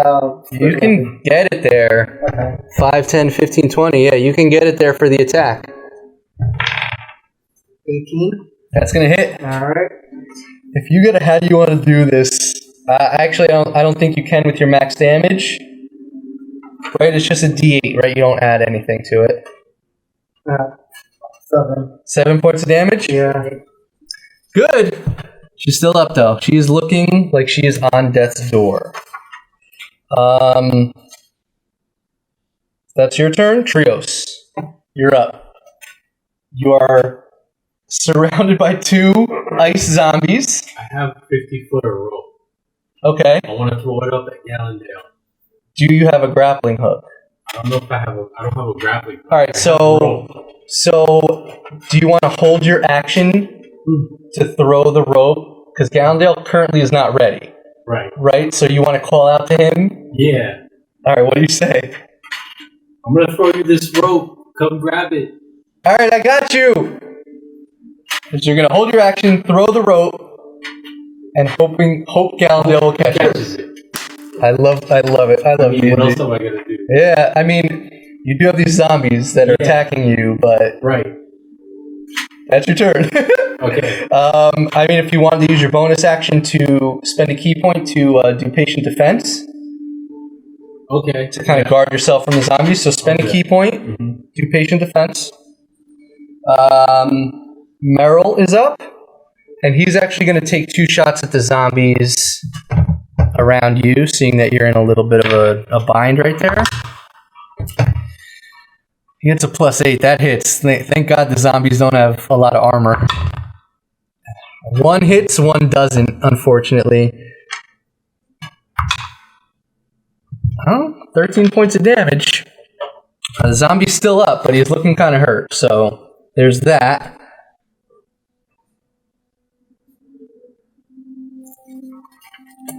That's Merrill's turn. Dunkirk. It's getting down to the nitty gritty here. Oh, you know what? I forgot. I think is she still? Sorry, is Conrad still fighting? Still frightened. Yes. Okay. He's not. He's still prone technically too. Oh, so, yeah. Alright. Sorry.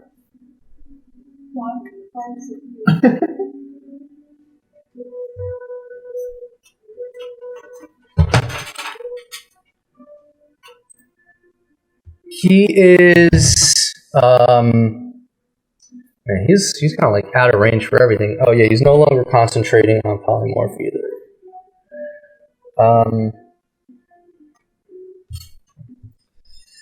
Yeah, he really doesn't have much he can do here. He's gonna run back and begin to start giving the captain some aid. That's gonna be his turn. Gallendale's up. He's there at the edge of the ship. He kind of uses his movement to jump up over here. I need you to make a strength check. Just strength. D20, add your strength modifier. The top, no, not a saving throw. No, at the very top. Oh, that? Yeah. Make a strength check. 2. You throw the rope, and it just falls right back into the water. Zombies grabbing. Gallendale, seeing this, is going to use his bonus action to take out some rope and throw it to you. Okay. Natural 20. Literally lands right on your head. On your next turn, you can use that. He's pretty weak, but he'll be able to hold you up at least. So that's his turn. Rin is up. Seeing this harpy here, she's gonna run up and take 2 attacks with her manticore flail.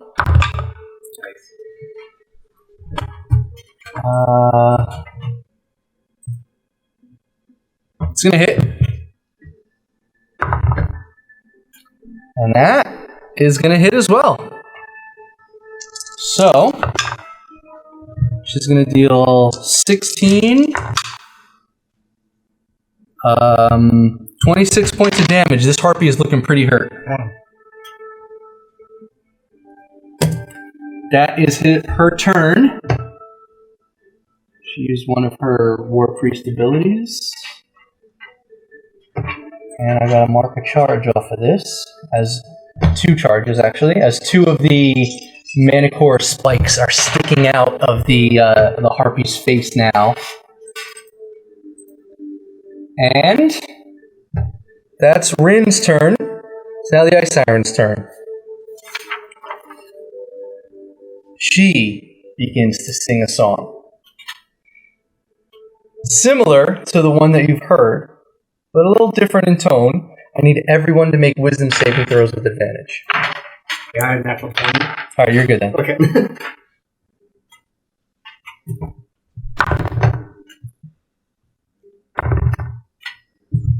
I got it, not 22. 15. You're good. 15 total? Mm-hmm. Okay. Just keep that number in mind. I can't guide, right? No. Plus no, plus 3. Anyone near me? Druge and Morgana, which I'm about to roll for them. Druge is good, Morgana is good. Vanos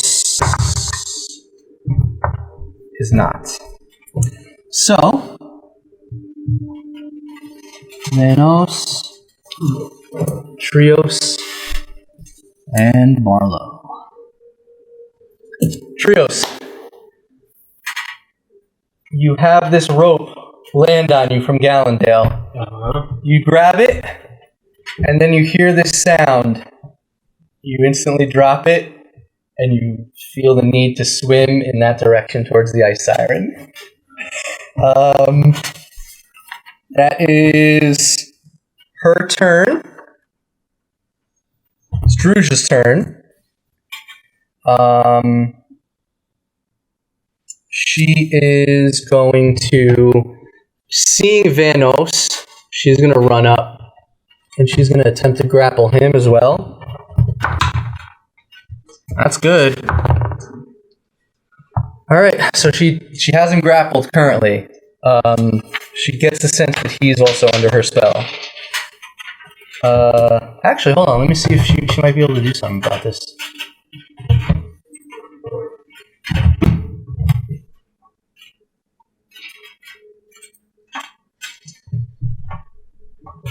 Blind, deaf, and paralyzed. Poison. Nope. Alright, so she's maintaining the grapple on him.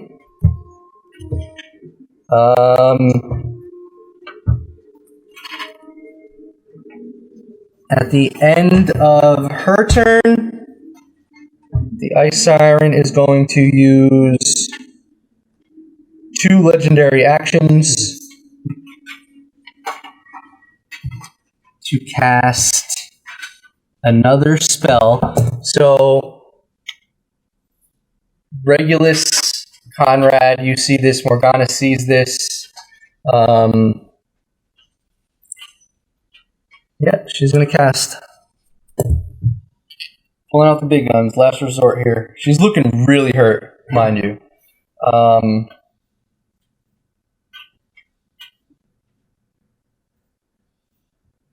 Perfect time for the song to play.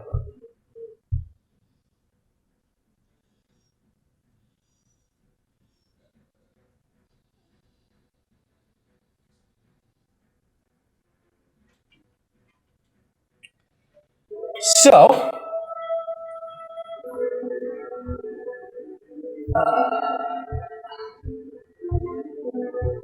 basically, everyone in. Yeah, she's gonna affect Vanos, Druzha, Conrad, Regulus, Fazbender, and Morgana. You watch as this cylinder of just hail and sleet and ice all come crashing down on you as she casts Ice Storm. You all need to make dexterity saving throws.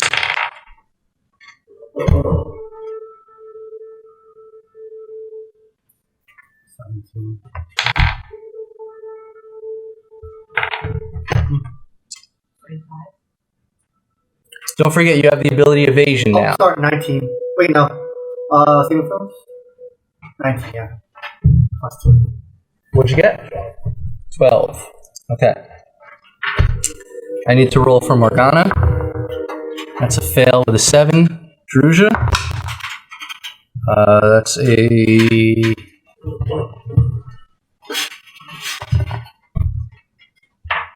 It's a success for her. Vanos is a natural 1. So...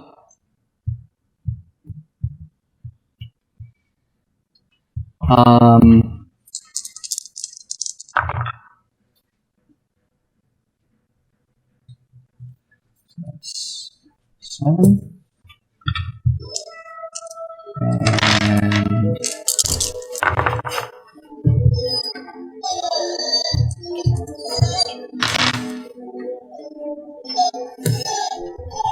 You're going to take 7 points of bludgeoning damage, 14 points of cold damage.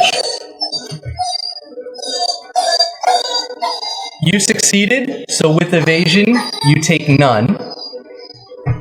Somehow you're able to crouch out beneath the deck of the ship and withstand any of this bludgeoning attack using your dexterity.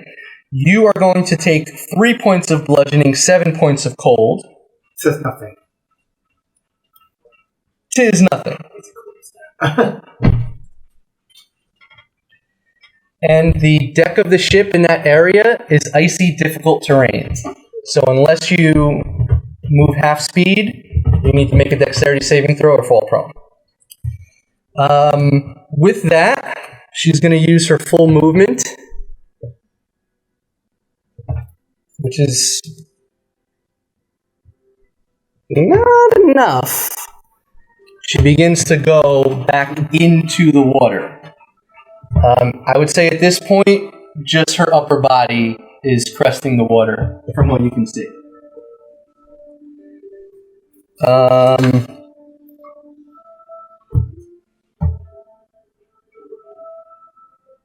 Wait, actually, no. My bad. That was a legendary action. That wasn't even her turn.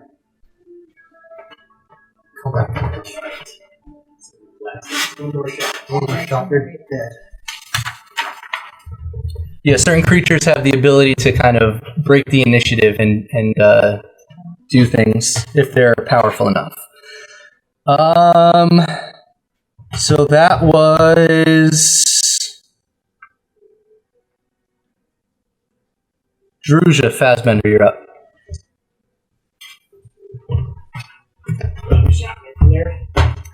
You'd have to get closer. It's difficult terrain, so it's half movement. But with that, you'll be able to get to the deck of the ship and take your shot if you'd like. I'm gonna do it. Go for it. What do you want to do? Really don't have much, so Melts acid? I gotta go back and do it. All right. Gotta do it. Hold standby. Yeah. That's it. Are you averting your gaze? She's still doing that? It just happens. It just happens. Naturally ugly. Naturally ugly. If you do, it's disadvantage on the attack. If not, it's a wisdom saving throw. And if you fail, you're frightened. I'm good with my wisdom now. Go for I'm it. gonna go for it. Go for it. Go for it. Make a wisdom saving throw with advantage. Because of Beacon of Hope. Wisdom saving throw with advantage. I'm gonna let the app do it. Go for it. 1. Not bad. 21. You save. You see once again this horrifying image, but your will is too strong, and you just take the bladder one more time and notch it back. Roll your attack. So it's just a straight roll. Just straight roll. Yep. Alright, straight. You have to do it again. What do we got here? I'm looking at the screen.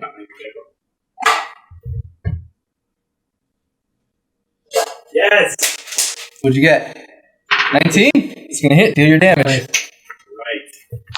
Just ask an arrow. So it's 5d4. You're casting that third again? Yeah. Okay. That's all of your third levels, right? Third levels. Okay. Yep. Go for it, man. Deal your damage.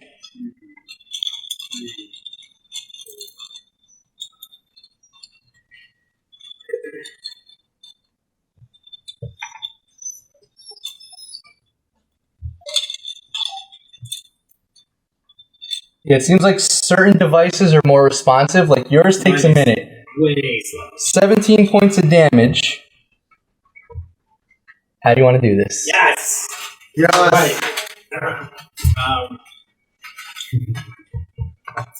Alright, so I notch it and I go, sing us this tune, you ugly bitch. And I fucking launch it, Nice. and it pins her hand right into her mouth. Nice, yeah. Shuts her right off. Exactly. As you notch back the arrow, you say your words, you shoot it, and she goes to hold up, and her song just simply just mutes, and there's no more singing. She falls to the ground, well, to the water.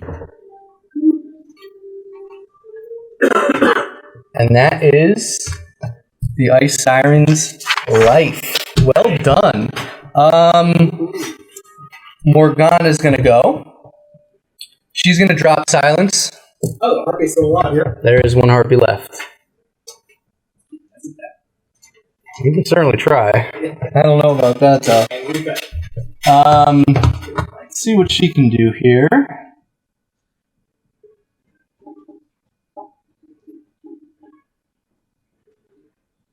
She doesn't really have much. She doesn't want to cast Fireball on the... Yeah, she doesn't want to cast Fireball on the ship. So she's just going to cast Ray of Sickness. So you watch as she kind of points her finger and this green, swirling arcane energy blasts out and attacks this harpy. She's going to make an attack roll. Now you have excellent. Roll the natural one. Ooh. And it just flies right over the harpy's head. That's her turn. Barlow is up. Barlow was going to jump into the water, but he kind of comes to, and he's no longer frightened.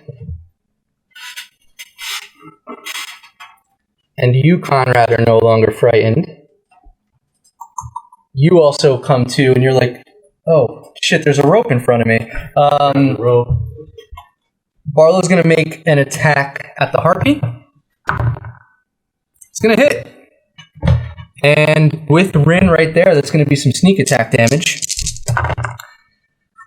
And the harpy falls into the water. So, I'll say for the sake of this, make an athletics check. Can you bring the camera down?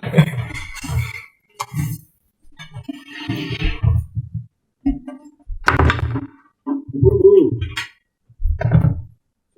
20? You want the board or you? No, me. Perfect. All right. Galdale rolled a natural 18, so with his ability, athletics, you finally get up to the ship. It seems like the danger is no longer there. You do see the body of the Ice Siren kind of just floating in the water. There's these dead harpies floating in the water as well. What do you guys want to do? Battle cry, just yell, ah! You felt kind of useless today, right? I mean, those +3 saves were definitely helpful, though, right? So It's nice being support, though. Can we grab the body and just like, I don't know, pierce it like right through the... That's weird, but there's a spot on the front of the ship. It's a little board right there. It almost looks like it's made to put someone onto it. Right here? Yeah, there's this one little board right here that isn't in use. what the? Oh yeah, Yeah. It seems like it's made to put someone on it. Do you want to speak to the captain about this, or It's pretty grisly. what do you say? Usually it's a wooden woman or something. Make your case. Not in Shall we petrify her? Anyone got that spell? You want a trophy? I mean, this bitch killed someone from your crew. It's only fair that we make sure that she doesn't die a peaceful death. Make a persuasion check. A rotting corpse could also serve as a warning. I didn't do so well. I got a 10. 10. I'm not putting that ugly bitch on the front of my ship. But if you would you help me try to find Yannick? Make a precision check. I hate you. Hey, I mean, Rod's working on a one-shot, so... Sure, let's look for him. All right. He fell quite a ways away, but once we get there, I'll tell you to keep an eye out, okay? So, about an hour or two passes. Is there anything you guys want to do in the meantime? Do you want to read? Does anyone want to take a short rest? I need a rest. Not a long rest or a short rest? Well, I don't know. Does that restore any hit points or something? Short rest, you can roll hit dice, yeah. Did Morgana take any damage? Nope. I did. Most of the players on the field here seem unscathed. Got a little damage. Yeah, a little bit here and there, but you had the strength in numbers, so... Yeah, that was like a lot of NPCs for you to manage. Yeah, it was a lot. That's the most I've ever dealt with. Yeah. Except for, like, back when I was in high school, I used to be a fucking idiot and do stupid shit like that all the time, but that was a lot for me right there. Yeah, but we needed all the help there. That was fun, though. So you want to take a short rest? So when you click on short rest, you'll see a number of squares. Yeah. Those are the amount of hit dice that you potentially can roll. So you can roll those hit dice and regain that amount of hit points. Does that make sense? So you add a +2 for every D8 that you roll. How many? Yeah, you're down to what? 21 of what? 50 something? There's 7 boxes there. So you could roll 7 of them. Yeah. Cool. And then add 14.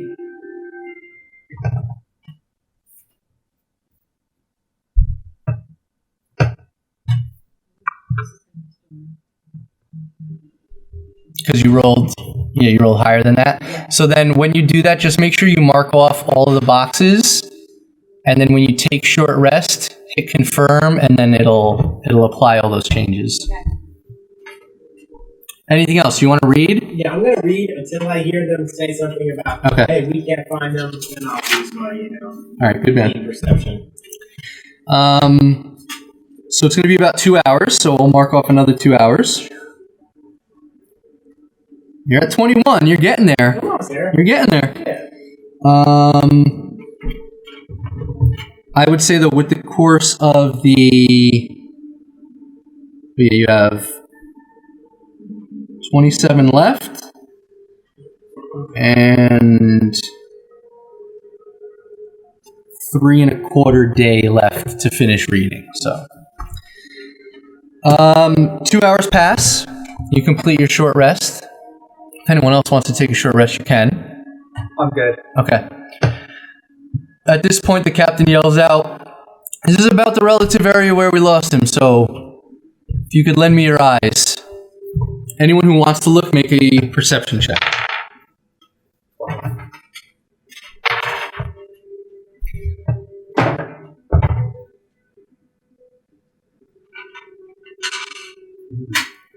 $25.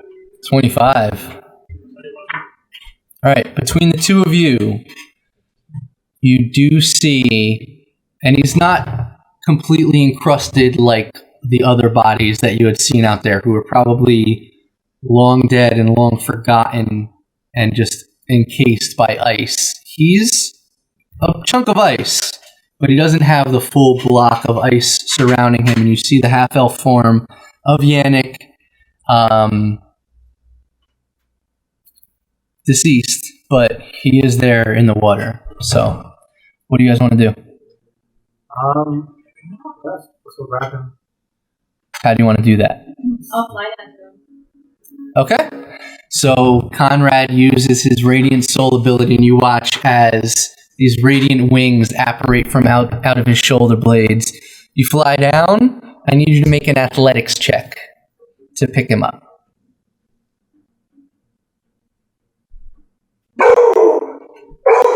I got that. 12. It's going to take you some time, and just by the time you get his icy body up to the deck, your wings apparate because it only lasts a minute. But you are successful. You now have the ice-encrusted deceased body of Yannick on the deck of the ship. The captain actually asks some of the stronger folk to bring him down to below the lower deck. There's like a storage hold, and there's a spot where like they store food and stuff. It kind of like lets in cold air from the outside. So he'd ask if you could put him in there for now, and then once we get back to Luskin, we'll bury him properly. So Okay. I'd appreciate it. So you're gonna lead the charge on that? Yeah. Make an athletics check. 16. All right. Without fail, you and the burly dragonborn both make your way down to the lower deck of the ship. Yeah. How far are we from Luskin now? It's 13 days at the moment. This was the end of day 1, right? It's the end of day 1. So we are going to pick up next time. You guys have some time on the open air. So think about if there's any downtime activities. I know you want to read, but if there's any other research that you guys want to do, you have a shit ton of books that you've uncovered. The entire company is doing stuff like that, other than we get some sort of combat. You still have Resolve spell books, so you can do some stuff with that. And any of the other books that you guys had found, I'll update your list Yeah. so we can figure that out. Yeah, call me. We'll work on it together. Yeah, I'll call you on Teams and we'll spend some Kumon time. Okay. Yeah. I will say, before you guys pack up, let's give you guys some XP.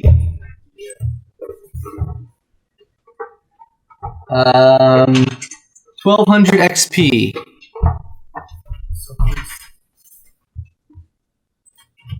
Really? You guys didn't level up? I don't think I did. No, you should. Gallendale's at 32.9.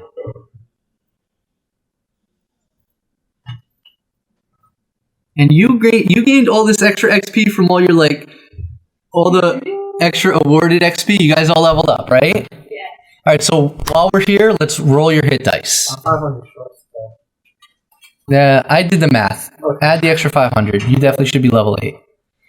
So Trios, Conrad, Fassbender, you guys, your hit dice. So roll a d8, and if it's a 1, re-roll that. And I roll D10? You roll a d10.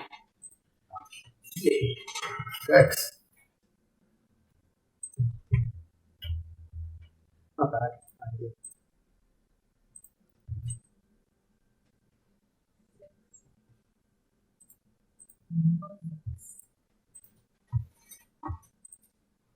You're gonna add your hit points? Yeah.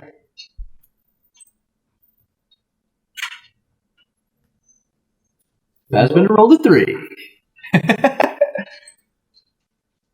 Do you guys want me to update or Update what? your hit points? Yeah, can you update mine? I got a +6, I should be 90. Well, you gotta add your. It didn't automatically update when you leveled up, so. Yeah. So I'll add 6 to you. Yes, sir. You're actually gonna be at 94 Oh, nice. because your Constitution modifier. Oh, nice. Oh, so I get to roll 7 d8s? No, just one. Add a D8 and then just add a D8, and if it's a 1, re-roll it. Conrad, you rolled a 6, right? Yes. 3.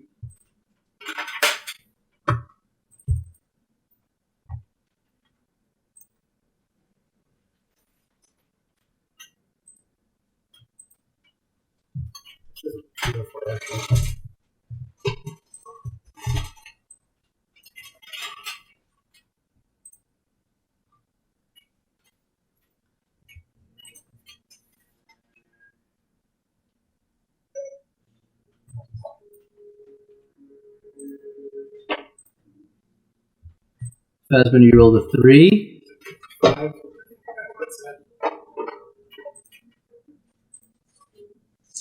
So 1 month to print this, right? Took some time. Okay. Yeah, I mean, the bottom is one piece. That was like a good, I want to say like 24-hour print job. The deck of the ship is actually in halves. So if you're looking at it down this line, it's in halves. Trios, what'd you roll? A 3.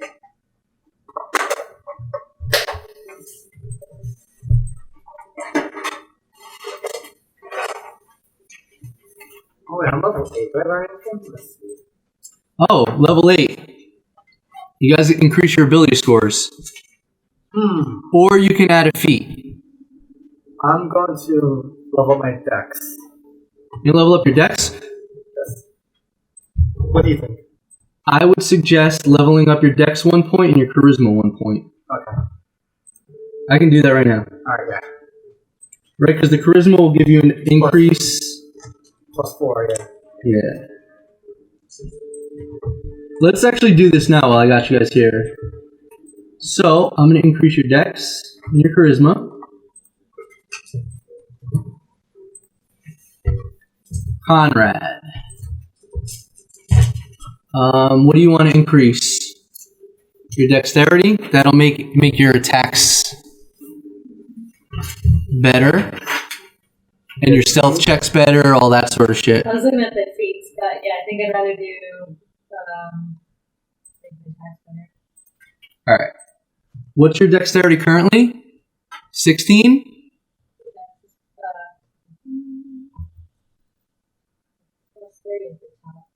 Yeah, so I'll do 2 points to dex for you. Now you should have a +4.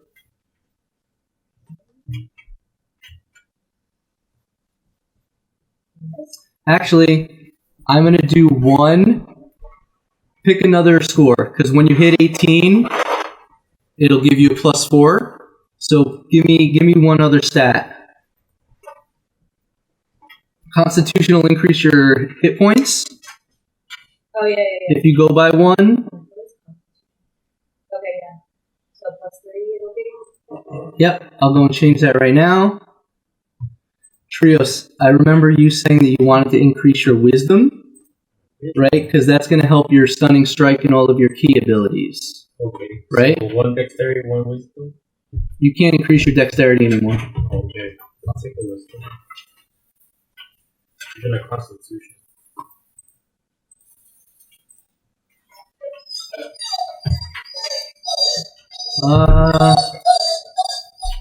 Alright, so I'll give you 1 wisdom, 1 con.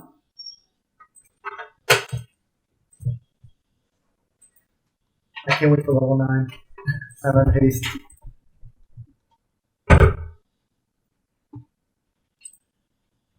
And then what do you want to do? My charisma and my strength are pretty terrible. Yeah. My charisma in particular is terrible, but I don't really give a shit. But if you increase your wisdom, it's going to make your spell saves higher. Yeah. So, and then after you read the book, look, if you increase your wisdom by 2, and then you finish reading the book, your wisdom is going to be at 20 total.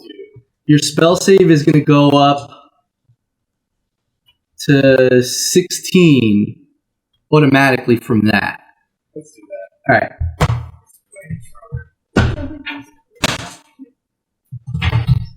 I like you with a negative to your charisma. It It makes just... sense. I've been in the woods for too long. Exactly. Yeah. Alright.